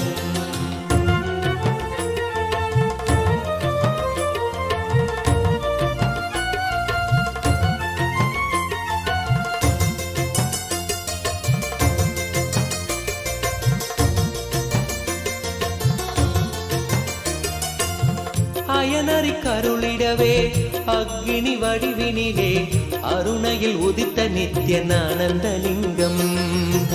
அயனறி கருளிடவே அக்னி வடிவினிலே அருணையில் உதித்த நித்ய ஆனந்தலிங்கம். அன்பருக்காதரவாய் ஆலமிடற்றினிலே கட்டிய நாதம் நித்ய ஆனந்தலிங்கம். அன்பருக்காதரவாய் ஆலமிடற்றினிலே கட்டிய நாதம் நித்ய ஆனந்தலிங்கம். ஆதியும் அந்தமில்லா ஜோதியின் ரூபமென சூட்சமாத்மமான ஆனந்தலிங்கம். ஆதியும் அந்தமில்லா ஜோதியின் ரூபமென சூட்சமாத்மமான ஆனந்தலிங்கம். முக்தர்கள் பக்தரெல்லாம் முக்தியடைந்து விட மூலமதாக நின்ற ஆனந்தலிங்கம். முக்தர்கள் பக்தரெல்லாம் முக்தியடைந்து விட மூலமதாக நின்ற ஆனந்தலிங்கம். மூலமதாக நின்ற ஆனந்தலிங்கம். ஆதிலிங்கம் ஜோதிலிங்கம் அற்புதலிங்கம். ஞானலிங்கம் நித்ய தந்த ஆனந்தலிங்கம். ஆதிலிங்கம் ஜோதிலிங்கம் அற்புதலிங்கம். ஞானலிங்கம் நித்ய தந்த ஆனந்தலிங்கம்.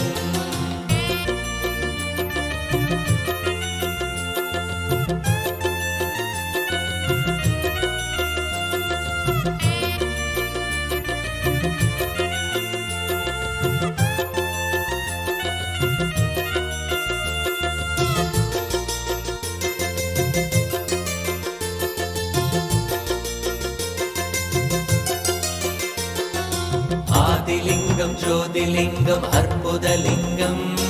ஞானலிங்கம் நித்ய தந்த ஆனந்தலிங்கம்.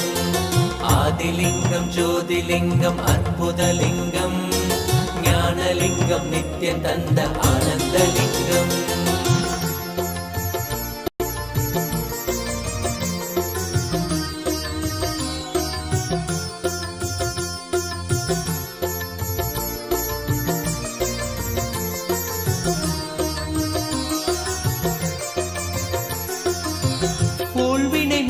விடும் ஆன்மீக வேட்கைதனை தீயன மூட்டும் நித்ய ஆனந்தலிங்கம்.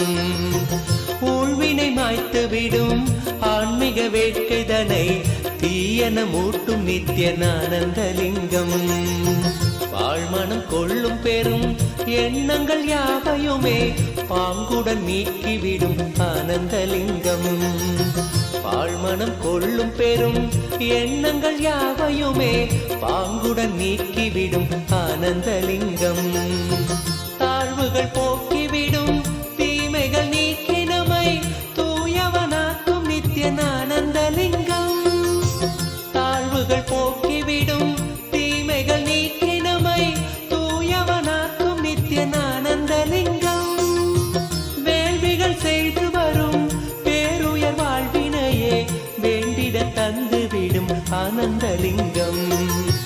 வேள்விகள் செய்து வரும் பேருயர் வாழ்வினையே வேண்டிட தந்துவிடும் ஆனந்தலிங்கம். வேண்டிட தந்துவிடும் ஆனந்தலிங்கம். ஆதிலிங்கம் ஜோதிலிங்கம் அற்புதலிங்கம். ஞானலிங்கம் நித்ய தந்த ஆனந்தலிங்கம். ஆதிலிங்கம் ஜோதிலிங்கம் அற்புதலிங்கம். ஞானலிங்கம் நித்ய தந்த ஆனந்தலிங்கம்.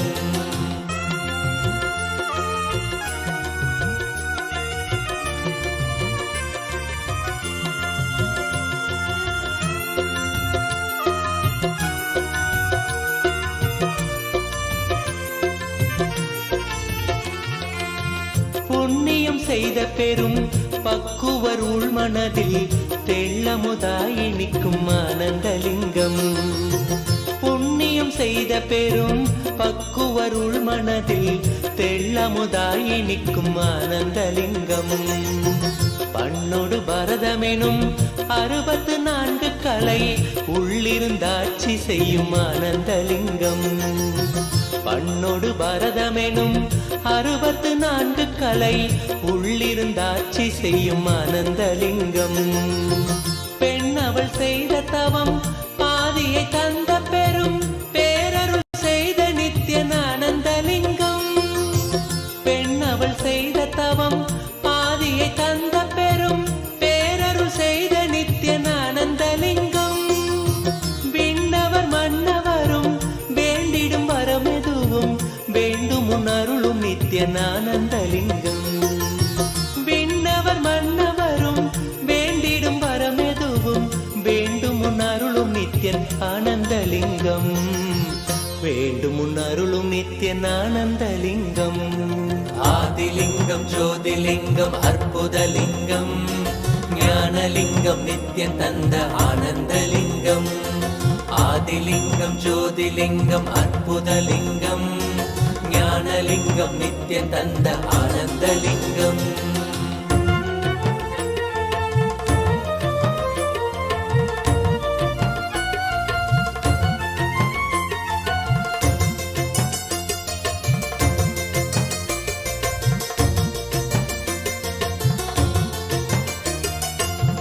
மூவினை தீர்த்துவிடும் மூல மறுத்துவிடும் சாவினை வீழ்த்திவிடும் ஆனந்தலிங்கம்.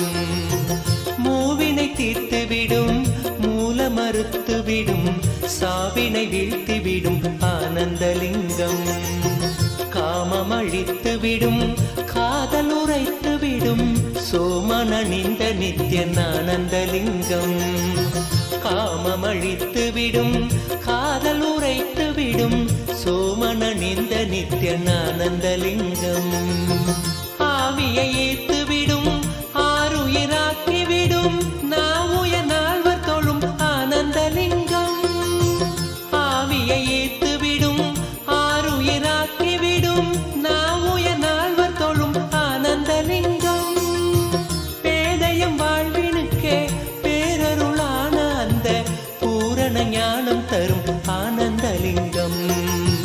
பேதயம் வாழ்வினுக்கே பேரருளான அந்த பூரண ஞானம் தரும் ஆனந்தலிங்கம். பூரண ஞானம் தரும் ஆனந்தலிங்கம். ஆதிலிங்கம் ஜோதிலிங்கம் அற்புதலிங்கம் ஞானலிங்கம் நித்தியன் தந்த ஆனந்தலிங்கம். ஆதிலிங்கம் ஜோதிலிங்கம் அற்புதலிங்கம் ஞானலிங்கம் நித்தியன் தந்த ஆனந்தலிங்கம். ஆதிலிங்கம் ஜோதிலிங்கம் அற்புதலிங்கம் ஞானலிங்கம் நித்தியன் தந்த ஆனந்தலிங்கம். ஆதிலிங்கம் ஜோதிலிங்கம் அற்புதலிங்கம் ஞானலிங்கம் நித்தியன் தந்த ஆனந்தலிங்கம். ஆதிலிங்கம் ஜோதிலிங்கம் அற்புதலிங்கம் ஞானலிங்கம் நித்தியன் தந்த ஆனந்தலிங்கம். ஆதிலிங்கம் ஜோதிலிங்கம் அற்புதலிங்கம் ஞானலிங்கம் நித்தியன் தந்த ஆனந்தலிங்கம்.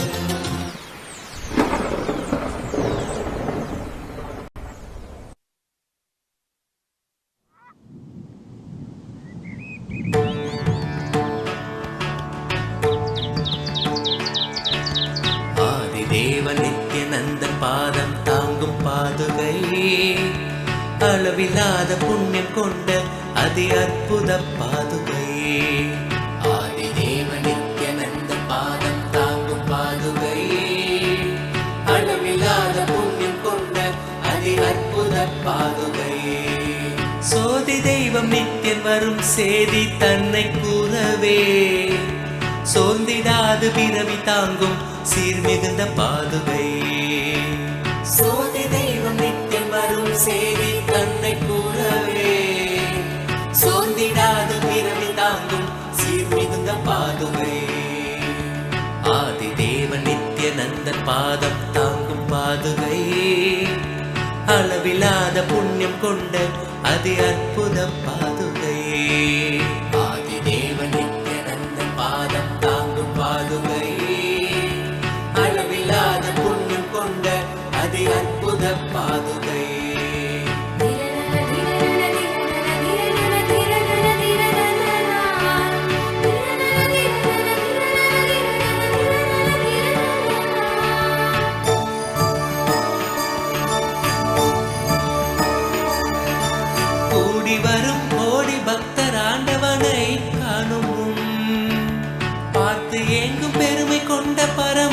நித்தியன் பாதுகை. கூடி வரும் கோடி பக்தர் ஆண்டவனை காணும் முன் பார்த்து ஏங்கும் பெருமை கொண்ட பரமன் நித்தியன் பாதுகை. லோகத்தையே காக்கும் நித்தியன் பாதமலர் காத்திடும் யோகம் தன்னை தாங்குகின்ற நித்யானந்தன் பாதுகை. வேதியனாம் நித்யநந்தன் ராஜநடை இடுகையில் வேதநாதமாய் விளங்கும் விந்தையான பாதுகை. வேதியனாம் நித்யநந்தன் ராஜநடை இடுகையில் வேதநாதமாய் விளங்கும் விந்தையான பாதுகை. பாதுகை நித்ய பாதுகை, பாதுகை நித்ய பாதுகை, பாதுகை நித்ய பாதுகை, பாதுகை நித்ய பாதுகை. தேடி தேடி கண்டிடாது மாலை சோர்வில் ஆழ்ந்திட நித்தியம் நித்தியன் பாதம் பற்றும் பாக்கியம் கொண்ட பாது.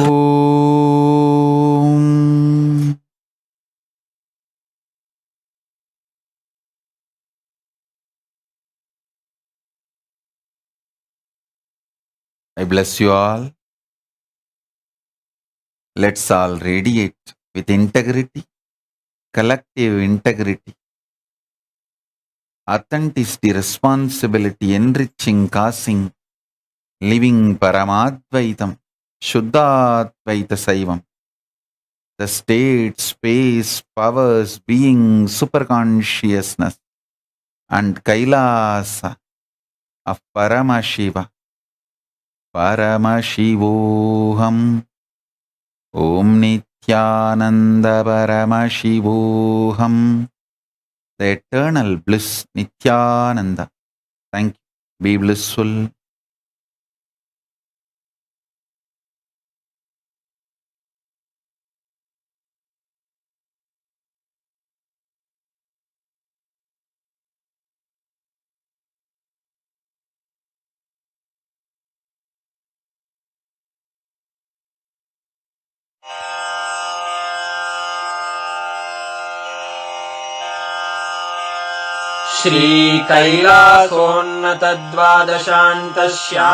श्रीकैलासोन्नतद्वादशान्तश्यामलापीठारूढ श्रीमीनाक्षिसुन्दरेश्वरा भिन्नस्वरूप परशिवपुत्ररत्न Kumar गुरुमण्य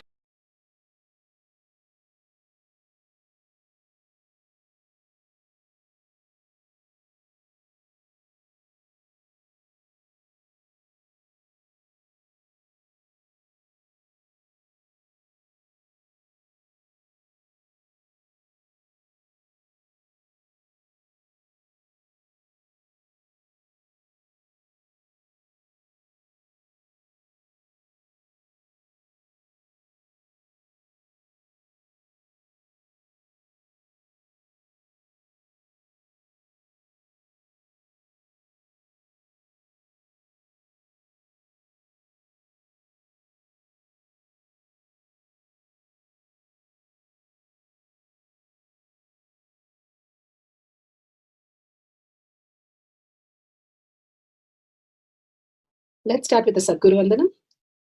Nitya.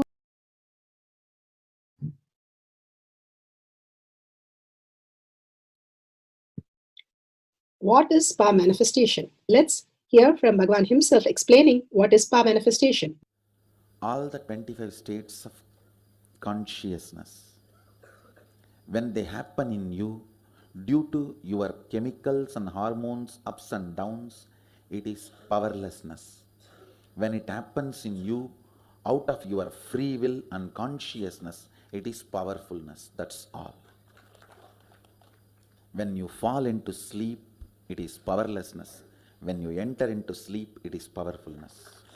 When you fall into dream, it is powerlessness. When you decide to dream, it is powerfulness. So I have added the ultimate powerfulness, Turyatita, in your whole being and doing, manifest all the powers. Understand, power manifestation is nothing but cognitive shift. It is not work. It is cognitive shift. Understand? It is just cognitive shift. It's not work. Work is a 4-letter word. Power manifestation is cognitive shift, playing with life, playing with being alive. Static matter, dynamic activity, strategic existence, all these three has no boundary. You are one with it. You are alive in everything. Everything listens to you.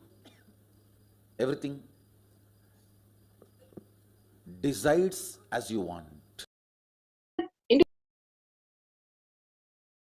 Beautifully, Bhagavan said, power manifestation is everything decides what you want.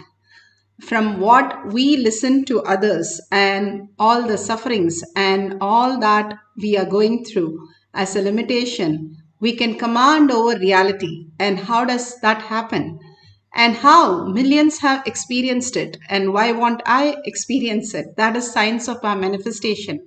Bhagavan has given the greatest science for each one of us to prepare ourselves to be a superconscious being. That is science of power manifestation. It is a science because it can be repeated and each one of us can experience that, which is authentic, time-tested, scientific and foolproof. The Shastra Pramanas, the scriptural references for each of the power manifestation, which clearly states from the Vedas and Agamas, which is eternal, unchangeable truth revealed in the source scriptures. Apta Pramanas, millions of rishis, munis, ganas, nainamas, alvars, siddhas, all of them who lived as grahasthas, who lived not just as a monk but also a householder, could manifest all these powers of Paramashiva. What was their lifestyle and how did they live it? All the evidences are stated here. Apta Pramana, Atma Pramana, account of His Divine Holiness, Bhagavan Nityananda Parameswaram, this millennium's avatar's personal experience of power manifestation, Bhagavan's very own Leelas, to showcase what is power manifestation, how a cognitive shift can manifest into huge powers and possibility that these humans, millions of them, had experienced and manifested their life. Shakshi Pramana, the experience of the millions of disciple, devotees, followers initiated by Bhagavan into the science of power manifestation. Even the glimpse could be so powerful. What could be the reality then? The Pratyaksha Pramana, the scientific study measuring the effect of being in the enlightened state. Bhagavan beautifully says, I myself will be in the Kailash courtyard. That is why after each satsang, each darshan, we have the power manifestation session, because he himself resides in the courtyard for each one of us to understand that whatever Guru Vak is the reality, and we have simple integrity, simple obedience to Bhagavan, we can manifest our life as the superconscious space, not just ask for blessing, but manifest the blessings in our life. That is science of power manifestation. This is for scriptural references for the power of clairvoyance. This is from Shiva Samhita 5.8384. Panchapatla by Ishvara. Shastra Pramana. This Shastra Pramana is taken from the Shiva Samhita 5.83. Jnananya cha pratimam tasya trikala vishayam bhavet dura shrishti dura drishti swechaya kagatam vrajet. Jnananya cha pratimam tasya trikala vishayam bhavet dura shrishti dura drishti swechaya kagatam vrajet.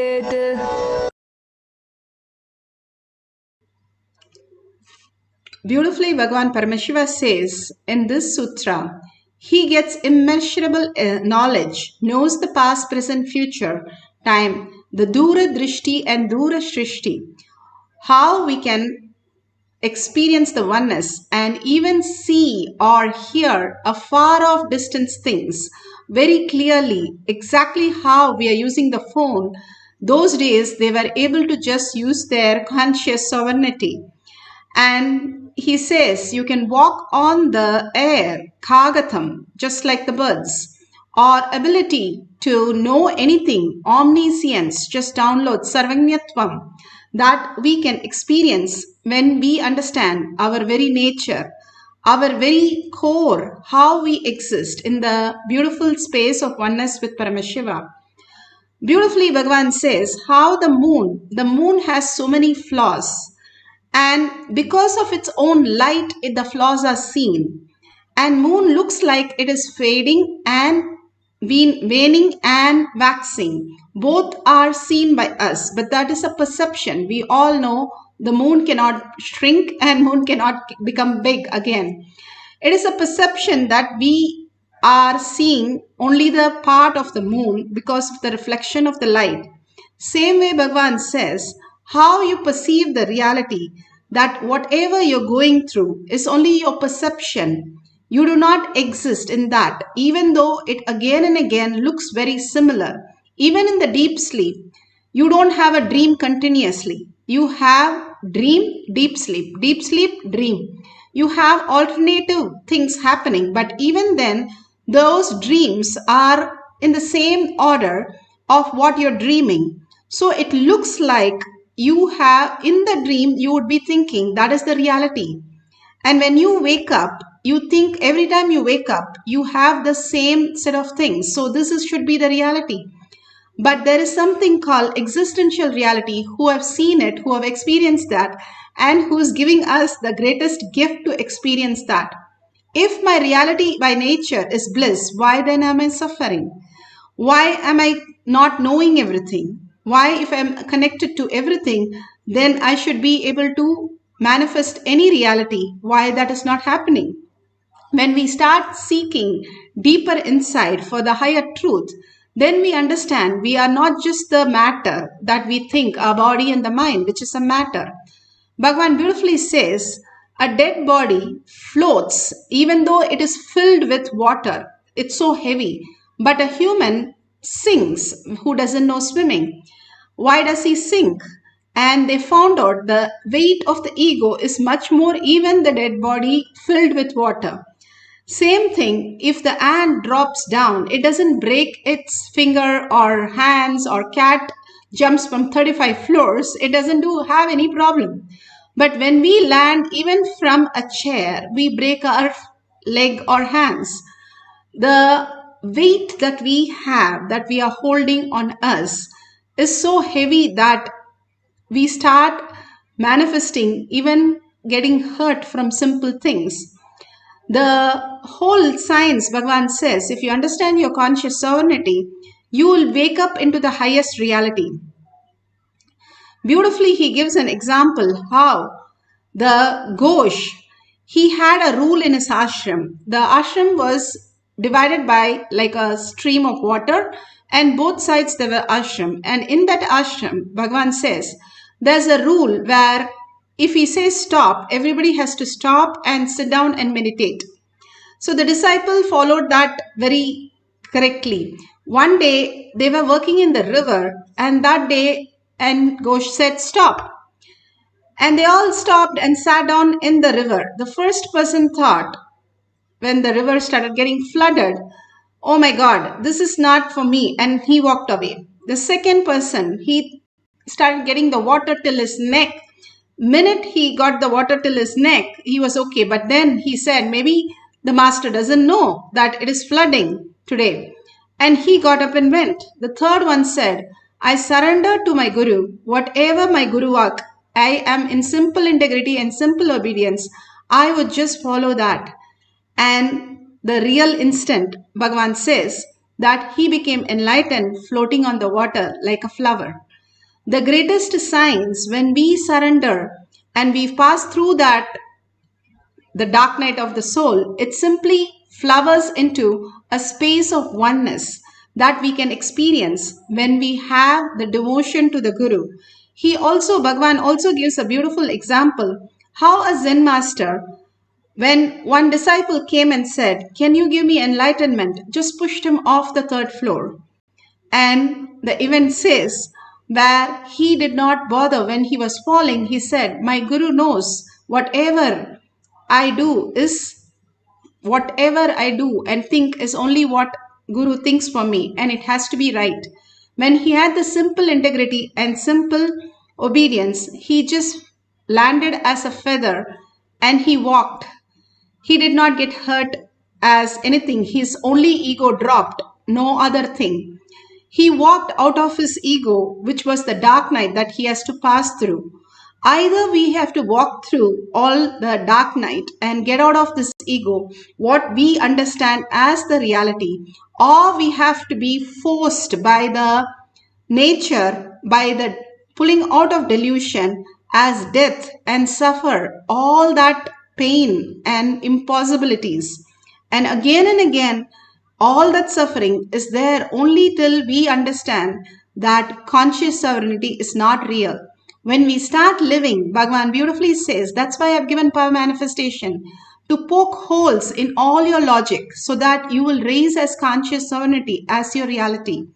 Now he has given the Apta Pramana beautifully, where how the Vindhya mountains started growing and started getting egoistic and started asking the sun to go around him and stopped going around the Meru. And the Devatas got really frightened. They ran to Agastya, who was the guru of Vindhya mountains, and asked him for the blessing. This is in Mahabharata Vanaparva, and clearly it says when Vindhya mountain's guru, Agastya, the great Agastya, Maharishi went and told Vindhya mountain, till I come back, do not do anything. And it had the simple integrity, simple obedience, and it did not do anything after that. Stayed just like that. The signs how the Vindhya mountain could grow and Agastya could speak and the sun god could listen, all this greater science was just a matter of lifestyle. Now we can experience all this greater science through this power manifestation. Bhagavan beautifully speaks in the Kumbh Mela on his experience of not just integrity or obedience, shocking the Guru, how he manifested Devi and the beautiful carving. Bhagavan explains. The conch, the full conch, he materialized and gave me. That was the time I asked him for the initiation. That was the first time I asked him for initiation.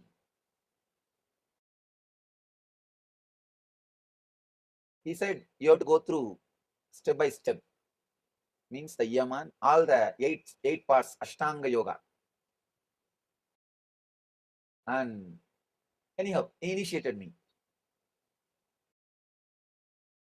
The moment he initiated, the place where he initiated is, it's called Kritika Mandapam in temple in Arunachala temple.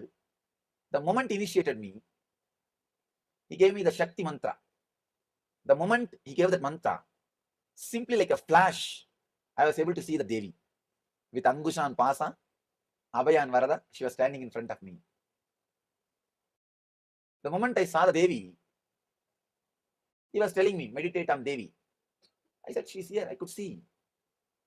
He had the shock of his life. He himself never expected that I'll have darshan of Devi immediately after initiation. And he asked me, what are you seeing? I said, I'm seeing Devi with the 4 hands. She's there in front of me. He did not believe. Anyhow, he just smiled and left it. But I was filled with joy and ecstasy. When I went back to the house, I picked up a stone, picked up a nail, just hit at the nail, beating. I made like a small chisel out of the nail and started carving what I saw. Whatever I saw, I carved on that stone.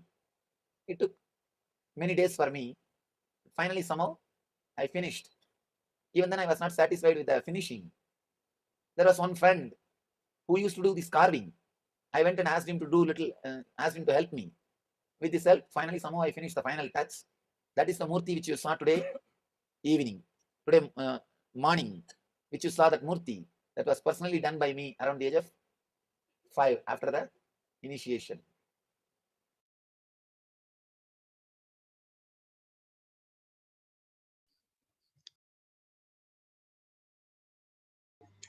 Beautifully, Bhagavan explained how he did the Murti just by the remote vision. The initiation took him into the ultimate oneness with Devi and manifested as powers. Here, the devotee was exactly able to describe the details in the power manifestation session, and exactly the deity and the color and all details matched so perfectly.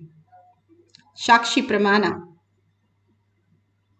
So when I scanned, I saw that the Ganesha idol is on an altar. The altar has 4 pillars, and there are also other deities with him. The altar is in a bedroom off to one side, and the Ganesha is white and shiny with red marks down his nose. And the Ganesha is also in a room where there is a lot of sunlight shining through, and around Ganesha there are incense sticks, and it smells also like very auspicious. Sorry. Wow. Okay, so you all can see the Ganesha that she described is exactly as the deity that she's showing in front of all of you.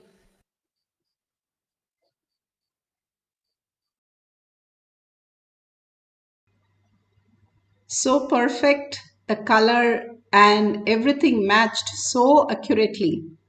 Now, let's go to the power manifestation. If you have the Jnananjan, you can apply in your third eye and your temples. If you have the eye band, you can keep books at 10 feet and start reading. And let's go to the instruction, the guidelines. If you have a partner, you can ask them what are the things they can keep it, and you can scan from here and tell the color, shapes, and the objects that are kept by the other person in way at a distance, maybe at 15 feet or 20 feet or even greater distances. Just through the third eye, we'll scan, and by the power of clairvoyance, the vision, third eye power, you can experience the oneness with Paramashiva and authentically find out what are the things, where it is kept and how it is kept, what are the details. All that detail you can write down at the end of the cycle, you can share with the person. Now let's sit straight with the head, neck and spine in a straight line. Few minutes of meditation really puts you into the highest bliss. And visualize Paramashiva, Parashakti, Bhagavan's beautiful words on conscious sovereignty, how to live, the ultimate genius space, the very core, how you are, who you are, is the genius, and not underestimate yourself into anything else. You are not just a human, but you are a divine in the human body. Bhagavan beautifully explains the detail in every satsang for us to manifest all these powers of Paramashiva. Absolute unclutching from any thought, anything that is disturbing you or again and again occurring to you. Bhagavan says only few thoughts per day, but it goes on in repetition till it hurts you completely that you want to get rid and go to sleep. So unclutch from those thoughts and make it irrelevant, redundant by understanding those are not the thoughts. Those are just happening randomly from your past. It is nothing to do with your present or future. It is only creating more and more issue when you engage in them. Just unclutch. Can you run your life? If you can run in your dream, your life, and even in now, which is a dream, you can run your life. The awakened state, you can run your life much more clear, much more intelligent, and much more possibilities. So completely unclutch from everything that you know as you, your identity, your knowledge, your skills, your security, and sit only as Paramashiva, Para Shakti. All the darshan that you had, all the verbal initiation that you had, all the powerful cognition that you had, hold only those and unclutch from everything else and entangle with Bhagavan completely in the oneness space again and again into the quantum space, raising your frequency by chanting the Mahavakya intensely from your navel center with a deep listening. Bhagavan says, when somebody asks Bhagavan, how many years it will take me to unclutch and get enlightened? He said, it's not how many years, how intense you are. It can take even a 1 minute. That's all it takes. But it can take for years of not happening, nothing can happen. Because the intensity matters. How much you are able to merge into Paramashiva, you fall into the Samadhi. when you fall into Anandagandha. When you fall into the sleep, you are unaware of the bliss, even though the bliss is happening continuously in you. All we need to do is consciously, intensely chant the Mahavakya with deep listening, entangle with Bhagavan, and whatever the side effect, the power manifestation happens, receive the prasada from Bhagavan. So let's start chanting the Mahavakya continuously, which brings so much of auspiciousness and abundance and healing. Let's start chanting for the power of clairvoyance, finding the object or reading a book at least 10 feet away. Let's start.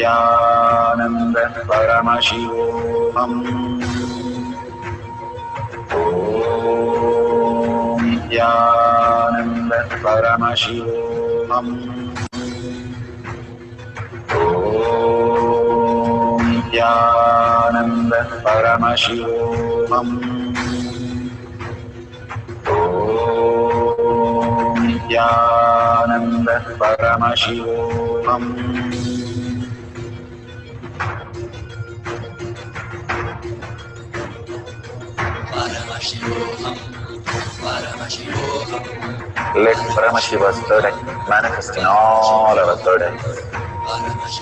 Let the Amrita pour, let the Vani open up, manifest in all of us.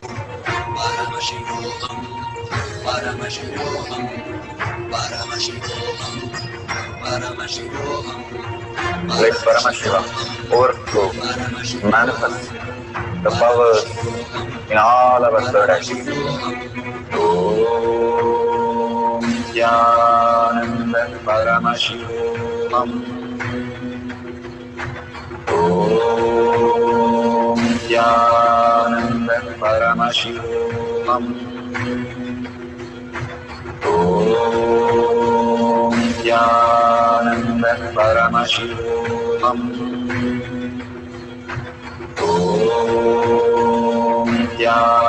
Jnananda Paramashivam. Om Jnananda Paramashivam. Om Jnananda Paramashivam. Om Jnananda Paramashivam. Om Jnananda Paramashivam. Om Jnananda Paramashivam. Om Jnananda Paramashivam. Om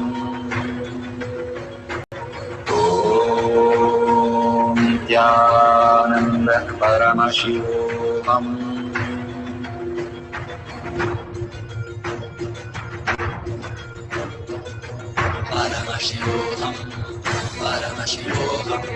Let Paramashiva's third eye manifest in all our third eyes. Let the Amrita pour, let the Vani open up, manifest in all of us.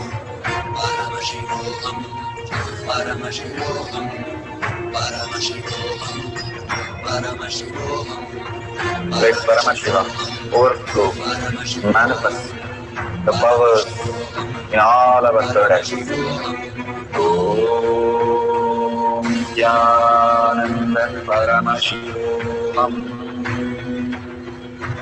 Om Jnananda Paramashivam. Om Jnananda Paramashivam. Om Jnananda Paramashivam.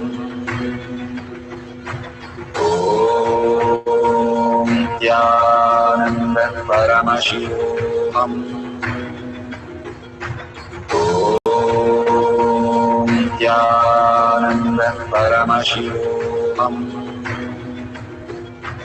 Om Nityananda Paramashivoham. Om Nityananda Paramashivoham. Om Nityananda Paramashivoham. Om Nityananda Paramashivoham. Om Nityananda Paramashivoham. Om Nityananda Paramashivoham. Om Nityananda Paramashivoham. Om Nityananda Paramashivoham. Om Nityananda Paramashivoham. Om Nityananda Paramashivoham. Om Nityananda Paramashivoham. Om Nityananda Paramashivoham. Om Nityananda Paramashivoham. Om Nityananda Paramashivoham.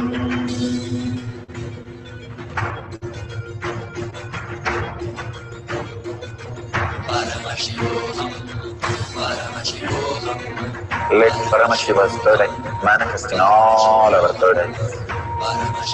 Let the Amrita pour, let the Varni open up.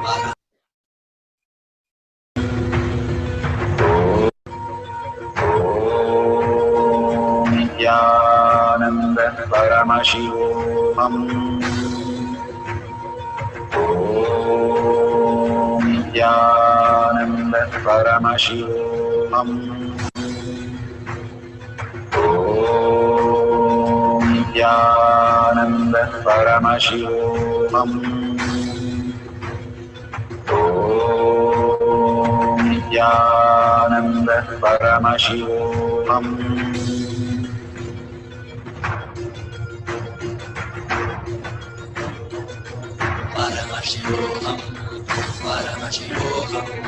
Let Paramashiva's third eye manifest in all our third eyes.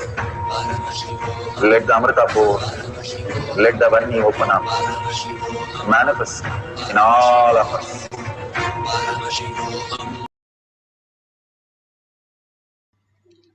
Such a beautiful space. Please open your eyes and verify whatever you have written down is authentic, whether you tied your eye band to see a book detail, or if you're scanning a partner who has kept the objects, you can call them up and verify if the details are perfectly matching. All this greater science, it's not just finding an object or reading a book, but also clearing your inner space that you are superconscious. Conscious serenity is a way of existence. And you understanding more and more, living through your third eye as the reality manifestation is a way of existence, not running your life with lower three chakras. Bhagavan calls the life like driving a car without a clutch and a steering wheel. And how would that be? Much chaotic and much more serious, where you just wake up only at root shocks in each turn of your life. And especially as you grow older, it gets worse. More and more root shocks and more impossibilities that you are has to face the reality, and it is just too shocking. Instead, waking up to the reality of oneness with Paramashiva And surrendering to Bhagwan's lotus feet is the most sweetest thing that you can experience. Now we'll have one more cycle. You can call them up, or you can arrange few more books that you can see and start writing down the page number, the details, and then you can verify with the page whatever exists in the page. All this greater science is just a blessing, prasada for each of us after each satsangs or darshan. If you're receiving it, be very clear, you are the chosen one and you are the Brahmanya Prabhupurtatam. Of millions of people, 8 billion people and 84 million species, we are the single few people, hundreds of them, manifesting these greater signs. So understand, Bhagavan clearly says, do Anga Pradakshina to yourself because you are the chosen one to manifest all these greater things as your reality, auspiciousness, abundance, and all the healing that is going to happen to all of us. Now let's sit straight and head, neck and spine in a straight line. Few minutes of meditation that we can experience the oneness and manifest the powers. Let's start manifesting the power of clairvoyance, chanting the Mahavakya from the navel center with a deep listening.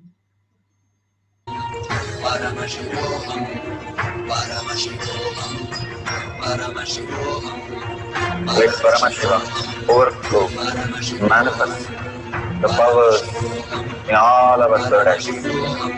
Om Jnananda Paramashivam. Om Jnananda Paramashivam. Om Jnananda Paramashivam. Om Jnananda Paramashivam. Om Jnananda Paramashivam. Om Jnananda Paramashivam. Om Jnananda Paramashivam. Om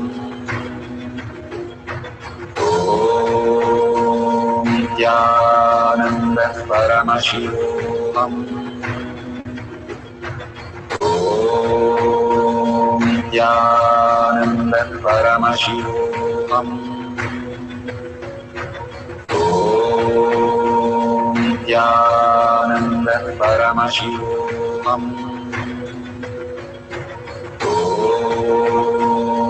Jnananda Paramashivam.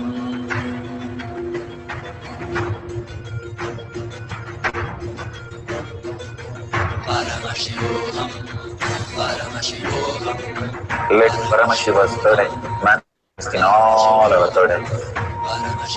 Let the Amritapur, let the Vani open up, manifest in all of us.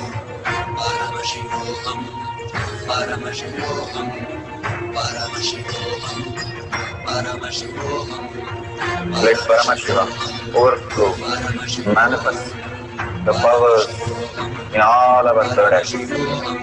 Om Jnananda Paramashivam. Om Jnananda Paramashivam. Om Jnananda Paramashivam. Om Jnananda Paramashivam. Om Jnananda Paramashivam. Om Jnananda Paramashivam. Om Jnananda Paramashivam. Om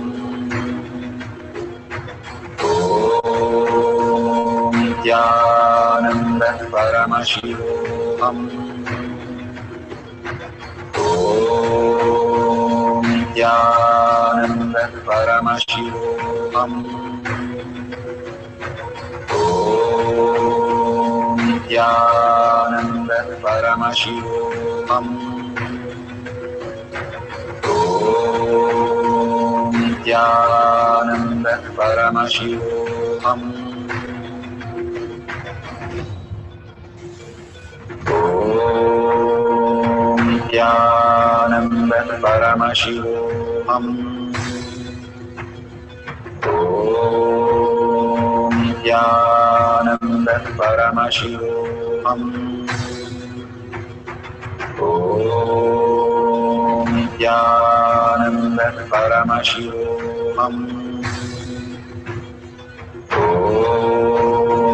Nityanand परम शिवोऽहम् ॐ नित्यानंद परम शिवोऽहम् ॐ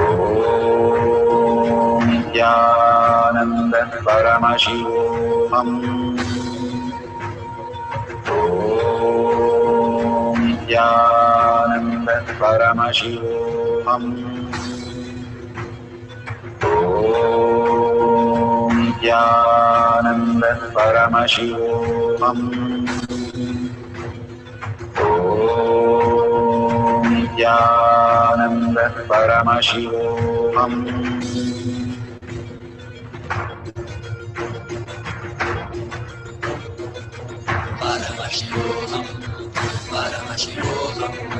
Let Paramashiva's third eye manifest in all our third eyes. Let the Amrita pour, let the Om Nityananda Paramashivam Om Nityananda Paramashivam Om Nityananda Paramashivam Om Nityananda Paramashivam Om Nityananda Paramashivam Om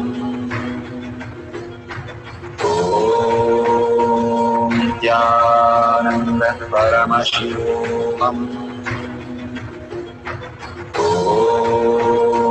Nityananda Paramashivam Om Nityananda Paramashivam Om Nityananda Paramashivam Om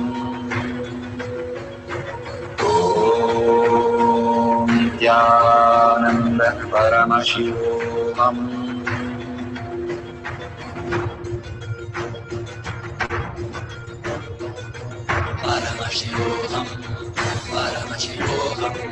Let Paramashiva's third eye manifest in all our third eyes. Let the Amrita pour, let the Varni open up, manifest in all of us.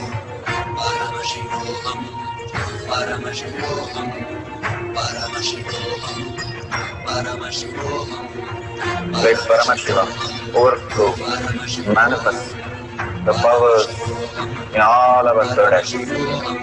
Om Nityananda.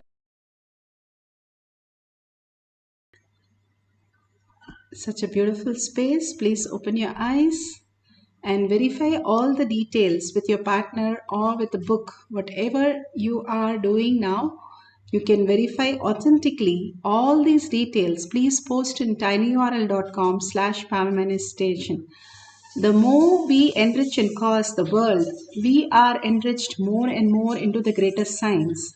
All that Bhagavan says is when you enrich, you recognize the Paramashiva in each of them and you become Paramashiva. Enrich them for coming to Kailash Courtyard, manifesting powers and satsangs and darshan. You will simply save them from so many traumas that they will be going through otherwise. Just by attending all this, yes, Bhagavan himself is here blessing each one of us.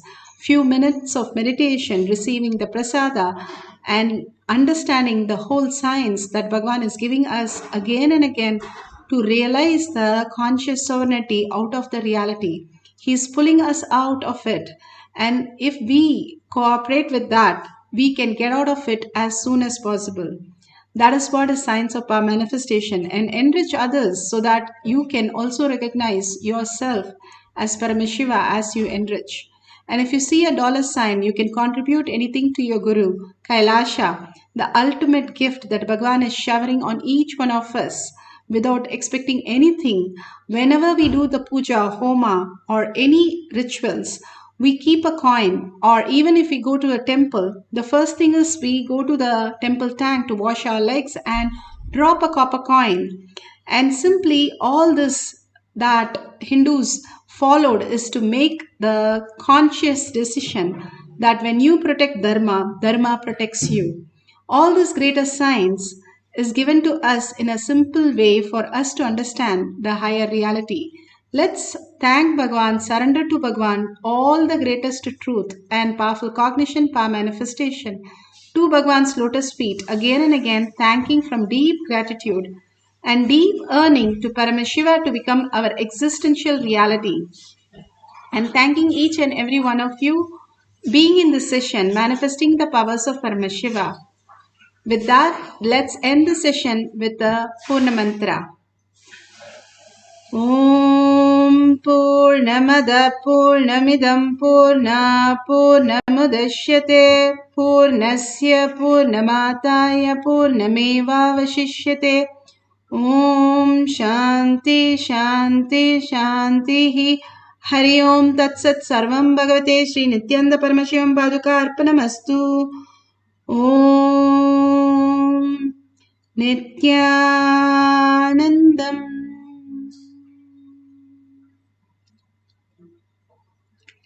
Thank you so much. The next session will be at 6 p.m. IST in Zoom. You can join through eKailasha. See you after every satsang or darshan into the science of power manifestation. Thank you.